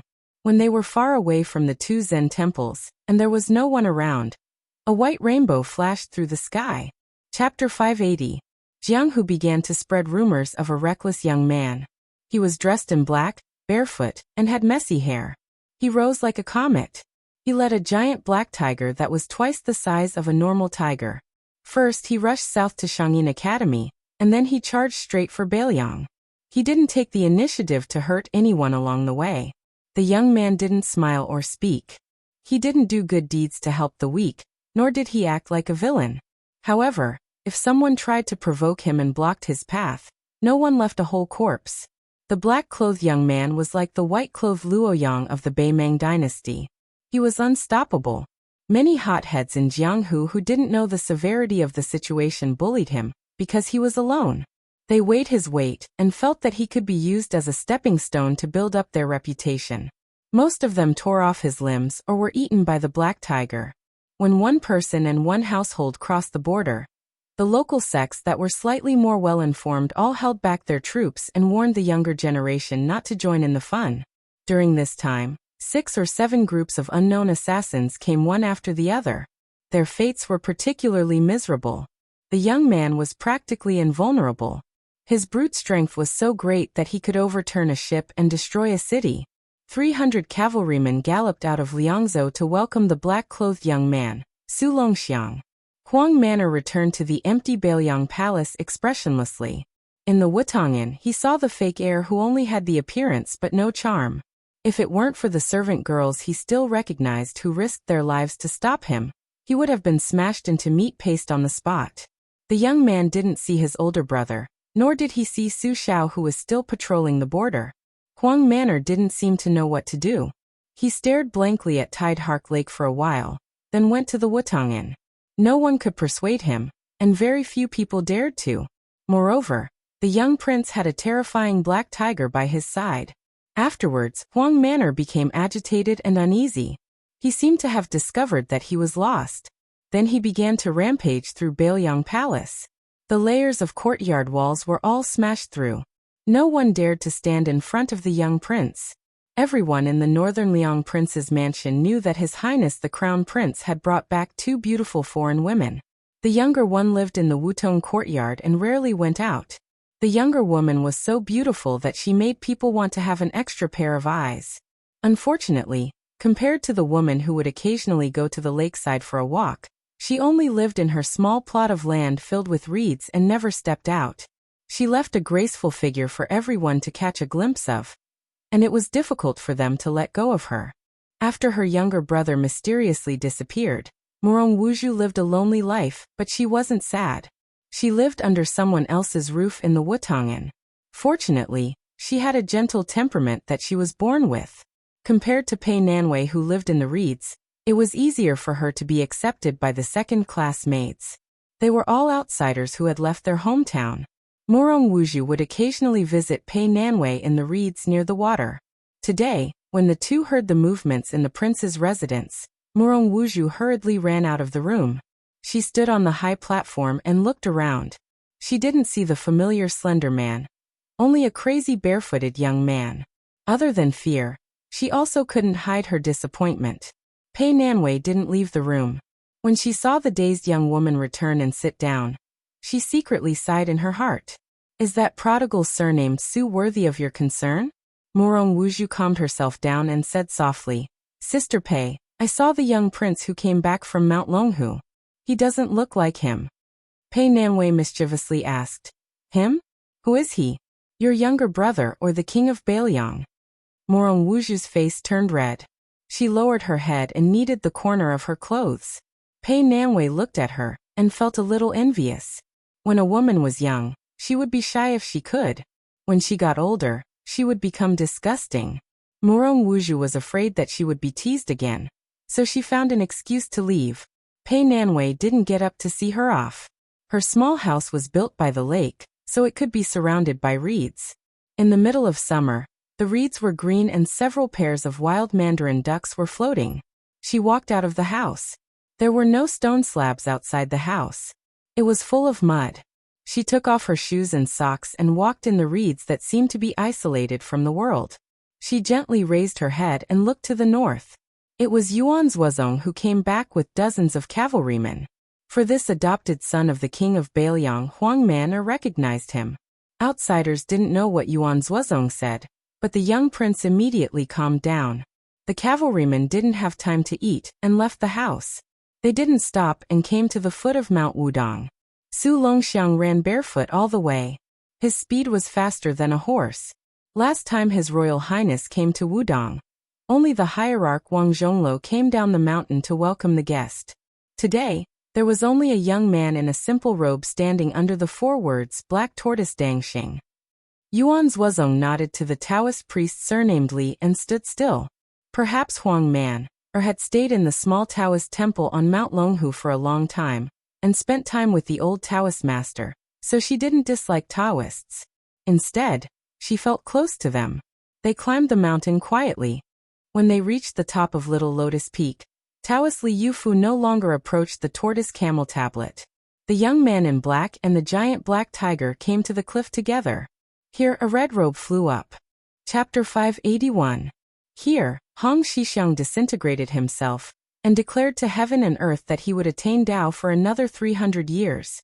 Since this Taoist who became an earth immortal before the age of 30, was the reincarnation of ancestor Lu and Qi Xuanjin, then the Zhengwu great emperor in the prophecy was obviously someone else. Immortal Qi's black tiger, who had been immersed in Taoism on the demon-slaying platform for a long time, had a violent temper. It was unusually docile here, lying on the ground. Don't forget that Hong Xixiang was the reincarnation of ancestor Lu, and also the reincarnation of Qi Xuanjin. Hong Xixiang was the former master of the black tiger. The black tiger was psychic and possessed supernatural powers. It shook its head and whimpered. Li Yufu stood in the distance and saw this scene. He was also sad. To him, youngest uncle master was a well-deserved celestial figure. Li Yufu respected his master, but worshipped youngest uncle master. If only sect master Hong did not ascend, and became a celestial couple with the woman in red and cultivated in the world. Suddenly, Su Longxiang clenched his fists and howled to the sky. The black tiger also roared. The earth shook and the mountains shook.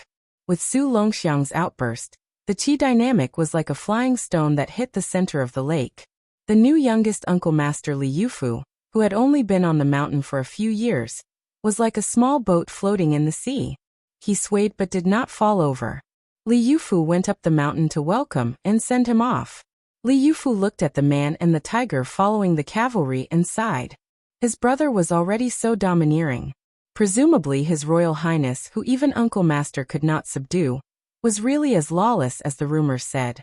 If he knew that he was going up the mountain in the future, it seemed that he had to find an excuse to not meet him. Li Yufu himself did not know that before Hong Xixiang disintegrated, he left behind 9 words: Wudong will prosper, Yufu will prosper. His master, Yu Xingrui, picked him as an orphan fisherman in Donghai. Although he entrusted him with a lot of things, he did not do anything stupid. Moreover, Wudong Mountain had been in the same vein for hundreds of years and liked nature the most. In recent years, Li Yufu had not only followed the uncle masters to practice Taoism, but also to lead the boxing in front of the main peak palace in the morning and evening. He was also responsible for feeding the green cattle and taking care of the vegetable garden near the waterfall. Uncle Master's best friend Qi Xianxia's secluded bamboo hut was also given to him to clean. Every day he went to a few mountains and mountains. The journey alone was 50 to 60 miles and miles. There were 6 Taoist temples along the way. Many children who finished their homework liked to wait for rabbits to help Uncle Master, and Uncle Master help. Buddhism does not depend on people, while Taoism cultivates nature. Li Yufu has never been to the ancestral court of Taoism, Mount Longhu, which has suppressed Mount Wudong for hundreds of years. He also felt that it was reasonable for the youngest uncle to be reluctant to leave the mountain. Everyone here has blind dates and the scenery is good. He could still clearly remember the first and last time he chatted with little martial uncle. At that time, little martial uncle was at the peak of his power. He rode a crane down the mountains and flew a sword thousands of miles to subdue dragons and tigers. He had cut off the providence of several countries. He could enter and leave Great Peace City as if there was no one there. No one in the world dared to look down on Wudong Mountain. Li Yufu was brought to the small lotus peak by his master. His palms were sweaty. His master didn't say anything to comfort him. He just smiled all the way. When he reached the waist of the mountain, he bumped into the sect leader, who was herding cows and basking in the sun. After his master left, little martial uncle Hong waved at him. The two of them sat on a big rock under the shade of a tree.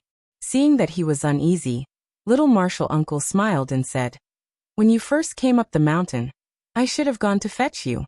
Unfortunately, I wasn't on the mountain at that time." Li Yufu was very nervous. He sat upright and still. He shook his head and said, "I don't dare." The young sect leader, who was not even 30 years old, said in a warm voice, "I remember when I went up the mountain as a child. It was snowing heavily. No matter how hard I tried, it couldn't be swept clean. Big martial brother stood under the archway waiting for us. At that time, I thought that the Wudong Taoist had made a big snowman over there." Martial brother smiled and shook off the snowflakes. Only then did I know that it was a living person. I was shocked and almost cried. At that time, I scolded martial brother behind my master's back for a long time. Martial brother didn't get angry. When we went up the mountain, I turned my head and secretly looked at him. He smiled. "Your eldest martial uncle is well versed in the subject and understands everything. Meng Shi's divinatory qi, Jing Fang's adaptability, Sun Shuang's promotion and promotion, Deng Xian's Yao Chun, Yu Fan's Najia. He studied deeply and finally cultivated the Da Huang Ting. He told me that the ancient alchemists cultivated their spirits, which was full of wonders. After that, they cultivated their qi, and then their essence. The more they wrote, the farther they were from the Tao. Cultivating one's life but not one's nature is the first disease of cultivation." He also said that the cultivation of Taoists was no different from that of martial artists. However, Big Martial Brother said a lot. I didn't really understand at that time. Fortunately, he didn't blame me. There are things that the sect leader doesn't understand. When you say that, haha, it sounds like me. In the future, when you see His Royal Highness, remember to say the same thing. That guy is easily swayed. Oh right, Jadeax, your name is not bad. Reporting to the sect leader, my master helped me to name it. Your master is knowledgeable and has a deep cultivation. He doesn't show off, you have to cherish him. Jadeax, do you want to cultivate immortality? Sect leader, I haven't thought about it. Don't rush to answer. I'm just asking casually. I'll come back and report to you when I figure it out. Just call me young martial uncle. Come, I'll teach you a set of fist and sword techniques. You can go down the mountain after you've mastered them. Young martial uncle, please speak. I'll listen attentively. Recalling the past, Li Yufu had nothing to do and felt a little sad. He walked leisurely and came to the main hall of the main peak. He saw the statue of Zhenwu the Great. Li Yufu looked at it many times and became absent-minded every time. This time was no exception. I look at Zhenwu, and Zhenwu looks at me. On the border of Beiliang, 10,000 dragon elephant cavalry were ready to go. Su Xiao, who was wearing an old armor, stood in front of the army. He pointed in the direction of Bei Meng to the young man in black beside him and said softly, "Go and pick up your brother." Huang Man, seemed to smile innocently, but there was a sense of bloody heroism in it. Su Xiao turned around and asked with a smile, "Long Xiang army, do you dare to march 1,000 miles straight?" The soldiers were excited. Fight to the death. The young man rode on the black tiger and took out a ribbon. He raised his hands and twirled it around his hair. His actions were exactly the same as his brother's. Chapter 582. 10,000 Long Xiang army hastily broke camp and marched hastily toward Bei Meng amidst the earth-shaking bugle horn. Let alone the ordinary Beiliang soldiers. Even Wei Fuqing and Dian Xiongzhao, these generals with real power in their hands, felt that it was inconceivable. Previously in the battle between Chen Jibao and Hong Jingyan, the chess and sword music school was holding a plate of bronze figurines and watching the battle from the side. The battle was full of ups and downs. After the battle, Chen Jibao went to the Green Pure Land mountain to avoid the heat and heal his wounds. Wei Fuqing controlled 1/3 of Beiliang's White Crossbow Feather Forest, while Dian Xiongzhao led 6,000 Iron Stupa heavy cavalry. All of them could be considered as Chen Jibao's trusted subordinates and direct subordinates. This time, not only these two met, but also several young and strong generals who rose to prominence on the Liang-Mang border by virtue of their military exploits also happened to meet together. Birds of a feather flock together. Chen Jibao's direct subordinates and forces were divided into two distinct groups. They did not merge into one group. The other group was made up of civil officials. All of them were scholars and aides, who emphasized strategy and were light cavalry and archery. Most of them came from superior family background. Both sides minded their own business and did not see eye to eye. The whole world knew that the great General Su Xiao doted on his children. In the Beiliang army, 3 elite brigades with nearly 10,000 men were named after his children. Only the eldest son of the first wife did not have this fortune. The Longxiang army, which had 10,000 men, was especially famous. It was a true cavalry that had been through hundreds of battles. Not to mention the position of the main general. Even the position of the deputy general was always empty. In these years, Yuanzhou Zongyao was in charge of the position of the deputy general, but he never interfered in the specific affairs. However, every time there were elite soldiers in the Beiliang army, more than half of them would be sent to the Longxiang army to train. This cavalry army, which was between heavy cavalry and light cavalry, could be said to be the darling of the Beiliang army. In the past 10 years, there had rarely been a battle at the border of Liang-Mang where more than 50 to 60,000 men were involved. However, as long as there was a battle and there was military merit to be gained, the Dragon Elephant Cavalry would definitely be the first to rush to the battlefield. They fought bloody battles and fought to the death, and had never lost a battle. This also gave the Beiliang army an impression that in the future, when the hedonistic eldest son of the first wife became the king of Beiliang, he would definitely have to rely on his naturally strong younger brother to charge and break through the enemy lines in order to sit steadily. Otherwise, the 800 light cavalry of the Phoenix Battalion, no matter how valiant and good they were in battle, they would only have less than 1,000 men. Once the Liang-Mang army started an all-out war, there would be tens of thousands of troops on all fronts. It was Chen Jibao who made the entire spring and autumn period understand the horror of multiple types of soldiers working together in battle. When he was in command, it was said that his military orders could be accurately given to every one of the captains. When the army was in formation, they could advance and retreat freely. He had truly reached the realm where he could command them as he wished.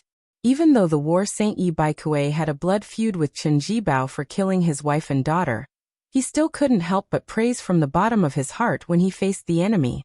This person's deployment of troops is flawless and superb. Yi Baikue remembered that the current emperor once stayed up late to read military books, and forgot to eat and sleep. After the morning court session, he smiled and asked the court full of talented civil and military officials, "Dear officials, who can compare to Chen Jibao in the art of war?" At that time, the Beiliang army's reputation was at its peak. Naturally, the civil officials kept quiet and looked down.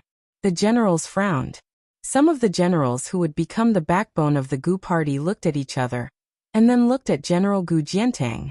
The latter kept his eyes closed and rested. The Grand Preceptor of West Chu, Sun Shiji, answered expressionlessly, "No one can compare to him." There was a small village on Jingtu Mountain that was planted with green willows. Until now, the village still didn't have a female owner. Over the years, no woman had caught Chen Jibao's eye. The servants in the village were all disabled old soldiers who had retired from the army. Although they were servants in name, they lived a comfortable life. Some of them even got married and had children. These children, like their parents, didn't know that they were inferior. When they saw the general in white who didn't smile often, they weren't afraid at all. The women who slowly grew up in the village even had the mentality that there was no man in the world except for him. Outside, there were rumors that Chen Jibao had fought with Hong Jingyan, the fourth most powerful expert in the world, and had suffered a fatal injury. However, at this time, Chen Jibao was wearing a white robe and his face didn't look withered. He sat on a stone bench under a willow tree. The village didn't have an outer wall. At a glance, one could see thousands of miles of yellow sand. There were young girls carrying plates of cut watermelons or a pot of iced plum soup. Chen Jibao didn't say anything. The young girls were used to it. They stole a few glances, and then turned to leave. They didn't want to disturb their master's quiet contemplation. Chen Jibao was known to be familiar with poetry and books. He was full of strategies. His attainments in zither, chess, calligraphy, and painting were not shallow. He was better than the scholars. However, it was rare to hear him speak in a scholarly manner. Even more so, it was rare to see him recite poetry with scholars. Most of the time, in Bailiang's army, he had accumulated a lot of prestige. He was second only to one person, so he preferred to be alone. Very few people cared about what this white-clothed war immortal was thinking. Wei Dian and the others were used to following orders. They never doubted him. Perhaps even if Chen Jibao told them that he was tired of being a general and wanted to go to the capital to pull the emperor down from the dragon throne, they would only cheer. Chen Jibao suddenly laughed coldly, because he remembered a lot of interesting things. When the smoke of war subsided and the curtain of spring and autumn came to an end, it was a lot of bitterness, but also a lot of interesting things. For example, the Empress Dowager of the Southern Tang was fond of theater. She called herself the ancestor of the pear garden. She was so obsessed with theater that she couldn't extricate herself. She ignored the state affairs for 10 years, mingled with theater performers, and was muddle-headed. When her country was destroyed, she finally said something clear. She wore an unsightly theater costume and sat in the palace hall. Chen Jibao's eyes were cold. He chuckled softly and said, "Theater performers who can't get much money. Theater performers have no loyalty, but those who watch the show have feelings?" The Longxiang army raided Beimeng without warning. The second son, Su Longxiang, rode in the front and Yuan Zuozong brought up the rear. Su Xiao returned to the military camp. An old scholar was concentrating on a game of chess. He was Su Weisheng's teacher, the Shangyin Academy's chancellor Mr. Wang. Back then, Su Fingyan had seen him play a game of chess with the lousy chess player Su Xiao outside the Red Crown Crane Tower on Mount Qingliang. He had seen the chancellor withdraw his moves more than 10 times.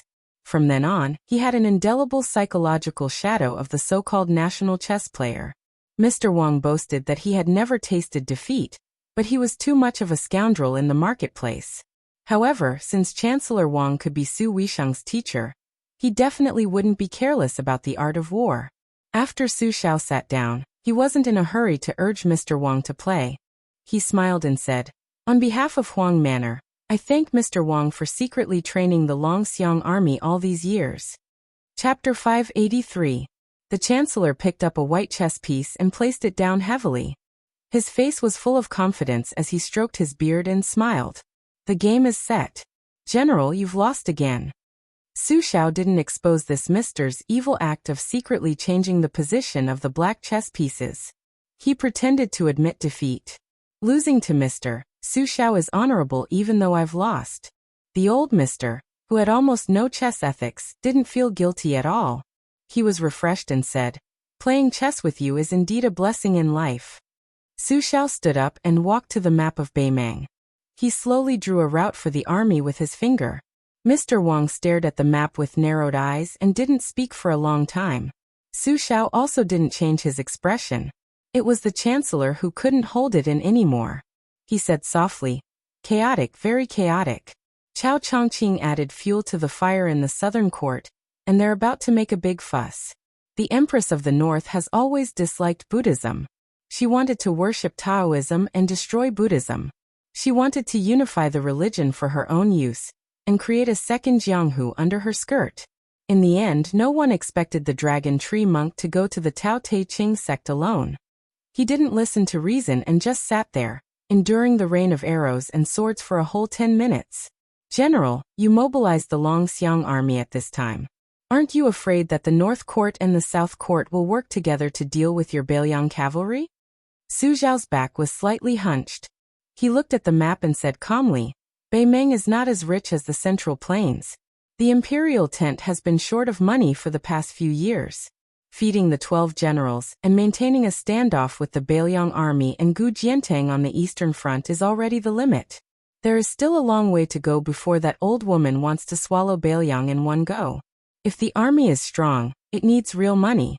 Where will the money come from? How could she not be envious of such a fat sheep?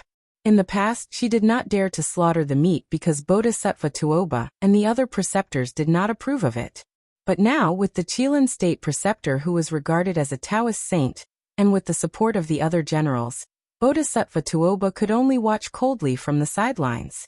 The annihilation of Buddhism was already set in stone. Whether I send the troops or not, it would not delay the old woman's action. Not to mention the abbot of the 2 Zen temples, only the Buddha himself would be able to do it. She was indeed forced into a corner by our border policy in recent years. Zhang Jiulu and Gu Jiantang's alliance was very effective.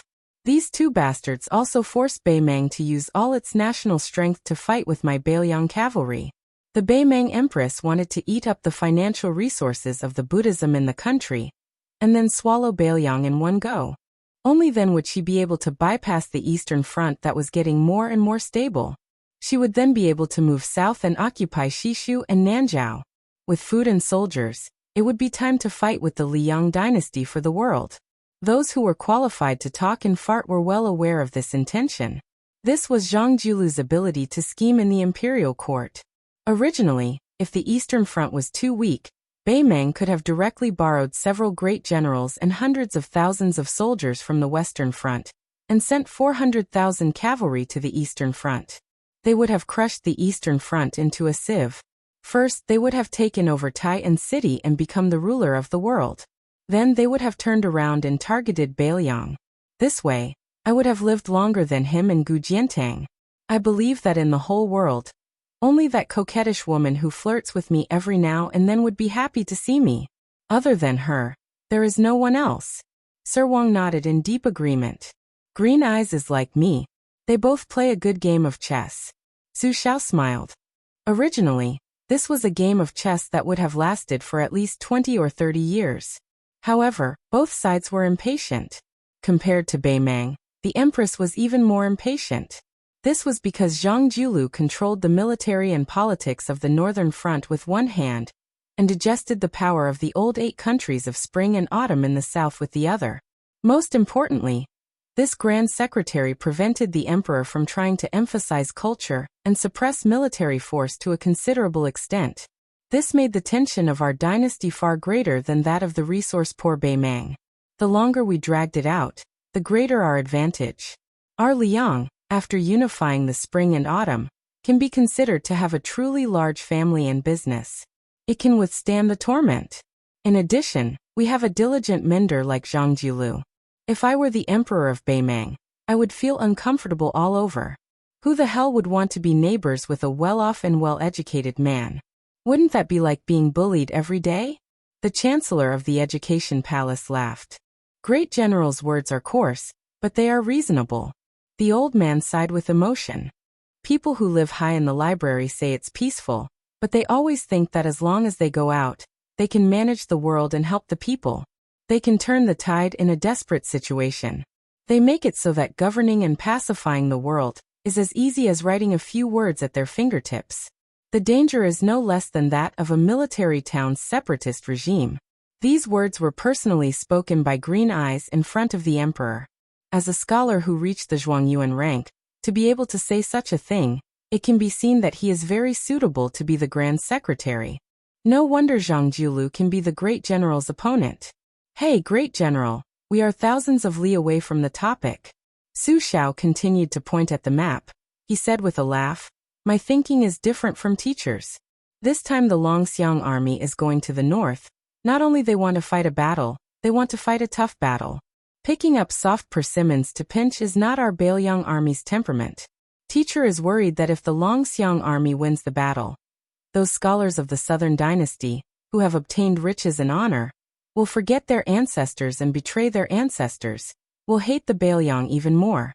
Actually, in my opinion, if the Beiliang cavalry does not teach them a lesson, those new nobles of the southern dynasty, who followed their fathers to flee to the north when they were young, will have their tails raised to the sky early on. They will have to be ruthlessly whipped before they know what is called fear. I want them to be afraid to the bone. These bastards are the same as those scholars of the spring and autumn period. They can't remember what's good for them. Therefore, this time the Longxiang army is going to fight to the death with the first military town in Longyao province, Tile City, which is ranked first in terms of military strength. The other military towns, Gentleman's Mansion, Ligu and Maolong, are all tough bones. They are not in the same line. The Longxiang army is going to take a detour and attack them one by one. The old teacher sighed with worry, but the Longxiang army only has 10,000. Not counting the troops and horses along the way, just the 5 towns alone have 60,000 elite armored soldiers. They still have to face the 2 Beimeng great generals face to face. Is that okay? 10,000 Longxiang army. How many people can they withdraw and come back? Su Xiao chuckled. I forgot to tell teacher, our Bailiang's Great Snow Dragon Cavalry is also about to set out. The Bailiang Cavalry is the best in the world. The Great Snow Dragon Cavalry is the best in Bailiang. In this hot summer, the old teacher seemed to feel the chill. He pulled up his sleeve. He muttered to himself. But doesn't this mean that we are going to fight for real? It's not appropriate. It's really not appropriate. Su Xiao pressed his palm on the map and said, My son is there. Is this reason enough? Chapter 584. It was becoming harder and harder to live in Jing. Not only were the foreign businessmen sighing, even the officials were so worried they were pulling at their beards. In the first 20 years of Great Peace City of the current dynasty, every mu of land only cost 600 taels of silver. Now it was still expensive and cheap, but it had risen to an eye-popping 2,500 taels of silver per mu. No wonder the left servant of Munxia province, Sun Shiji, had the saying that every mu of land had the same value as gold. A small courtyard, even at the very edge of Jing, cost close to 1,000 taels of silver. The scholars who came to Jing for the imperial examination all complained incessantly. Fortunately, there were the local guilds that flourished because of the times, so most of the scholars who did not have enough money did not have nowhere to go. Also, there were monasteries to rent. Normal scholars could afford the rent, so there were no complaints. Only those literary magnates who only had a good reputation, but no gold and silver could not afford to buy a place in Jing in their entire lives. They would often write a few self-deprecating poems. They could express their feelings and also gain the sympathy of the poor scholars, killing 2 birds with 1 stone. Some guilds that had produced large and small yellow doors or Hanlin guilds would often hang up signs that would allow them to rent 1,000 taels of silver a day. These places with good feng shui were in short supply. There were a total of 600 guilds in Jing. Most of them were located next to each other in the southeast of Great Peace City. Every time the imperial examination was held, it would be bustling. If one was not amorous, it would be a waste of youth. This large area of guilds had all kinds of food and drink, restaurants and brothels as numerous as the hairs on a cow. Originally, the scholars going to the imperial examination were worried that they would be unfamiliar with the place. Their local accent was scorned by the locals of Jing. When they entered Great Peace City and lived in the guilds, they found that they were surrounded by people from their hometown. Those who did not have money were happy. Those who had money in their pockets wanted to spend it all to enjoy themselves. Did they really think that these people were stupid with too much money? Of course not. Most of the scholars from the same hometown who were qualified to enter the capital to take the imperial examinations had studied hard. They were just short of breaking through the last layer of window paper. Once they had jumped through the dragon gate, they would always remember the days when they were poor, when other people only had a few copper coins for a piece of flatbread or a few taels of silver for a full meal. When they soared in the future, as long as it was within their ability, how could they not be happy to help a fellow villager who had helped them in the past? As a result, the business of almost all the shops in this area, which was known as the Dragon Fish Restaurant, was exceptionally good compared to the other markets. Moreover, many foreigners who were already officials in power in the capital liked to come here every now and then to gather with their friends. They would cheer their fellow countrymen on, or give them advice in person. This scene was just a small microcosm of the competition between the 4 parties in the Liang dynasty. Unfortunately, as the Green Party, one of their best friends, gradually withered away, the rich scholars of Qingzhou became homeless ghosts. Their voices in the Fish Dragon Strip area became quieter and quieter. The White Lion Building was not originally called this name. It was called the Heavenly Fragrance Building. At that time, business was average. This year, it had made a lot of money. It could be said that last year, the head of the brothel, Li Baisher, had stayed in a big brothel nearby. This beauty did not need to be said. She was the only prostitute on the rouge list. For the men of Jing, just this point alone was enough. Li Baisher was known as the Queen of Beauty, and she had a good reputation.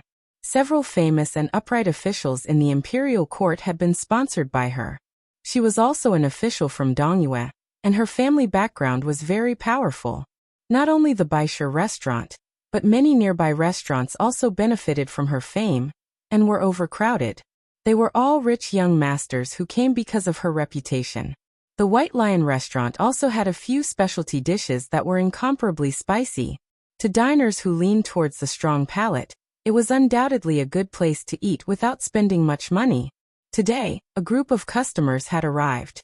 There were only 3 of them, but their wealth was different from before. The restaurant owner still gave them enough face and personally served them. There was no other reason. The young master Zhao who led the way knew how to conduct himself. He had known the manager for many years and often chatted with him, so it was to his liking. The shopkeeper surnamed Lu was not stupid at all. Not only did he cook, but he also served the dishes himself. In addition to the many years of friendship with Prince Zhao, the 2 friends of Prince Zhao did not look like common people. One of them was a woman disguised as a man. How could she escape the sharp eyes of the shopkeeper Lu? He knew at first glance that she was an extraordinary lady.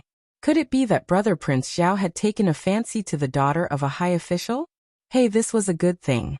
It would be even better if he could attend a few cups of wedding wine in the future, and meet the big shots in the capital. As for the other man with a white face and no beard, shopkeeper Lu did not dare to look at him. He was wearing an unfamiliar satin that could not be said to be exquisite. Compared to the clothes of the rich people he had seen in the past, it seemed to be a small style of a local rich man. After Prince Zhao took a seat in the private room, he smiled at the woman who covered up her appearance clumsily and asked, "My the great Prince of Sui, how is this place?" She snorted coldly and said, "It's extremely shabby." Prince Zhao was not surprised by this answer. He said with a smile, "The dishes are not good to look at either. They only have one characteristic, which is spicy. But don't you always say that you can eat spicy food? When the time comes, if you have the ability, don't drink a mouthful of water." She rolled her eyes and said, "Can't I drink water when I'm thirsty? Zhao Kai, what can you do to me?" The young man who was called Zhao Kai leaned against the back of the chair and gave a thumbs up. Princess Suizhu's true temperament is admirable. The woman raised her eyebrows and slammed the table. She said angrily, "Surnamed Zhao, call me young Master Sui." Zhao Kai said helplessly, "Fine, fine. Who asked you to be my sister? The great Prince of Sui is the great Prince of Sui." The woman did not know if she was angry or sincere. She said very hurtfully, "Anyway, I don't treat you as my brother. What you think is your business." Zhao Kai's face was sad. The woman added frost to the snow and said with a sneer, still pretending. Zhao Kai did not care. He laughed and was very happy. The man who looked the most like an official among the 3 stood with his hands clasped behind his back, and was very respectful. He looked at the 2 young men and women bickering with an expressionless face. Zhao Kai turned his head and said with a smile, "Great master, come and sit. This is not the palace with strict rules. Let's do whatever is comfortable." 2 strands of white hair hung down. The man near his chest shook his head and said, "I don't need to kneel to be comfortable."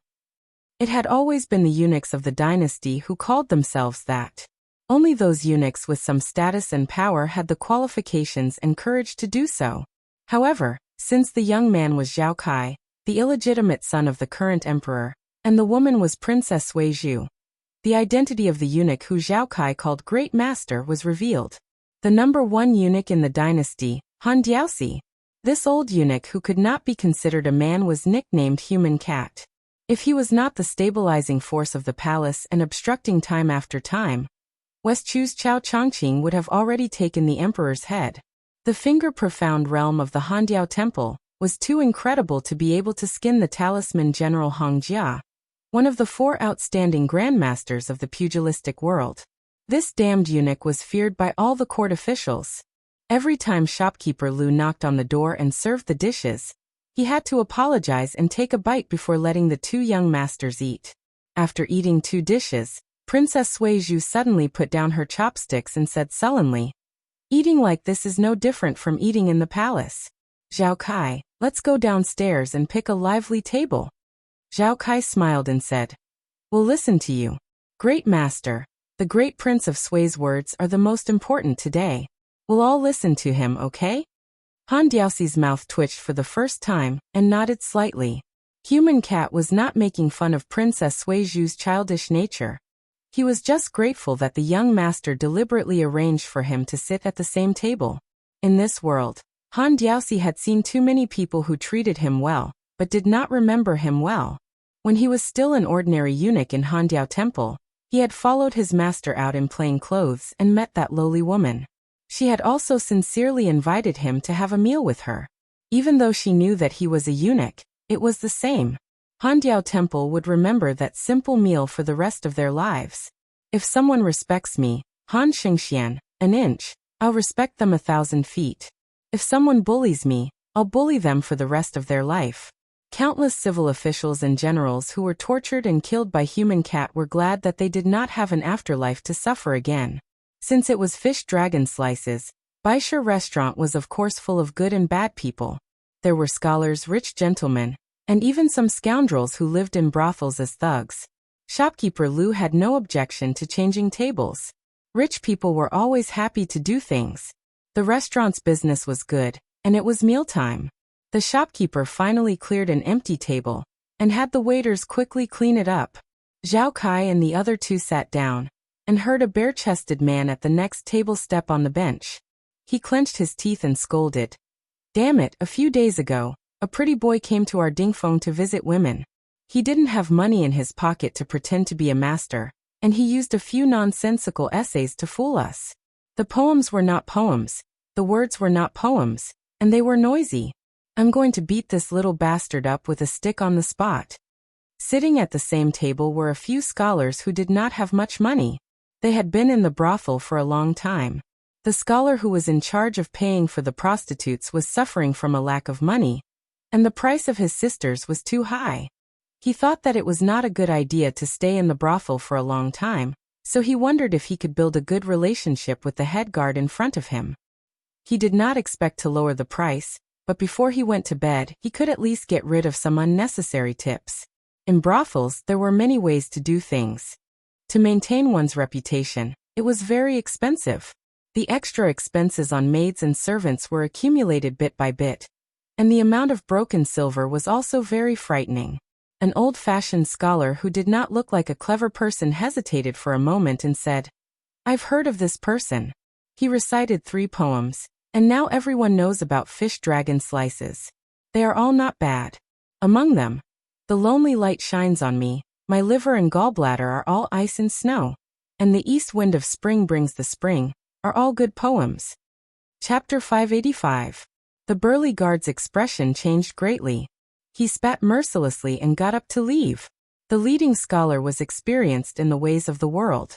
It took him a lot of persuasion to get him back to his seat. He said, "No matter how good the poem is, it's just a small path." Su Weisheng, the great poet of Shangyin Academy, also said that the poem is just a poetic remnant. Most of the contemporary poets in the literary world are just picking up scraps from the pile of old papers of their predecessors. They can't be considered as real talent, let alone establishing their own school. In my opinion, what's the point of being cold? If it's really cold, why would they go to the brothel to make a fuss? Isn't this just a cheap gimmick? In terms of character, it's far from being as straightforward and forthright as Instructor Hong. The burly guard liked what he heard. He took a bite of the fatty and spicy drumstick.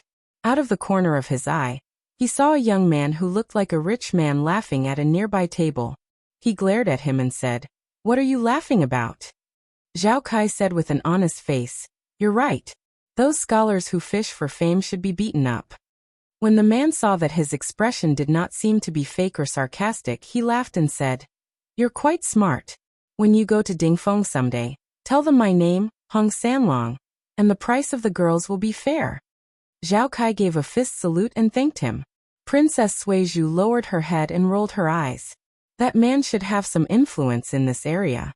After talking about a lot of things, he became more and more unscrupulous with his words, which were very boorish and grating to the ear. "Since I came out of my mother's womb, I've been living a hard life.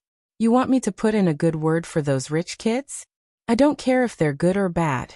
As long as they're better than my reincarnation, I can't wait to chop them to death. I can't bear to see them live a good life. If those rich kids are diligent in their studies and treat people well, they deserve to die even more. Won't they give us a way out?"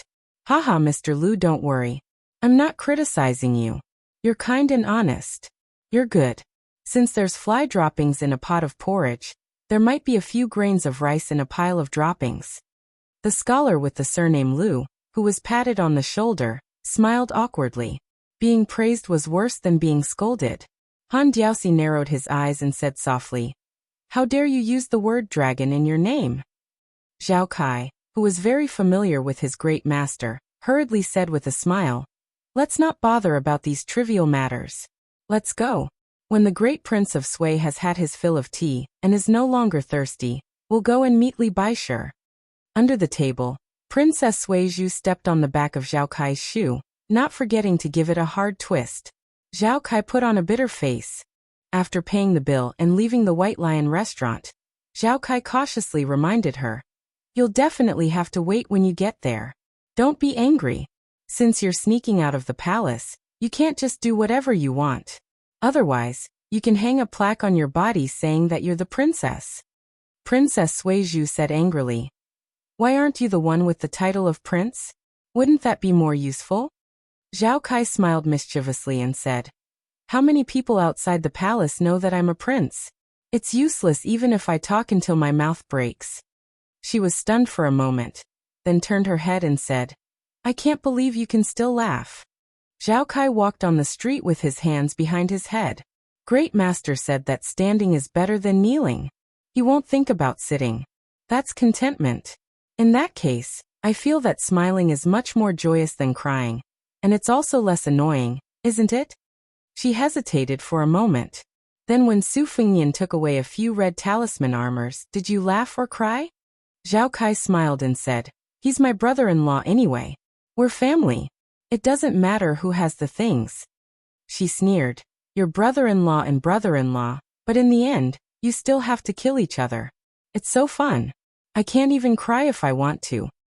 Zhao Kai suddenly said, "Bailiang is going to be in chaos." Princess Suizhu's tone was even more sarcastic. "In any case, that guy thinks His Royal Highness is useless. Later on, he's also very embarrassing when he practices the knife. If Bailiang is really in chaos, he'll just hide. He's even worse than you." Zhao Kai sighed and said, "It would be better if you didn't say that last sentence." She said casually, "Father is quite satisfied with the red sect female bodhisattva that you recommended to the palace. He's very interested in the struggle between the red sect and the yellow sect, as well as your suggestion of signing the living Buddha with the silver vase. In the future, he might let you go to the western regions with her." Zhao Kai also casually said, "Oh." Su Fengnian and Helian Wue went to many places. Other than the important military matters, they did not participate in other matters, whether it was important or trivial. They even did not mind Su Fengnian reading some of the military and political documents. After 5 days of running around, Su Fengnian had a rough understanding of the outline of Shihe province. Today, the two of them finally had some free time from their busy schedule, and went to the place where they first met to sell watermelons near the courier route. Su Fengnian did not hide anything. While sitting on a small stool and waiting for customers, he said directly, "From the speed at which Uncle received information about the Dragon Tree Monk in the Taote sect, it can be seen that Bei Meng places great importance on the courier route. They don't lose out to Su Xiao, who single-handedly built the courier route system during the spring and autumn period. Especially the eastern line where Shihe province is located. It can be compared to the western line where Liangmeng confronted each other. Along the way, I've seen many inconspicuous things, but they're all Beimeng slowly accumulating military power. Helian Wuwei smiled in relief and said, "You can see the whole picture from a small clue. Not bad, not bad." Chapter 586. He turned around and saw Su Fingnian's serious face. Holding the order, he handed over half a watermelon and smiled faintly. In fact, in an imperial court, even if it's the few that have fallen in the spring and autumn period, there are definitely many smart people who have great foresight. However, whether or not they can inform the heavens and make the emperor happy, allowing the laws and regulations that contain ambition or ambition to be smoothly implemented is the crux of the problem. Your Liang dynasty has many pillars, especially with Zhang Julu in the middle. You are naturally better than others. To tell you the truth, as the county magistrate of Shiha province who was born in the army, every time I think about it, I feel worried just like you do now. In terms of military strength and armaments, the soldiers of the 12 generals are not weak. But compared to the Beiliang army, even Tuoba is not shameless enough to say that he is invincible. Fortunately, Beimeng learned from the shame and became brave. After suffering a lot, they know that the men in the south are not all weak scholars. There are also butchers like Su Xiao and Gu Jiantang who kill without blinking. Over the years, Beimeng has been gradually getting stronger. As for our side, I think it's a pity. Fingnian, can you guess? Su Fingnian said with a smile. There are many scholars who fled northern Meng during the spring and autumn period, who have the qualifications to give advice and suggestions to the imperial preceptor, or the great general. However, we are still lacking a first-rate strategist who can become the imperial preceptor. Helian Wuwei took a bite of the watermelon, looked up and said, "Don't laugh. Beimeng doesn't have none. It's just that he hasn't stepped into the stage yet." Su Fingnian lowered his voice and asked, "Li Mibi who weaves spider webs?" Helian Wuwei turned his head and spat on the ground. He sneered, "This old dog is the best in the world at harming people. Ruling a country? He is thousands of miles away from ruling a country. But he knows his place and doesn't mess with the court. Otherwise, I would fight him to the death." Su Fingnian asked curiously, "If it's not him, who else could it be?" Helian Wuwei said vaguely, "It's the headmaster of the chess and sword music school. He's been missing for almost 20 years. When he was in his middle age, he was looked down upon by the empress and disappeared completely in a fit of anger. I'm guessing that he went to Liang. As for what he did, I have no way of knowing. Perhaps even our emperor doesn't know. I don't believe that such a person would die quietly in the south." Su Fingnian said, "I heard from my master Li Yishan that this guy is very good at chess. He is almost on par with Huang Longsher." The old man sighed. "I have seen many people with great ambition but little talent in my life.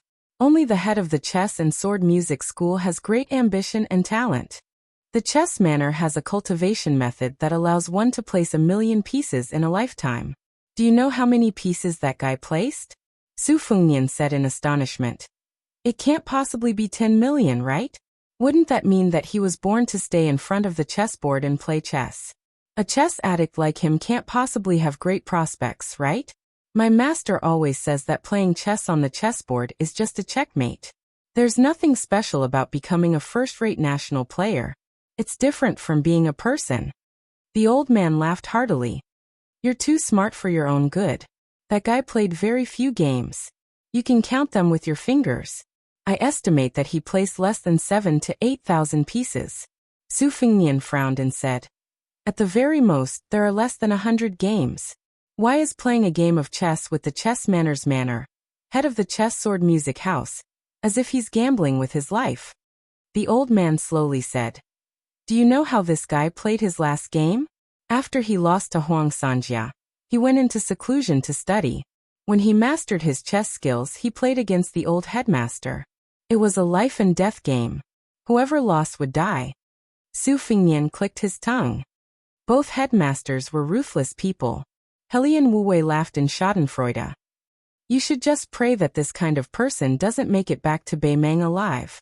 Otherwise, if you were to succeed him and become the king of Beiliang, you'd be in for a lot of trouble if this guy were to still be alive." Su Fingnian said in all seriousness, "I'll go to Thunder Roll Temple tomorrow and curse this old man to death." Helian Wuwei laughed loudly. Then remember to curse me to death as well. With me in Shihe province, even Su Xiao will have to be a little afraid. Su Fengnian didn't need to be polite with this old man. He joked, Uncle Helian, your skin is even thicker than mine. Helian Wuwei nodded. Humans, as long as they get older, they'll be cursing themselves just like how I curse Li Mibi as a chicken thief. They're all thick-skinned, afraid of death, and greedy for life. They're not as open-minded about life and death as they were when they were young and full of vigor. Su Fengnian took a bite of the watermelon. He thought of Su Xiao and his master Li Yishan, who were younger than Helian Wuwei.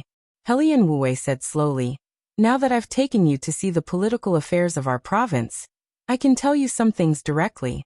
I can't say much about other generals and provincial governors, but as far as I'm concerned, Helian Wuwei, I don't expect all the generals and officials under my command to be saints. It's okay to be greedy for money, but don't be too greedy. In my opinion, pedantic and honest officials who earn their own reputation are not as good as capable officials who can fill their own pockets, but can also benefit the people. If you don't cross the line, I think I'm very easy to talk to. If you cross the line, then I'm sorry. I don't care if you're my relative or my trusted aide. I'll kill you if I need to kill you and confiscate your property if I need to confiscate your property. I won't be lenient. This is called nothing can be accomplished without rules and standards. How to recognize people is difficult, how to use people is difficult, and how to make use of people is even more difficult. Even if you go to the university, you won't be able to learn about the sages. Because scholars cherish their reputation. They don't have the guts to write about the shrewdness and black-bellied knowledge. Moreover, most scholars don't have the ability to write about it. Go and count the number of Zhuangyuan in your Liang dynasty. Other than Zhang Jilu, how many of them can become first or second rank officials? On the contrary, those ordinary jinshi are more likely to reach the top. Su Fengnian made a sound of acknowledgement, and silently remembered it in his heart.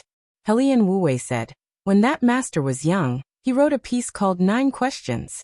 He asked the heavens, Hutu, ghosts and deities, emperors, Buddhism, beauties, the past life, and the future life. Su Fengnian wondered, there's still one question missing. Helian Wuwei smiled and said, it's said to be 9 questions, but in fact there are only 8. I guess that guy asked himself on behalf of us idiots who have doubts. Su Fengnian was so angry that he laughed and said, that old man is indeed scheming. No, I have to go to Laming Temple immediately.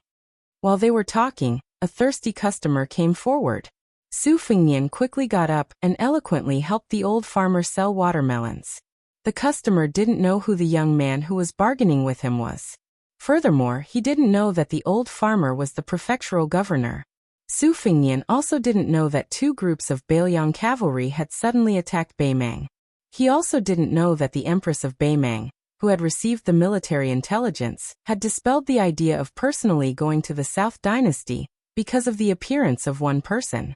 This old scholar who carried a bookcase into the palace was followed by Beimang's #1 swordsman. Shuizhong VIP subscription group announce a Shuizhong group. Those who subscribe to Shuizhong can join the group. Group number 165500001.